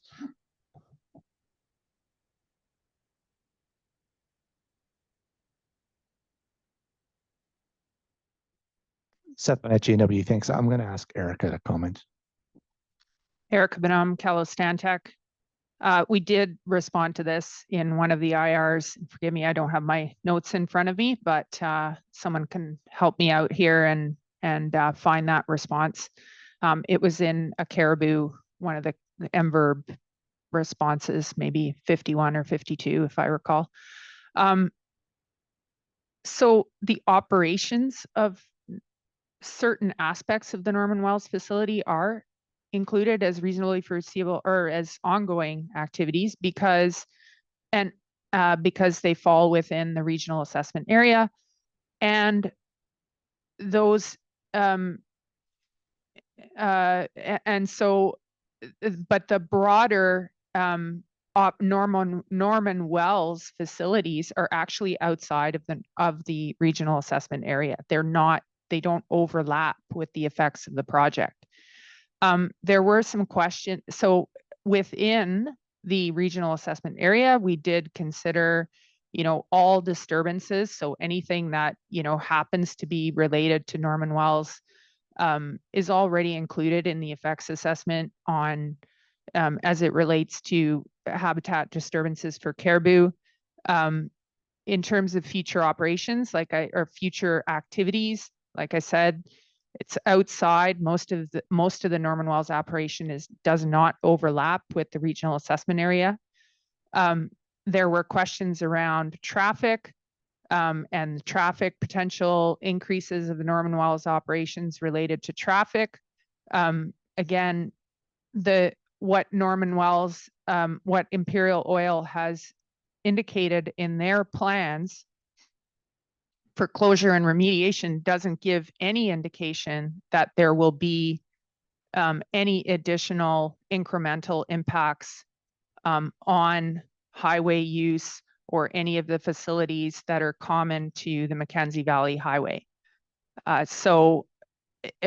Again, to summarize the response, certain aspects of the ongoing Norman Wells operation are already included in the cumulative effects assessment. Any incremental activities associated with the closure of the Norman Wells operation are not, because they don't overlap with the project's effects. Thank you, Erica. Just to be clear, I'm not talking about the operations Norman Wells. I'm talking about the massive remediation and closure remediation project that will virtually certainly happen during the construction or operating life of the road, and that might benefit considerably from road access, and that is a lot of the economic activity that's going to be happening there, but would also imply quite a bit of industrial traffic. If I was Imperial and had a highway to a very large closure that I was doing, I would probably want to use the highway for aspects of the closure remediation. What I'm hearing was, no, that was not included in your reasonably foreseeable future developments. Is that correct? Erica Benham, correct, because there are no such plans that have been disclosed by Imperial. So if there is anything that's been proposed by Norman Wells in terms of closure operations, that would suggest new information that we didn't have, we can look at it, but to my knowledge, there has not been a new closure and reclamation plan filed by Imperial that would give us any more information that we have right now than we have right now. Okay, I'm not gonna, I don't think it'd be fruitful to discuss this further here, particularly as we've got a round of information requests shortly after this. So I'll just leave it at that. Rory, thank you for the indulgence there. Back to you. Alan, sorry. Oh, sorry, Canada. Yeah, my question was to Canor and JNWT. So JNWT answered, and I forgot that I'm passing it to Rory. So it will be good to hear Canor perspective on that question. Thanks. And just for the benefit of, sorry about that, for the benefit of Canor, could you just repeat the question one more time? Because I had an aside in the middle, and it's going to be hard for them to remember what you asked. Kanda Kulanyama from the Gwich'in Tribal Council. The question was that what role does a completed Mackenzie Valley Highway up to Inuvik plays in current and anticipated Arctic security and sovereignty for Canada? And the portion of the road stopping in normal wells as well, what role will it play to the Arctic security and sovereignty? Thanks. Canor?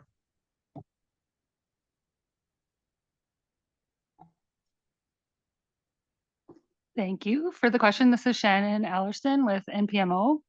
I do not have the answer to that question, but I have already sent messages up the line to flag it. So I can't promise we'll be able to get back to it today. And I can try to respond tomorrow or sooner. I'm getting some responses, so maybe by the end of the day. Okay, if you can respond by the end of the day, that's great. If not, tomorrow would be good too. Okay, thank you. Thanks. Can I go to Rory online now? Yes, thanks. Okay, Rory, the floor is yours. Rory Carthew, GTC, thanks very much. The cumulative effects assessment project inclusion list is intended to include future projects that are reasonably foreseeable.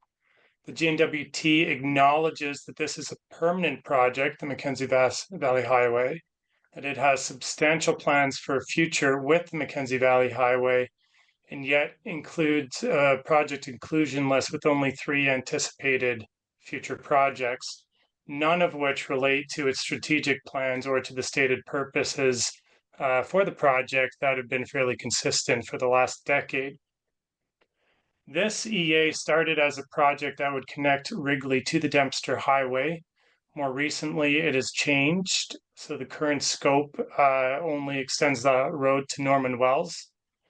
GTC contends that the project remains part of a broader plan to connect to the Dempster Highway, and that this portion is a segment of that project, and therefore the larger project should be scoped into the cumulative effects assessment.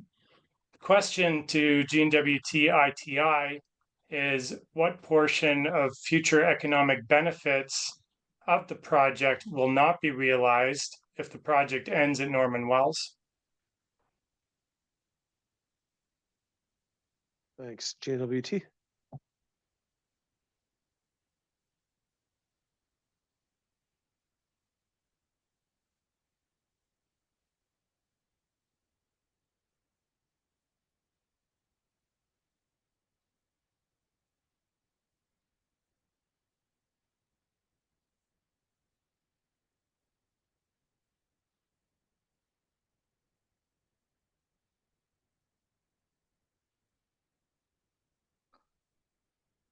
Seth Bennett, GNWT.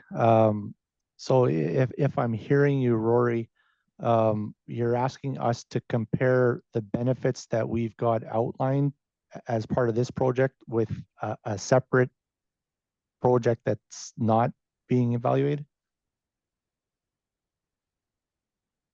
Roy Carthew, GTC. The question is, and this goes back to some of the earlier comments I made yesterday about projects often gaining support based on great economic benefits and opportunities. And indeed, this project has routinely touted economic development and diversification as key elements and key benefits of the project. There have been very few that have been stated and costed, but in the past, there are very well-known non-renewable resource opportunities throughout the central Mackenzie Valley and beyond. And the purpose for the project has not changed with regards to economic development and diversification being an anticipated benefit, but the project is now ending at Norman Wells. So I can ask the question a little bit differently in relation to the project as proposed. And that would be to GNWT ITI. What value will the project have for the GNWT's economic diversification and development plans if economic gains from the project are kept to 15 kilometers of the PDA as per the project inclusion list? So that's to ITI, right? Yeah, correct. Dina, I think, or Dinah, I think that's to you.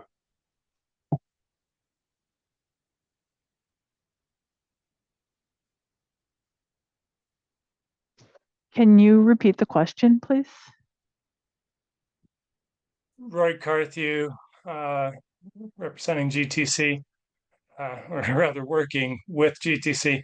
The question is, what value will the project have for the GNWT's economic diversification and development plans if economic gains from the Mackenzie Valley Highway are kept to 15 kilometers of the project development area, as is consistent with the current project inclusion list?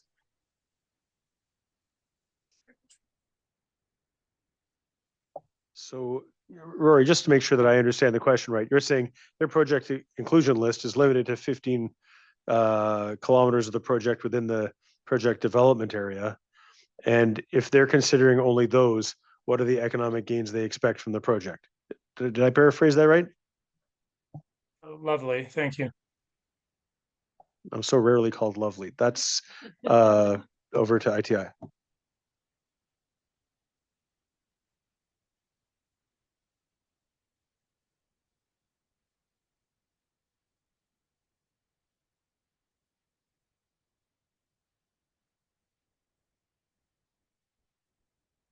Apologies, Seth Bonnet, GNWT. Rory, we're going to take this one away so that we can provide you a more fulsome response. Roy Okay, Carthew, thanks. Rory, next GTC, question. thank you very much. Yes. Does the GNWT in the future still intend to complete the Mackenzie Valley Highway up to Dempster Highway? Long-term projections. GNWT. Or alternately, has it crossed it off the list from future consideration?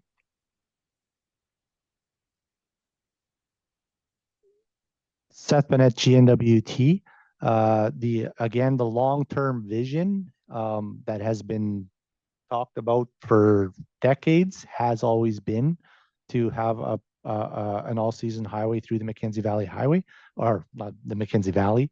But again, at this point in time, we are focused entirely on the current project, which ends in Norman Wells.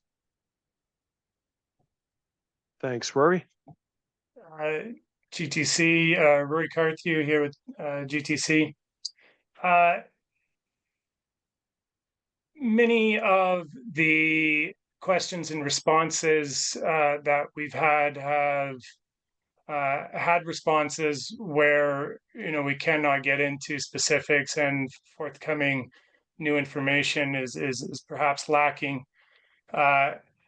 if the GNWT is not able to consider broader economic development activities in this assessment, what assurances can it give GTC that the GNWT will protect Gwich'in and other communities of the Mackenzie Valley from anticipated future development pressures in the region that will open up with a Mackenzie Valley highway?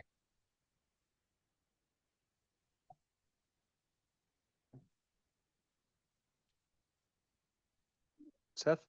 Seth Bonnet, GNWT. So I would suggest, again, not exactly my forte, but I would suggest that any other future development or future project would need to go under its own screening and undertake its own regulatory processes, and that GTC would have every opportunity to be participating in those.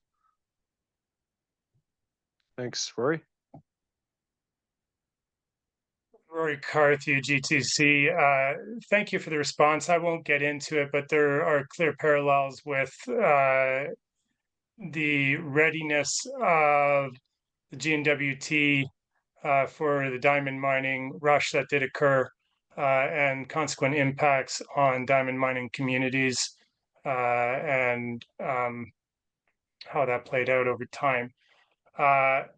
One sort of summary point might be a question towards the review board. Given the history of the project, the clear carry through of the purpose and perhaps not acknowledged benefits anticipated with the project, but the sort of broadly expected benefits of the project, the active planning at the territorial and national and international level for economic development and Arctic security, the splitting of this project into smaller segments, and the potential of the project to be a basin opening activity in the central Mackenzie Valley, and the permanent nature of the project, is it not reasonable to include a Mackenzie Valley Highway ending at the Dempster Highway on the project inclusion list and as part of a cumulative effects assessment? GNWT? Sorry, that was a question to the review board. Sorry, yeah, the review board is not actually tackling questions about its decision-making scope of VA or anything else here. We're not one of the groups that's being questioned, but I can tell you that our scope of reasonably foreseeable future developments in our EIA guidelines is certainly not limited only to projects for which a formal application has already been received.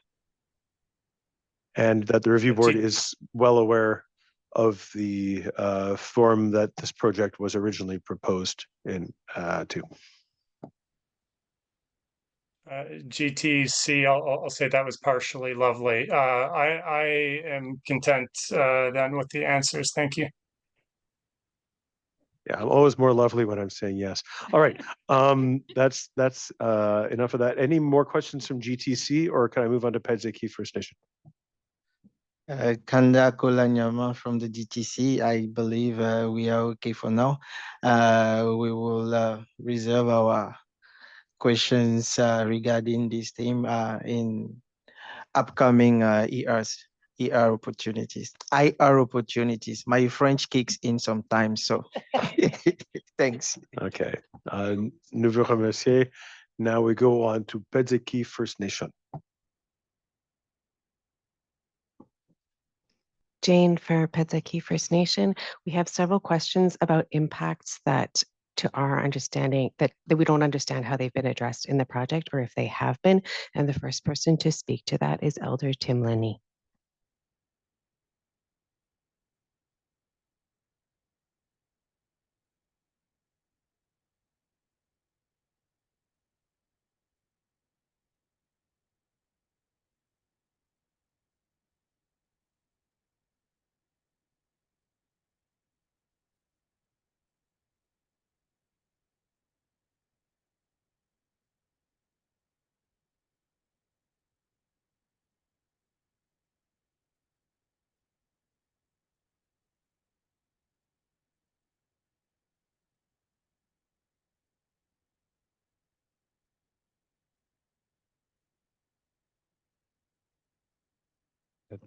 That's the way we hear.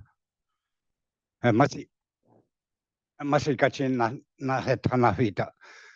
give thanks that I sit amongst you here again today. So just in regards to impacts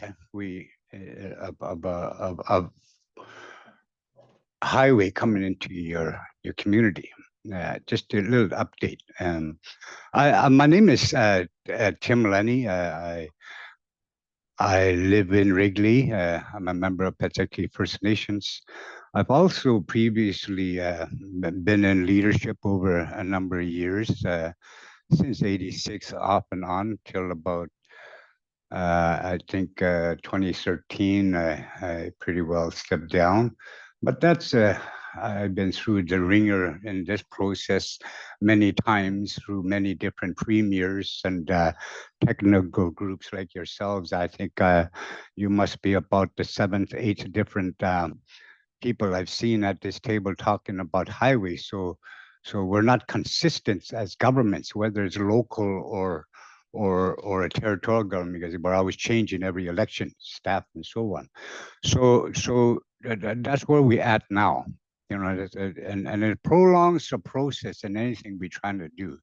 And what happens to indigenous people is that because we don't have the capacity, it's very hard and it has been very difficult to engage in a reasonable manner.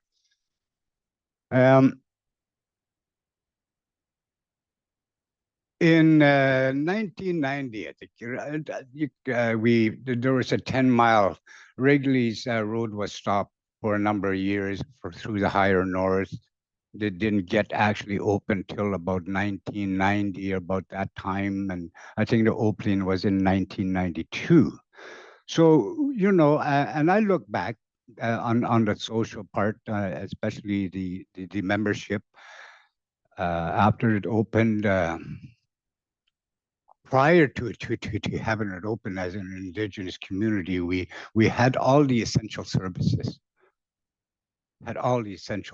Housing, wellness, health, nurse, all the RCMP. We had all that. So prior, and the elders have really express themselves in regards to, as you said, infrastructure. A new program coming in. What is the infrastructure was needed, was required for this before the highway opened? So the elders, through myself representing the community, we need a new band office. We definitely need a school. Okay, we definitely needed a new school because we only had 2 trailers. So they gave us a new school. They built us a new school.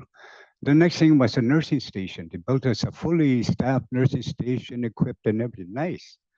The other thing was that we also acquired, so the government also gave us money to build a band office. We did community planning. So it was good for a while. Now the road opens. It's open. It ran less than 10 years.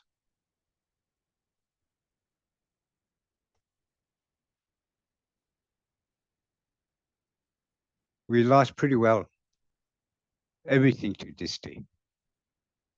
We're just a skeleton community. After the highway opened, took the cop out, took the nurse out.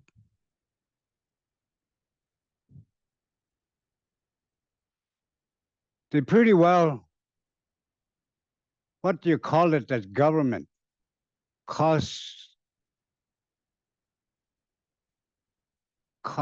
measurements to save money. To this day, right now, everything has been regionalized. So when they start pulling specific services that we have an actual right to as taxpayers. And you want to call me a Canadian citizen. You want me to become a Canadian citizen. On top of that, we have a treaty that specifically has rights to health. Over the years, government of the Northwest Territories have pursued the community to incorporate.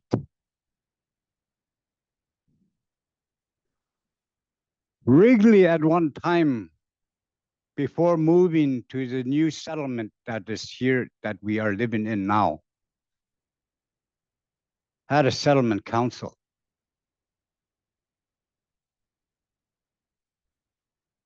The settlement council was removed by the people and reestablished the chief and council. To this day, we still hold that. We've also removed ourselves from the regional council, which the settlement council was involved with, because it dealt with local governments. As a nation, as the First Nation, over the years, government have been trying to put us in this little spot. They call it settlement. Well, our settlement is the lands that we have inherited. So we have a very big settlement. So over the years, people left. Okay? What's the use? And I don't blame some young people leaving the community. Their children needed better education. The family needed health, better health services, needed better places to shop. So people left. When Stuart Hudson used to come to our community, even prior to, even after that, I had 400 to 500 members in the community. The community hall we had 2 lines right across, filled every space with children in the middle. Look in the back of me. That's half of my community. Many want to come home. But the question they have, what do they have to come home to?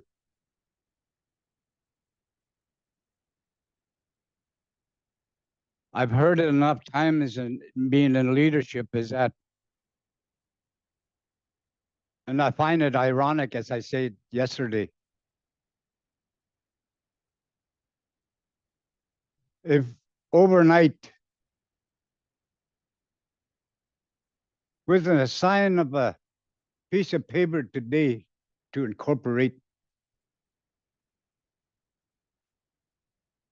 imagine the amount of the capacity that I'm requesting would be here, helping the community. Because we're an Indigenous organization in a community, there's no help on the other side. Personally, I feel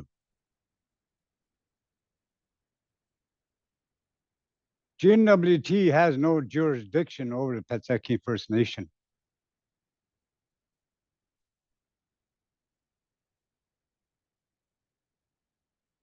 The reason we still have issues with the Crown, as you can hear through the statements that have been made. We still have issues. If we were to cooperate within 24 hours, our budget will go up by 60%.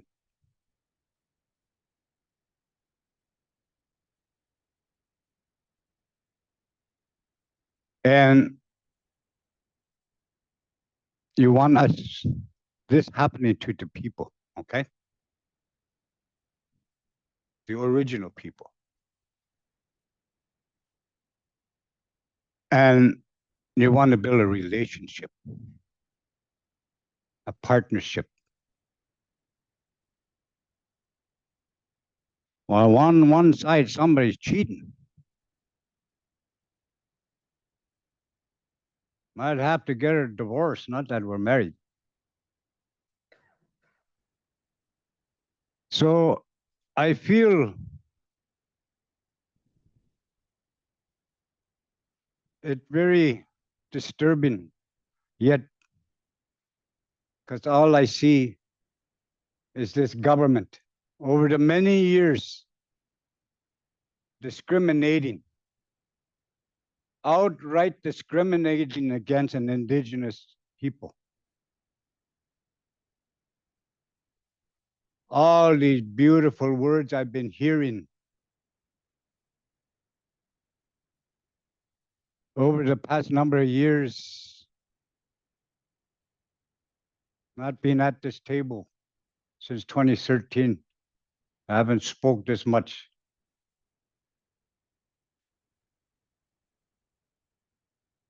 How are you as a government incorporating this word? Because it got nothing to do with me. You as a government, how are you going to reconcile with the First Nations and treat them as human beings?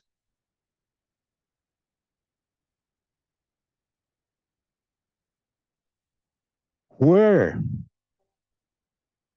is this government? You want to call yourself a government, you make a statement. Where here is United Nations Declarations of Rights applied here?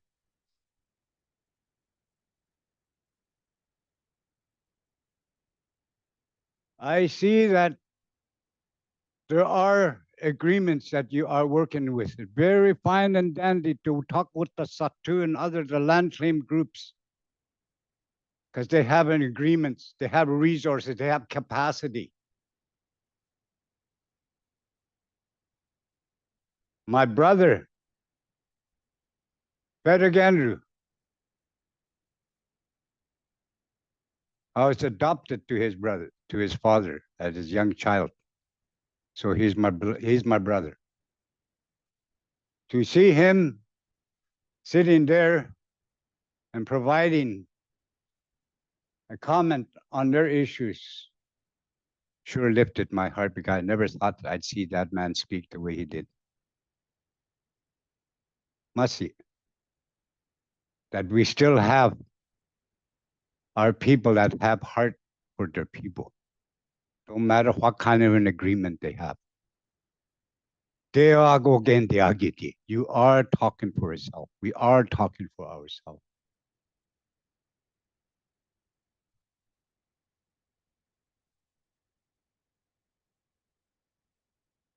Tienes entender y te ale tsanda korishition.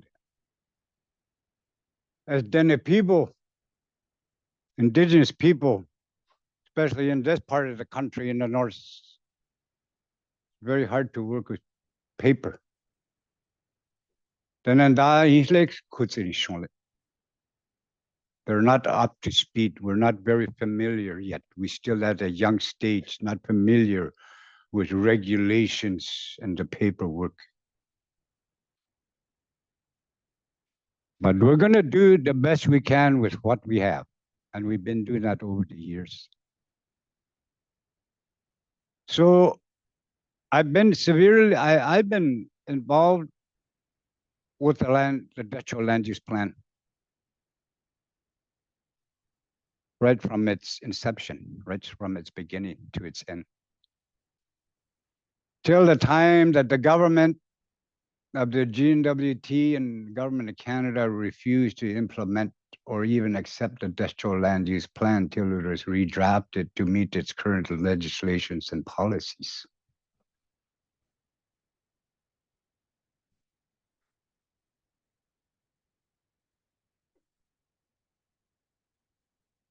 didn't want to say this, but there was something that I'm not clear about. When you sit in the back and you have a question, it's hard to interfere with what's going on.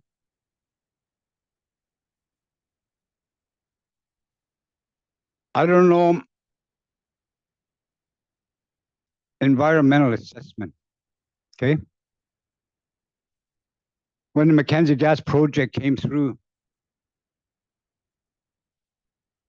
as a community, same thing as this year, same process, Mackenzie Valley project.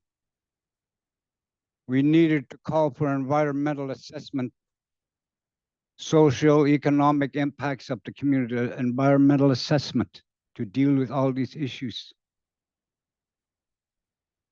You know what happened? Oh, you can't do that. It's not in the regs, not in the legislations. First Nations are not able to call for environmental assessments in your regs. Is that still there? The Dutch First Nations. So when we went through the review of the permits, there was a question in regards to this. So we filed a lawsuit. That's your First Nation, all a lawsuit. So I'd like to know where that is at. Because what they were telling us, only village councils and incorporated communities can call for these issues. So, and I've been at this table enough time. I've had meetings with premiers and other groups requesting this. This is not the first time. We don't want to deal with the environmental, infrastructure, social impact issues a year before they build a bridge or start opening the road. We need to start now. We need at least 5 years. So when all these things started to happen in 92 when we opened the road, and we were a mess as the people. I would admit I was a mess as an individual. We had issues. So what would happen is that we developed to share and to bring the community. We developed a wellness program, a spiritual gathering, to have it every year, to share with people. Today, still happening yet, but we use hand games more to gather people. So I guess what I'm getting at is that prior to, and that gave, well, you can get the band office, the nursing station, all this. So that gave people incentive, a positivity, and energy. Yes, oh, gee, was okay. Now there's a trait.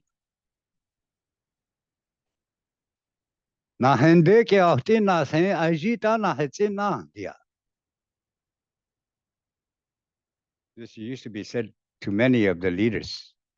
You come to in our land, what you're going to help us with? And I don't make wishes. I don't have a wish list. I have an idea. What would the community require? But that's not my place. That's my boys back here. So the community had some time to prepare for the opening and the highways and everything. But it went really well for about 10 years. For cost saving measures today, to this day, government has just pulled everything. No cop, no nurse. We can't even run a store. We And there's a northern food subsidy, they call it, don't apply to Wrigley. Don't apply to us. My boys, my people, every chief over the past number of years have we open a little store and we go down to the boys that go down to Grand Prairie, fill up a couple of trucks and bring it home and sell it back to the people at cost. So how do you generate revenue? But we have to help our people. Our own people have to help themselves without any government subsidy.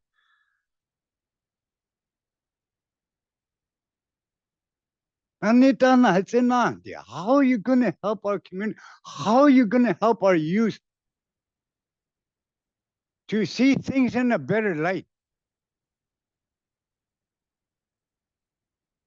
You think you're going to do anything about the drugs and alcohol that's happening now? The government legalized everything. I asked the premier last time, and the feds even have a pilot project in Vancouver, I understand, to legalize fentanyl, cocaine, heroin. That's coming up here. Somebody's going to vote on it. The indigenous people didn't have a say on that. Prior to that, we used to, because we had alcohol issues in our community, at least we would call for a prohibition. Stop the alcohol from coming into our communities. So there's certain things that we did that may have caused some people some hurt and a little bit of anger, because I know I felt a lot because of what I believed in for the healthy community. There's some things I had to do, but I had to do things myself first before I can get my people to follow me. I had to smarten up first. So I tried. I've been trying that for the past 40 years here. I don't know how I'm doing, but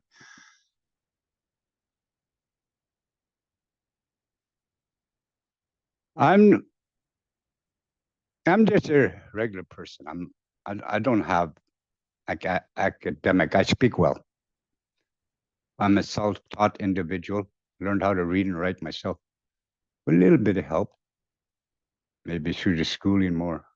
But I went through all that stuff. But if I had the education, like how to operate all this stuff here and to engage the way you guys, I think I'd be a lot further. But I just trying to keep simple, and my brother is well versed in a lot of the political and all this kind of stuff, and I wish I had his know-how on how to deal with this kind of stuff, because you'll have a lot more trouble than what I'm telling you now. But he wish he had what I have, which is not very much. He sees a lot in me, but I thank you for that, and I just wanted to share a little bit of that, what it actually is, and you know, there's just so much more to talk about and to share with you. Everything looks fine and dandy, but you don't need a cover coat. I would tell you, this is the way it was. And to this day, we still the same, and we're still doing what we can for ourselves. It's very fortunate. It wasn't for our argument. They never gave us any capacity. We wouldn't have Jane sitting here with us if we didn't have the resources. I've asked for this year after year, everybody traveling. The review boarders, the first time they come into our community, we talk directly to them, ask them specific questions. The first time infrastructure or anybody came into community, so but everybody talking about what the Wrigley is doing, the position they have, and we're the bad guys. That's no problem. I don't mind to be a bad guy. I've been a bad guy all my life. But that's a situation you bring to indigenous communities, to the people, and then you want us to be fine with it. to accept the norm. Is this the norm?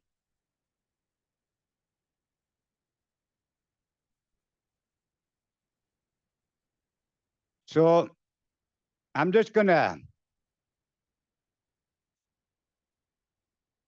lot of other things. Business, economy, they'll talk about all there, but there's a number of things that we also had programs on trap lines, just to alleviate after had capacity building workshops prior to the highway opening, and we had social events, and we had business initiatives that was developed, and the company was running well.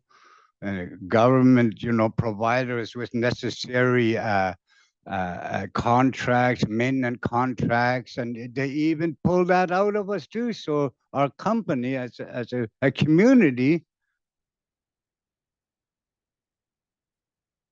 and I understand the individual and the collective rights. Okay? In the white man world, you deal with individual rights. Okay? As every individual has a right. And in indigenous, if you haven't heard it enough, it's more of a collective thing. And that don't go tsendele. We don't talk about oneself. Na he jaun go tsende. So not dice they go then this and he says say go not dice. So when I speak, I don't speak for myself. I speak for my children and my grandchildren and those unborn.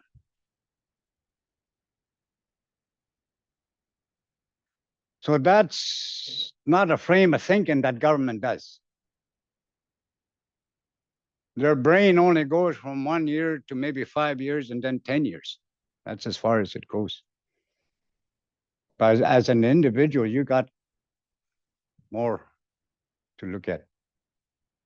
But it's policy driven legislation that indigenous people need to deal with. And I won't stretch it enough that if you put the resources to the communities, I think our people will be more kosher and more acceptable and more engaged in a positive way. This way you don't have me coming back here. Masi.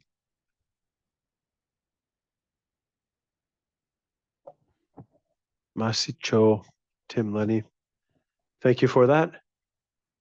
And now we're going to have a follow-up by Chief Moses from Pedziki First Nation. All right, there. I just want to thank Tim Lenny there. That was, he hit a lot of points right on. And one of the things that when we took over our leadership there was this whole Mackenzie Valley Highway project was thrown at us. And so we were trying to decipher it and trying to figure out what we can do. And what we were thinking when we were looking down the road was we want, as our community, we want some dignity back. We want to be self-sufficient. We want to be independent. We don't want to be dependent on the government anymore. So we were looking at the business opportunities. And so we were kind of excited about it. And yeah, let's fight for this, right? But once we got further along, we started getting into the technical stuff here. And it's very important. And it's opened my eyes to a lot of things. And one of the things is we can't even we've got nothing guaranteed. Our goal is to build capacity and be independent and have some dignity. But right now, what we're seeing is it's going to be tough. And so our economic arm is struggling. And we want that to succeed. And we want the capacity. I keep saying capacity, right? And right now, like I said yesterday, we have no guarantees. And right now, it's still no guarantee. Government's not giving us any guarantees that, oh, this is going to be, you guys are getting this work. You guys are getting this. You guys are getting that. We're not getting anything right now. And that's what Tim was saying. And that's what I'm reiterating. That's what I'm saying is that, we came into this thinking that we can prosper off of it, or not so much prosper, but, develop and gain some capacity again, right? and it's hard. So to move further, and if what we really want, yeah, is the economic opportunities. We want that economic reconciliation. Like I said, to be independent financially, not to be a financial burden on anybody. And right now, we're not getting any guarantees out of this, and it's hard. It's hard to listen to it. It's hard to hear, and there's so many gaps, especially on the economic assessment. There's so much gaps that we're hearing about, and it needs to be sorted out. And I don't know if this should be rushed. And one other thing is, and Tim talks about it too, you know, we have family up in the South too, right? We hear their pleas. We know exactly what issues they're facing with the high cost, the low water. It's just, it's it's multiple challenges that they face, and we feel it too. But at the same time, this is our inherent right. This is our land. This is Pitseking Day. This is not GWT Day. So we have to protect it. We have to protect our rights. We have to protect our water, because that was there for our elders, left that there for us. And that's why we're using that traditional knowledge to our benefit today. Not so much our benefit, but to try to protect our rights, our inherent rights, our land, our water. So one of the things is, yeah, we were looking ahead, and what we were looking for is, yeah, trying to find that capacity and try to be independent, try to do what we want and feel what's important to us. And if this is the only project that we have up ahead, then we were, yeah, thinking about how can we maximize our benefits from it. But right now it's tough, right? We're not getting anything there, and it's like, oh, we'll see. And it's like the common theme I'm hearing from GWT is, oh, we'll make a plan to make a plan, right? It's just frustrating. So to go forward and really move forward, we really need to hear concrete, something on paper saying, okay, yes, PKFN, you'll get this work. PKFN, you'll get this, right? Or SOT2, you'll do this, you'll do that. We need more concrete answers, and we're just not getting them right now. And to move further ahead, it'll be really tough. And yeah, so that was just I just wanted to fill everybody in here. That was our goals and our desires, was to try to maximize the benefits from this road, but it's just sounding like, you know, we're not going to be getting very much out of it. There's no guarantee that Wrigley's going to be getting this work. And a prime example is what we've been talking about, traditional knowledge and where to place bridges, because bridges have been a big common theme. We have Smith Creek to the south of Wrigley. It's sliding away. It's like this now. Trucks can't get a run at it from the north. It's dangerous. But in order for them to fix it, we have to sign a paper with GNWT that says, oh, it's part of the winter road and we support it, or part of the Mackenzie Valley Highway, we support it. No, we don't, right? We don't, we support the highway, but we don't support the alignment. So these are the things that are tying our hands again, and it's just frustrating. Why can't they just say, like, okay, that's why we're gonna have a meeting here with the Premier and the Infrastructure Minister, and it's just talking about Smith Creek and that work and trying to secure it, because like I said, we need that capacity. We want that capacity. We want to be financially independent. We don't want to be begging GNWT for a little bit of money just to do our own studies, right? So this is all part of, you know, regaining our dignity. This is reconciliation to me. Reconciliation is not just saying sorry in Ottawa. Reconciliation is giving us opportunities, and especially opportunities on our own land. We're not talking about, oh, we're going to go over into somebody else's territory and expect all this work and all this from them. No, this is our back door. So that's the point I wanted to make there, that at the end of the day, we wanted to maximize our opportunities, become financially independent, but right now there's just no guarantees of that there. We're not getting any guarantees that we're going to be fully participants, like full-time participants. So it's something we need to hash out. We have to work on there, and I think we can, but right now it's frustrating, right? We're not hearing what we need to hear. We're not given any sort of concrete plans and saying, hey, yes, you guys will get this. Yes, you'll get this. Like Tim said, you know what? A lot of promises were made. A lot of things were given to us before, but then they were all taken away again, right? So, you know, like RCMP. I remember when there was RCMP in my community. I remember when there was a nurse. There was a lot of people. and now it's not the same. So we've lost a lot of capacity, and we've lost, I don't know if we lost it, but there's definitely a lot of dignity we can regain, and we can be independent, I think. But right now, it's just not happening that quickly, and we need it to happen. We need to hear the things like, okay, this is your land. Yes, you have the first right to this opportunity, this work. If you don't want it, fine, we'll get somebody else. But we need to start going in that direction. And right now we're not hearing, at least I'm not hearing anything concrete or good, right? So so that's my plan there. I mean, that's my message there, is that we're not hearing what we want to hear. And like I said, we're not here to stop this or anything. Well, we definitely want to realign it, and just because of our traditional knowledge, and that's what was given to us. So we have to follow that knowledge. And that tells us, go to the higher ground, stay away from the low water areas where all the moose and all the ducks are. All our burial sites, all our traditional use areas are all down there on the low area. So let's go higher. Let's open up the views. So that's what I want to say. And just in closing there, although Stantec made a comment this morning that really didn't sit well with us, and that was the 1 kilometer corridor. Well, not the 1 kilometer corridor, but they said they didn't go close to the Mackenzie River. Are you kidding me? Every bridge along that current route, you can see the Mackenzie. It's right there. When I was a truck driver and a heavy equipment operator, we did the fiber optic line. A truck rolled over at Vermilion Creek, a fuel tanker, and the Mackenzie River is right there. We were just lucky that it didn't spill. Like, we didn't have no spills, and that the driver was okay, thankfully, too. But that's how close we are. And then they cannot say that it's not close to the Mackenzie River. Your freaking 1 kilometer corridor goes to the middle of the Mackenzie, or maybe even right across the Mackenzie, because the Mackenzie, I don't think it's that wide. But to say that they're not close to the Mackenzie, they are really, really close. And that's all I have to say. Thank you.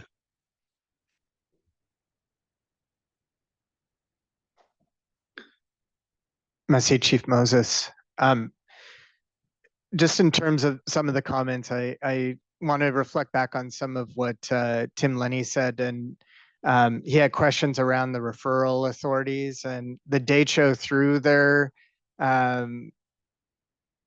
what ended up happening through the MGP process does have referral authorities.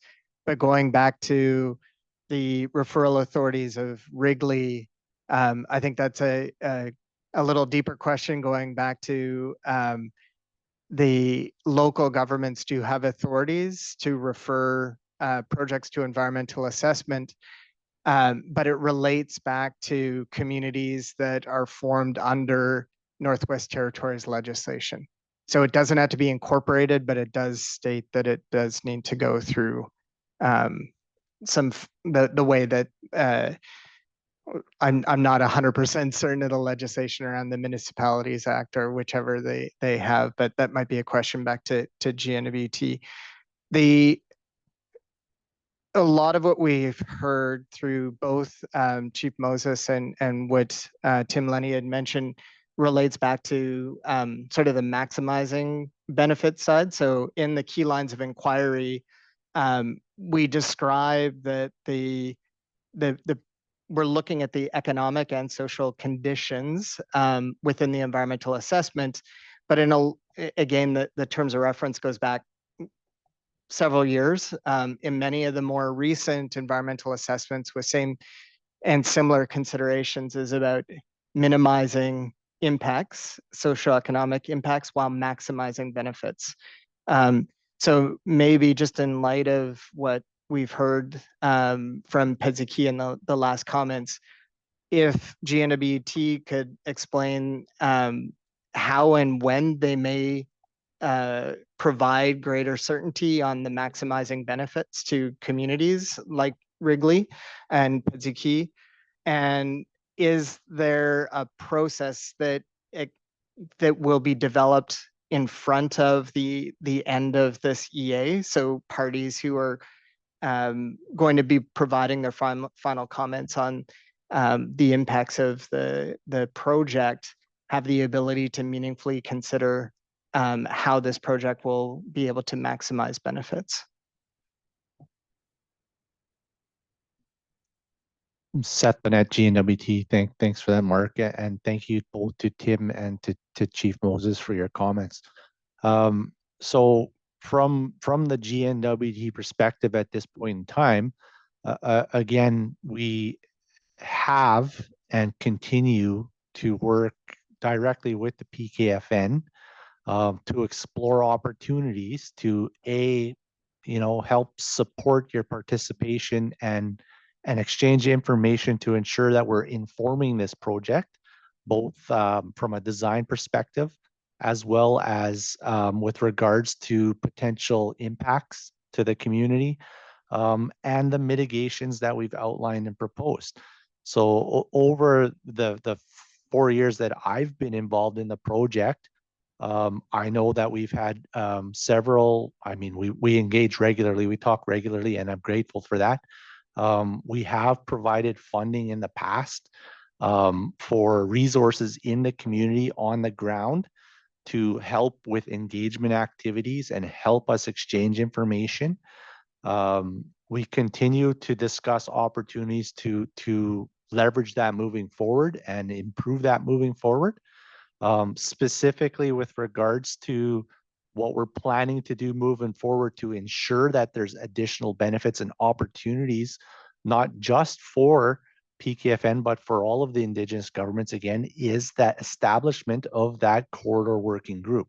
So again, that provides a forum for us to exchange additional information and work collaboratively on the development of the various plans that we're proposing. So I hear loud and clear there's concern and there's a need to be having conversations about how this project can benefit Indigenous governments from an employment perspective, from a training perspective, from a business opportunity perspective. I'm not going to come in here and say this is what we're going to do. What I want to do is say, okay, how can we work together to do this? And that's what the approach is that we're outlining, right? So we have and we continue to commit to working with you to identify those opportunities. I personally, outside the GNWT realm, want to see and ensure that the maximum benefit is going to the Indigenous governments, the residents of the Northwest Territories. I've been in the Northwest Territories my entire life. I'm of Indigenous descent. I've lived in small communities. I know the realities of what we're talking about. So from a personal perspective, I'm also invested in this. I want to see this happen. I want to see it happen the right way. The mitigations that the GNWT has put forward, again, are mitigations to develop and work collaboratively together moving forward. I'm the first one to stand up and say, I hear you. Let's sit down and talk about this. You want to know how you can have direct business opportunities. Well, let's sit down. We haven't awarded a contract yet for construction. We don't have funding yet for construction, but we can sit down and we can talk about what are the types of jobs that we're going to have. We've proposed to do that. What are the types of business opportunities that are going to come? Well, let's sit down and talk about that. We can talk about that. We've proposed to do that. What we've said, and the piece that I have to reiterate, is these are mitigations that we've proposed for the construction of the project, and we don't yet have a decision to advance the construction. We haven't yet completed the environmental assessment, and we don't yet have funding to do the implementation. But what we can continue to do is talk about how we're going to inform that. So there's still opportunity to say that what the GNWT has proposed as a mitigation is not acceptable or needs to be improved or needs to be adjusted. And that's where we want to work with you. That's where, again, there is ongoing engagement right now, both on the socioeconomic and the wildlife and environmental effects. And there's every opportunity to continue to inform the project and the mitigations and the monitoring that would come after. And I'm the first one to say I am eager and open to having those conversations.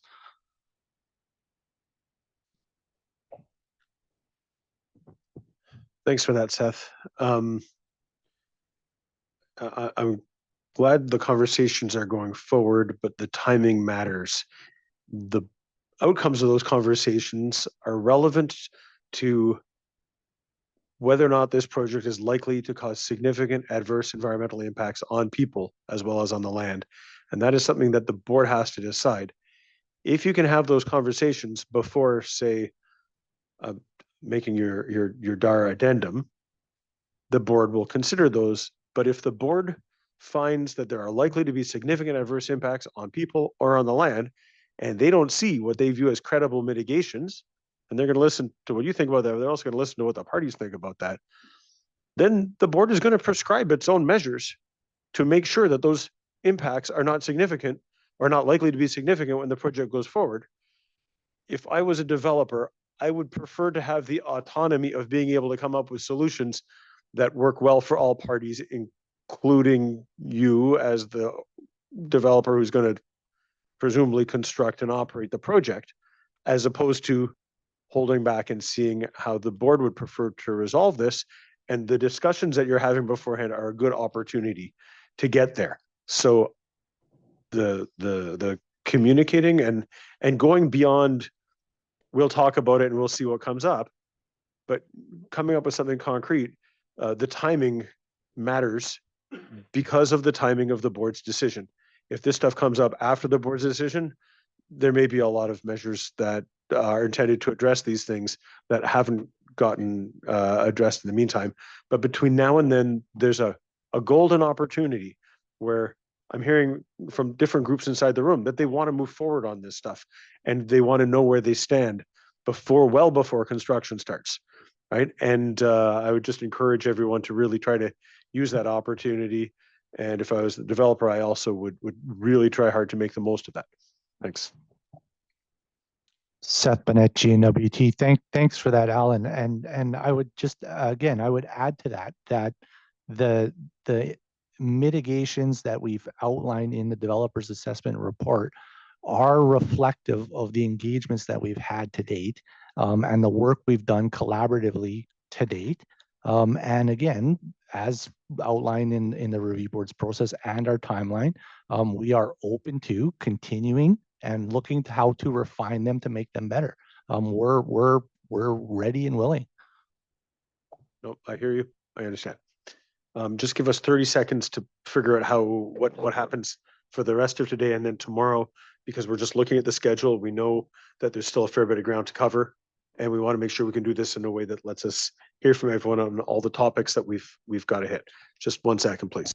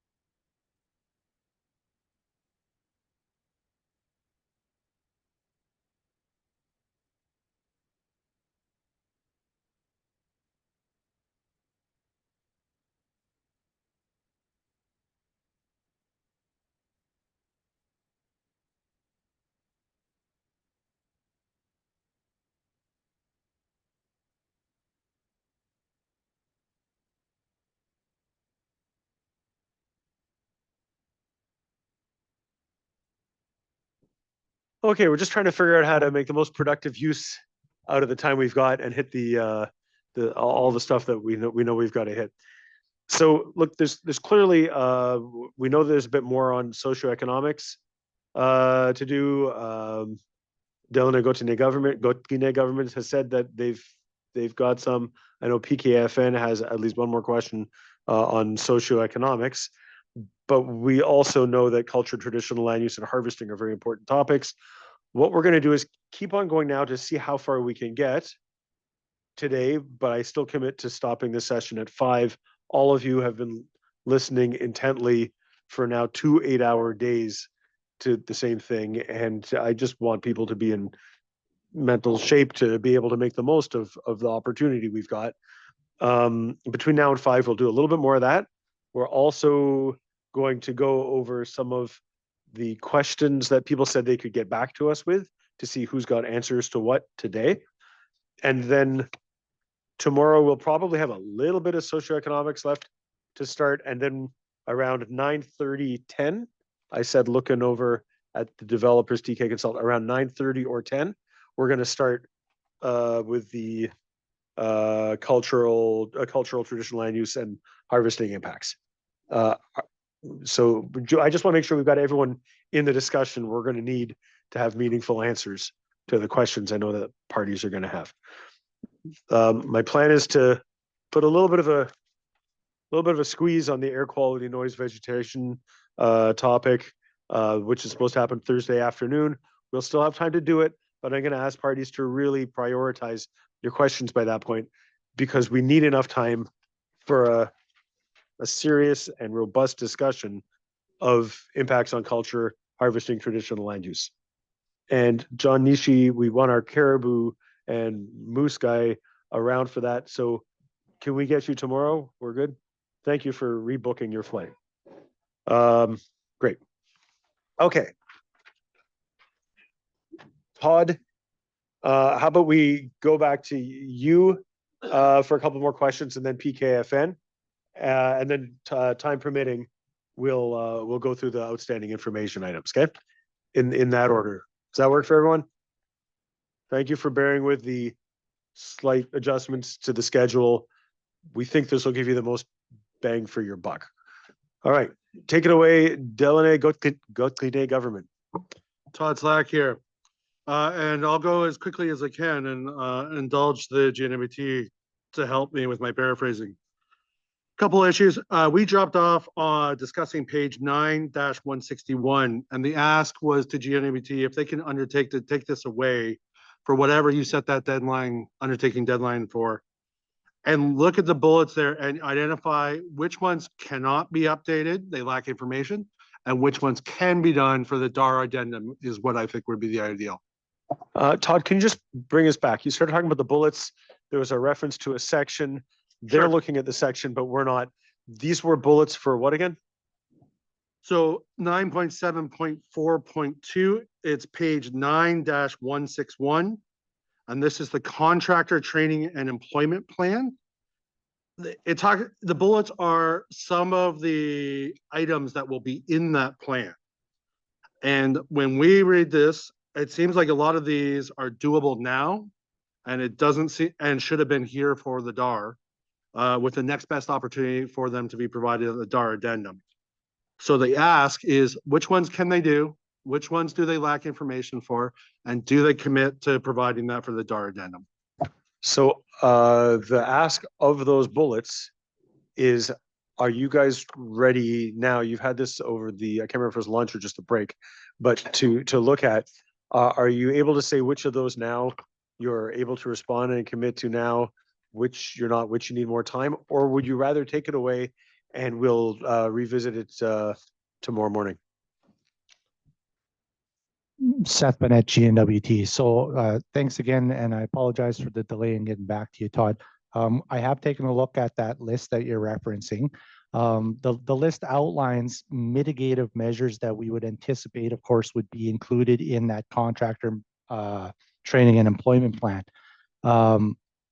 At this stage, they are proposed mitigations that would be implemented to help in advance of construction. We do not yet have the financial capacity to implement all of those activities as proposed for the project, because we don't have the construction funding yet. So at this point in time, we don't have the ability to undertake them as steps in advance. The other piece that I would reference with it, or two more pieces. One is specific to the fact that the intent is to work with the various IGOs to ensure that these are both appropriate and have their input in them as we move forward in the development of that plan. So that activity hasn't been undertaken yet. So the third piece, I'm sorry, I'm rambling on again. The third piece is, again, with regards to timing. So these mitigations are, again, specific to mitigating the impacts of this project and maximizing the anticipated benefits. Without, again, a firm financial commitment for construction, it's difficult for us to undertake that work and maintain the relevance of that work until we know construction is going to advance. So it's difficult for us to establish a baseline employment condition in a community today for a project that may not advance or go to construction for 5, 6, 7, 10 years.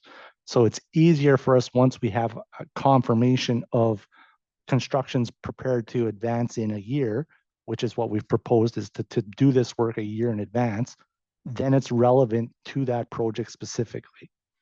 I hope that makes sense. I apologize if I'm rambling around. No, I mean, I think I understand what you said. Todd? We'll move on. Donna, when we had a look at these, a number of them could and should have been completed relative to the terms of reference, but you guys disagree. We'll move on.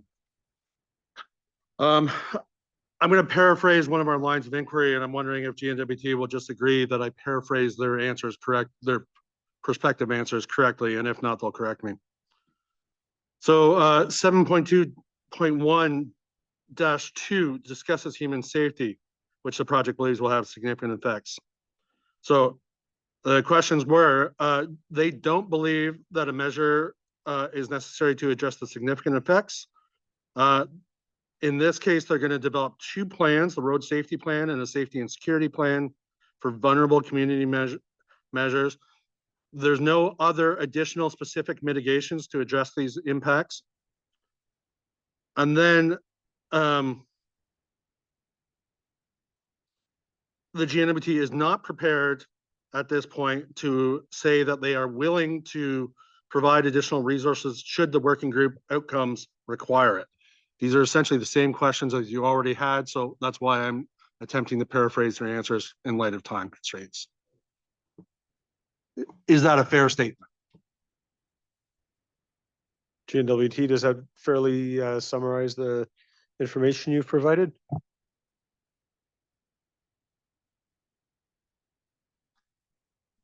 Seth Bennett, GNWT. Again, I apologize, Todd. I'm a little foggy today. So specifically, around the idea of measures, again, the GNWT is of the opinion that where there is significance, that we have proposed mitigations. We're of the opinion right now that those mitigations are appropriate.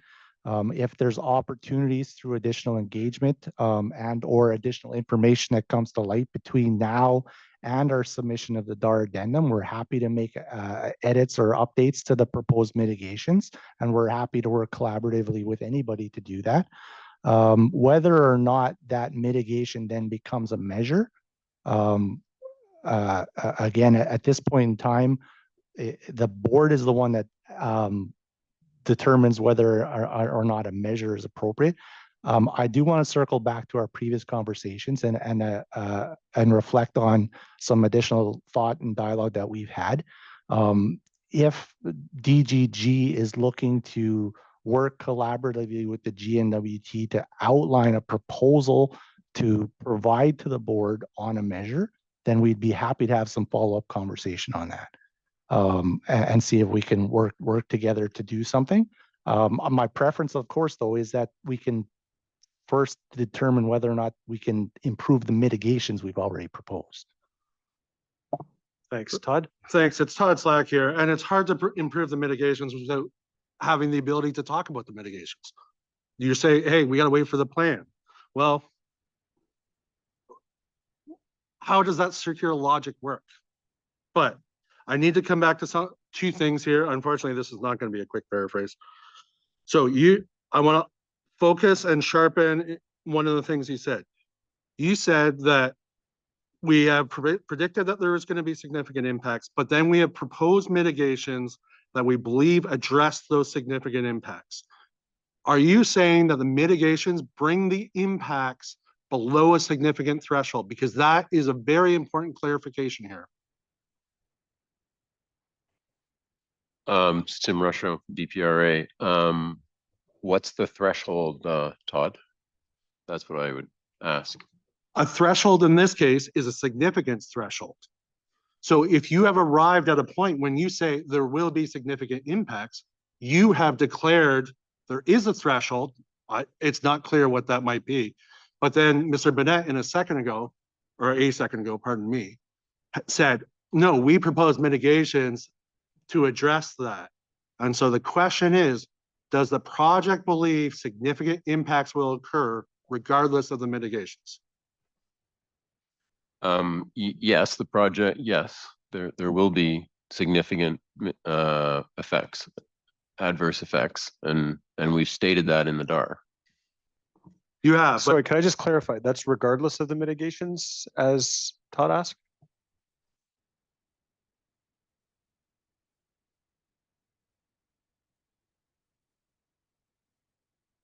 Right. In terms of the overall significance of that particular VC, the answer is no, it is not deemed as being significant. In terms of that one kind of criteria, which is, in this case, for example, social pressures, public safety, we have said that would be significant. But overall, in terms of the VC, we've said it would not be significant. Todd Slack, I don't understand what you're saying. So could you, I don't know if someone else does. Could you do that in writing, perhaps? Sure, we can do it in writing. I think we already have, but we can certainly do it again. Well, what I heard is Mr. Bennett say something different. So that's why I'm asking. Okay, and then in terms of the last thing you said, Todd, maybe I'll hang on one second. Sorry, who am I to say hang on one second to you? Can you please hang on one second? Can I just clarify, say yes to Mr. Bennett? Sure. I really like this idea of working together towards a measure. And dude, it would have saved a ton of time today if you would have said yes, either yesterday or earlier today. So thank you for getting there. I look forward to an email to schedule this. Let's work together as opposed to let's in an adversarial way. Thank you. Sorry, Mark. No worries. Mark with the Mackenzie Valley Review Board.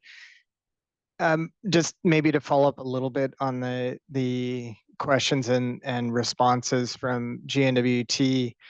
So what we're hearing is that there's pathways to effects that are significant, but when you aggregate those collectively, you're saying that there isn't a significant adverse effect to that value component as described by GNWT. Correct. Okay, so that's just in the framework. I think people were a little confused on that, but I guess when you're making a significance determination in that those individual components, so those pathways, and you described which ones you determined to be significant on their own, just to get this correct, after mitigation, you would still find a significant impact in those areas. Yes, correct. Okay, thanks. That's just for clarification. We might have some lines of questioning later to follow. And Tim, we appreciate your candor. Okay, so PKFN, we know you've still got a question. DGG still has a question. PKFN, are you okay with waiting tomorrow and then we'll do it with a little less time pressure on you? So in that case, Todd, could you please keep going for a bit, and then in about 7 minutes, if we're still going, I'll hit the brakes and switch to the outstanding information items we had from today. Is that okay? Take it away, Todd. Todd Slack, 7 minutes. Okay.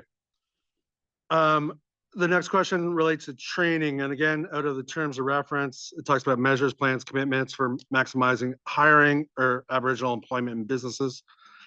And then it also talks about 11, sorry.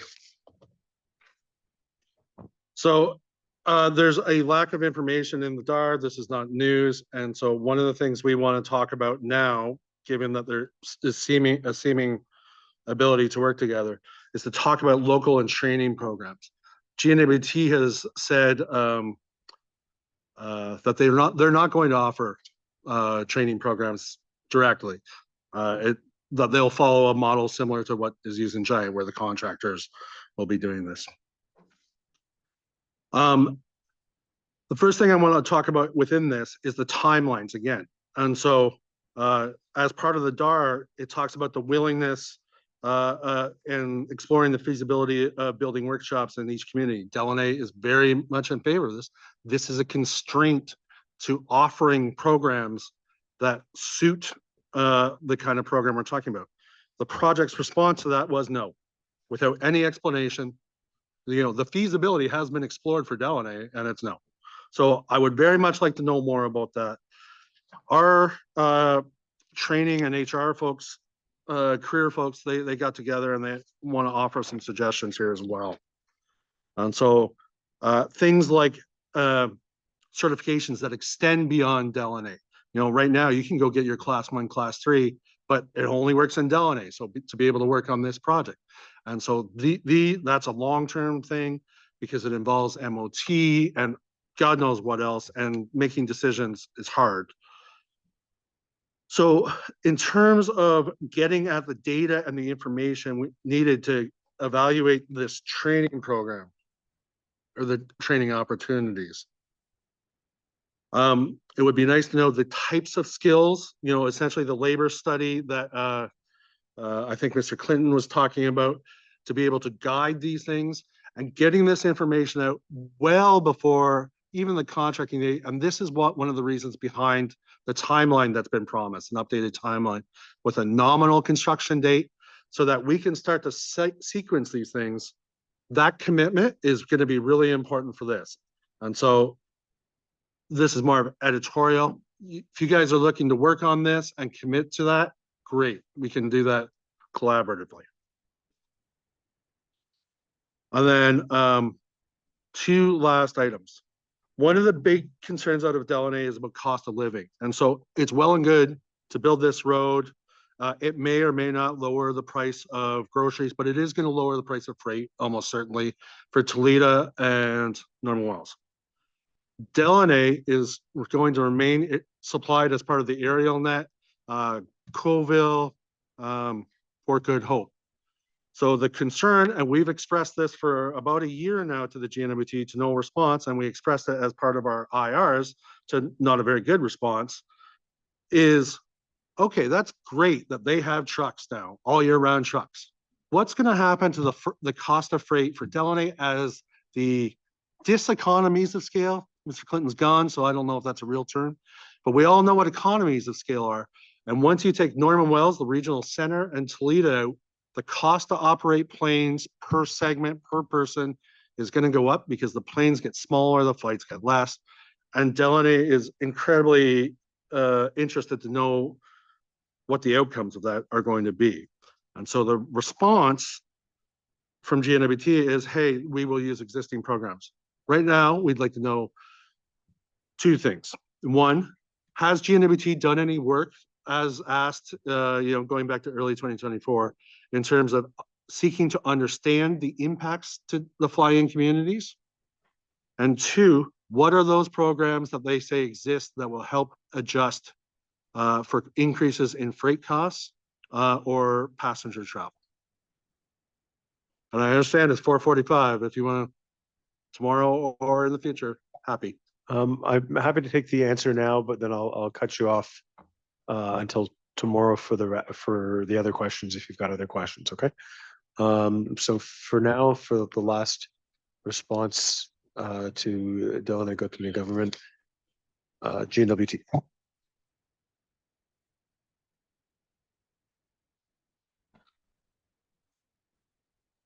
Seth Bennett, GNWT. So the short answer to the discussion piece on freight is no, that has not been done. And then, sorry, the second part was programs and services that are currently available in Delaney. The response to IR, whatever, I can give you the IR. Part 6, I remember that part, was that, hey, if there are increases in freight costs, we will use existing programs. Well, what programs are they? You know, we'd be interested to know. That's the thing to that. And then to the first one, are you going to look at it?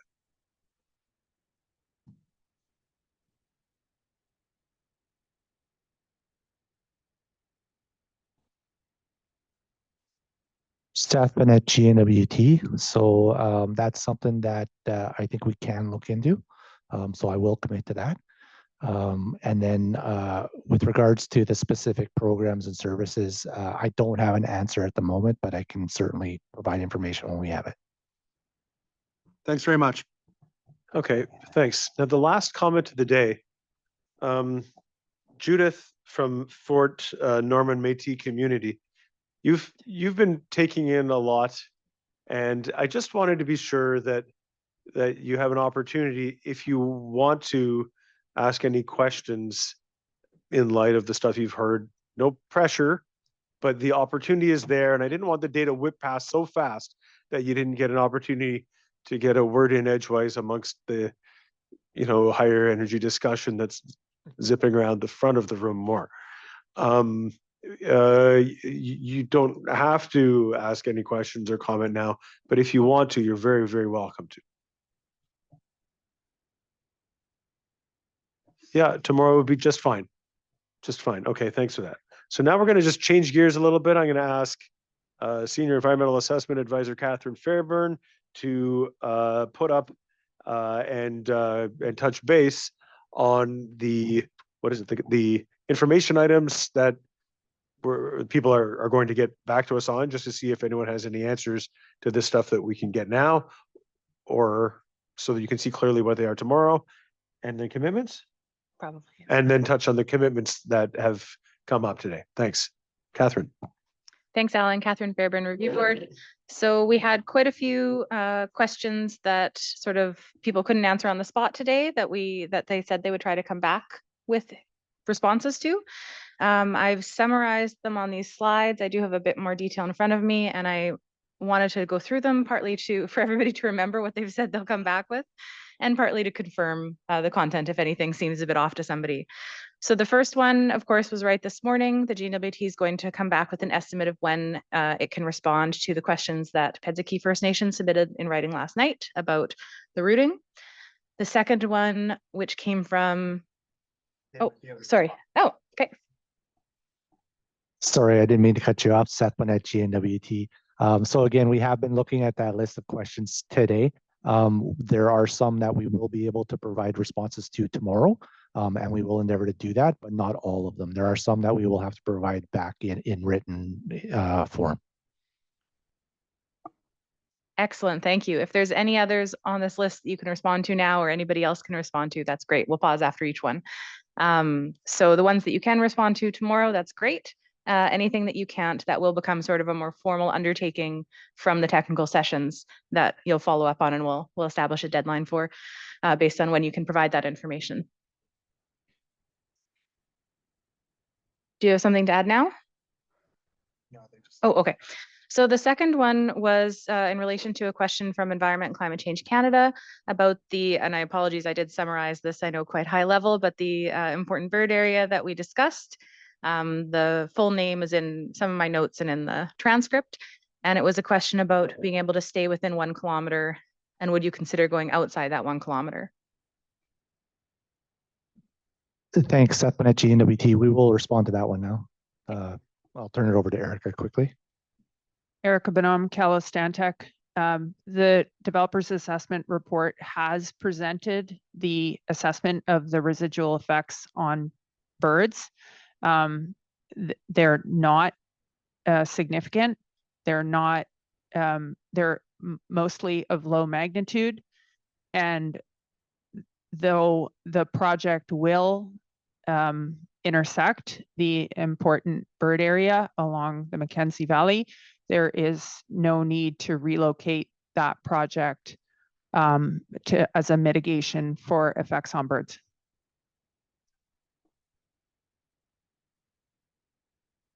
And just to clarify, because someone was asking, I can't remember who, for a map of where those areas are. It may have been Jane, I can't remember. Oh, you got it. Yeah. So just to clarify, that both of those important bird areas that were referenced, Mackenzie River Lowlands and the Brackett Lake area, are both in the Saw-2 region.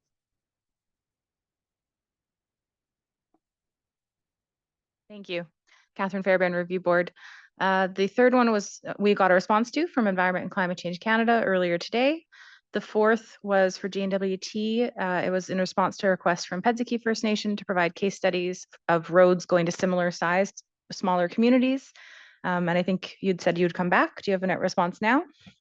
Seth Bennett, GNWT. So we've conferred quickly, and what we can do is we can look for and take some time to see if we can locate any, and if we do, or if we can find any, we will provide them. So we will do that. Thank you, Catherine Fairbairn. So the next was for Cernak. We heard back after the lunch break, I think, about funding. The sixth one was again for GNWT. This was about, there was quite a bit going on here, but I believe it was a request to provide a commitment related to nursing, mental health, an RCMP officer, and so on in Pedzaki. You were going to follow up at a later time. Thanks for that. So the specific ask today was for us to commit to providing an additional resource, I believe, for nursing and mental health in the community. That's not something I can commit to today. But again, as part of our engagement moving forward on potential socio-ec and socio-ec work, we're happy to have follow-up conversations.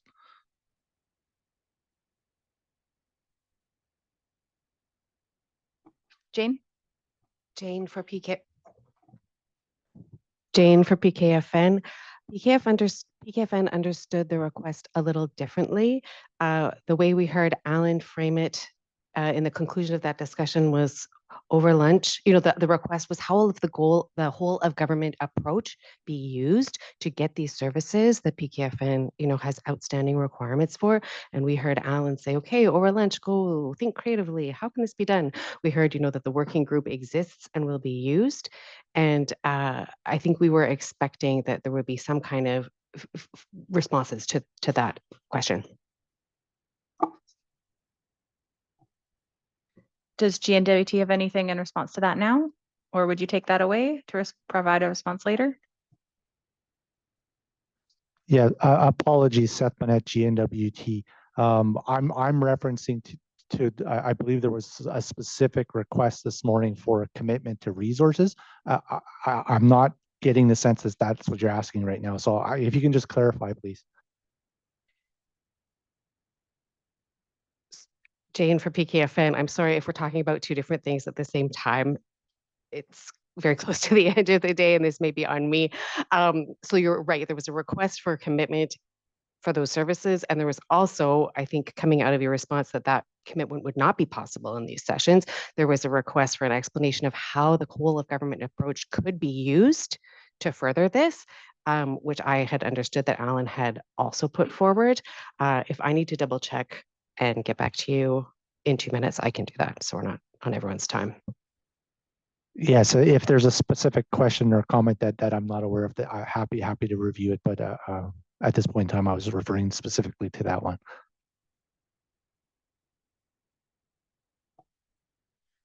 Just to confirm, this is Catherine Fairbairn. Jane, are you looking at going back to look at the wording now? Okay, thank you. Why don't we keep going through the list? Number 7 was also for GNWT. This was in response to questioning from Todd Slack about the total money spent, I think, on the EA to date, and you were going to come back with an answer.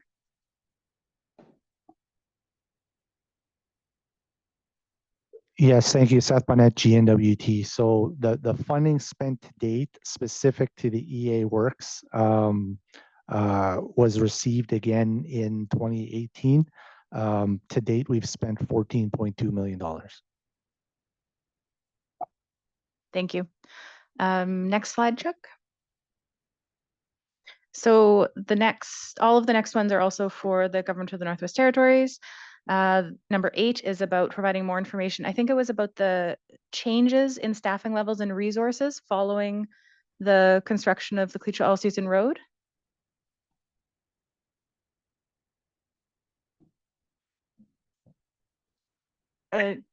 Melissa Pink, GNWT. I don't think Todd was asking about the TASER staffing and funding. I think he was looking for baseline level for the SAW.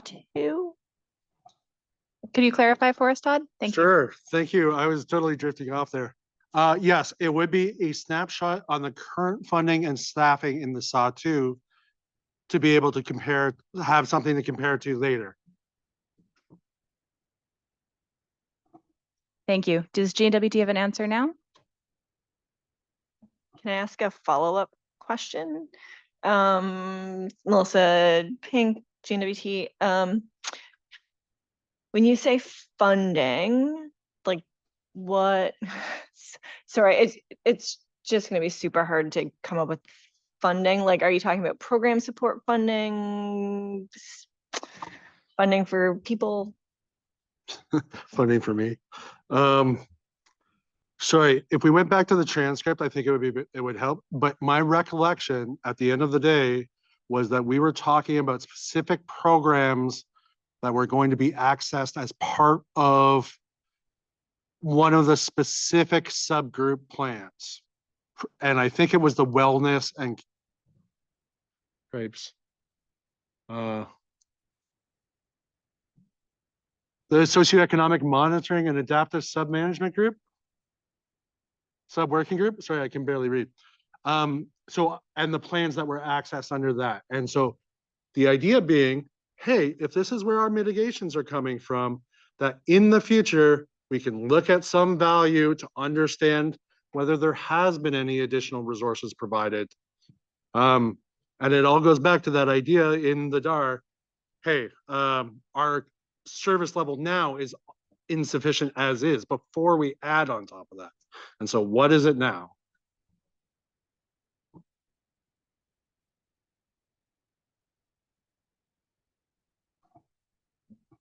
Go ahead.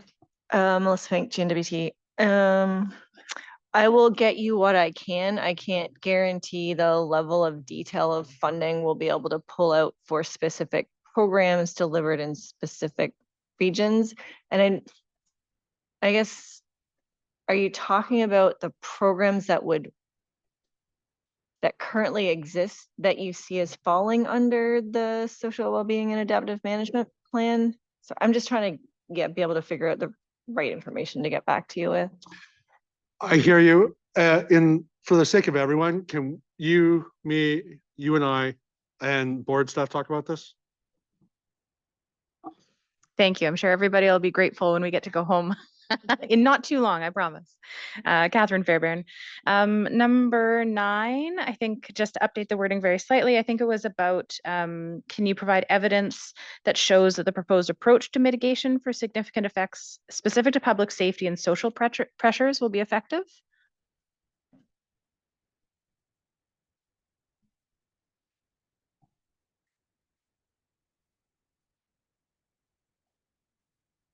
I apologize. Which one are you reading?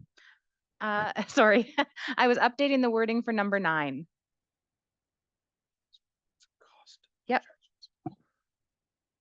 Seth Bennett, GNWT. That's not one we're going to respond to right now. We'll take that one away. Okay, thank you. Number 10 is specific to the maintenance projections, maintenance cost projections based on similar projects. We don't have an update at the moment. Okay, no problem. We're just going through to see what we can cross off the list for tomorrow. 10 was the one about how long it took to prepare plans and strategies for Cleacha All Season Road or for other similar projects. And 12 was about employment data, I think by year, and whether that was available or where. Do you have an update on either of those? Yeah, hello there, Patricia with GNWT. So I do have an update on item number 11. So on the plans and strategies for TASER.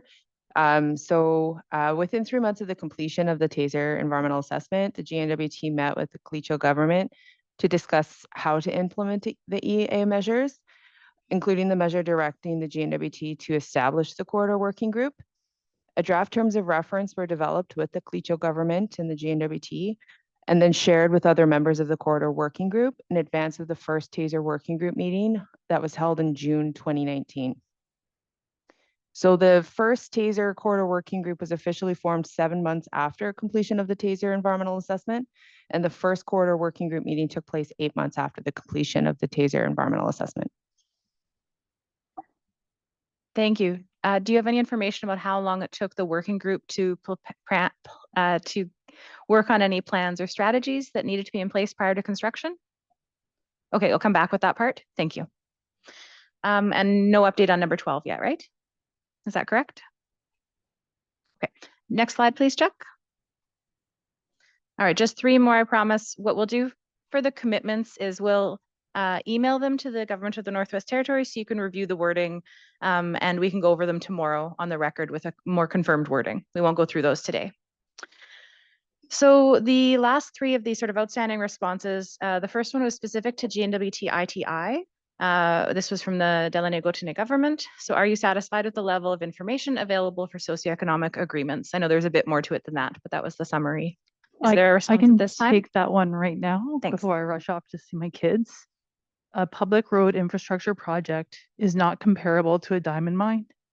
ITI reviewed the DAR and is happy with the approach to seeing benefits from the project for residents and businesses, and is aware the conversations are ongoing with communities. Okay, thank you very much, Catherine Fairbairn. The 14th was for Canmore. What role does a highway to Inuvik or only to Norman Wells, either way, I believe was part of the question, serve in Canada's plan for Arctic sovereignty? Thanks, Catherine. This is Shannon Allerston with MPMO. We have some really smart policy people working on a response. They are in Ottawa and are working on it for tomorrow morning. So I hope to have it early tomorrow morning for you. Perfect. Thank you very much. And finally, one more for the GNWT, which was about the value that the project will have for economic diversification if the reasonably foreseeable developments are limited to within that 15-kilometer corridor. No update on that at this time. Sounds good. We'll come back and touch on some of these as needed tomorrow. Back to you, Alan. Thanks. Okay, I almost made my 5 o'clock promise, which means I did not make it. I want to thank everybody for again staying engaged and involved and sharing your ideas and thoughts and questions over our second full day of this. We're going to start tomorrow. We'll have snacks and coffee and whatnot at 8:30, and then the puck will drop at 9 o'clock. We're going to focus for the first bit on culture, traditional land use, and harvesting. And we will try very hard to get everything wrapped up for 5 o'clock tomorrow. So we're not adding any extra days to this. Again, thanks to the transcriptionist, Jenna. Thanks to Martin for the good sound. Thanks to everyone for answering questions. We'll see you all tomorrow. Bye.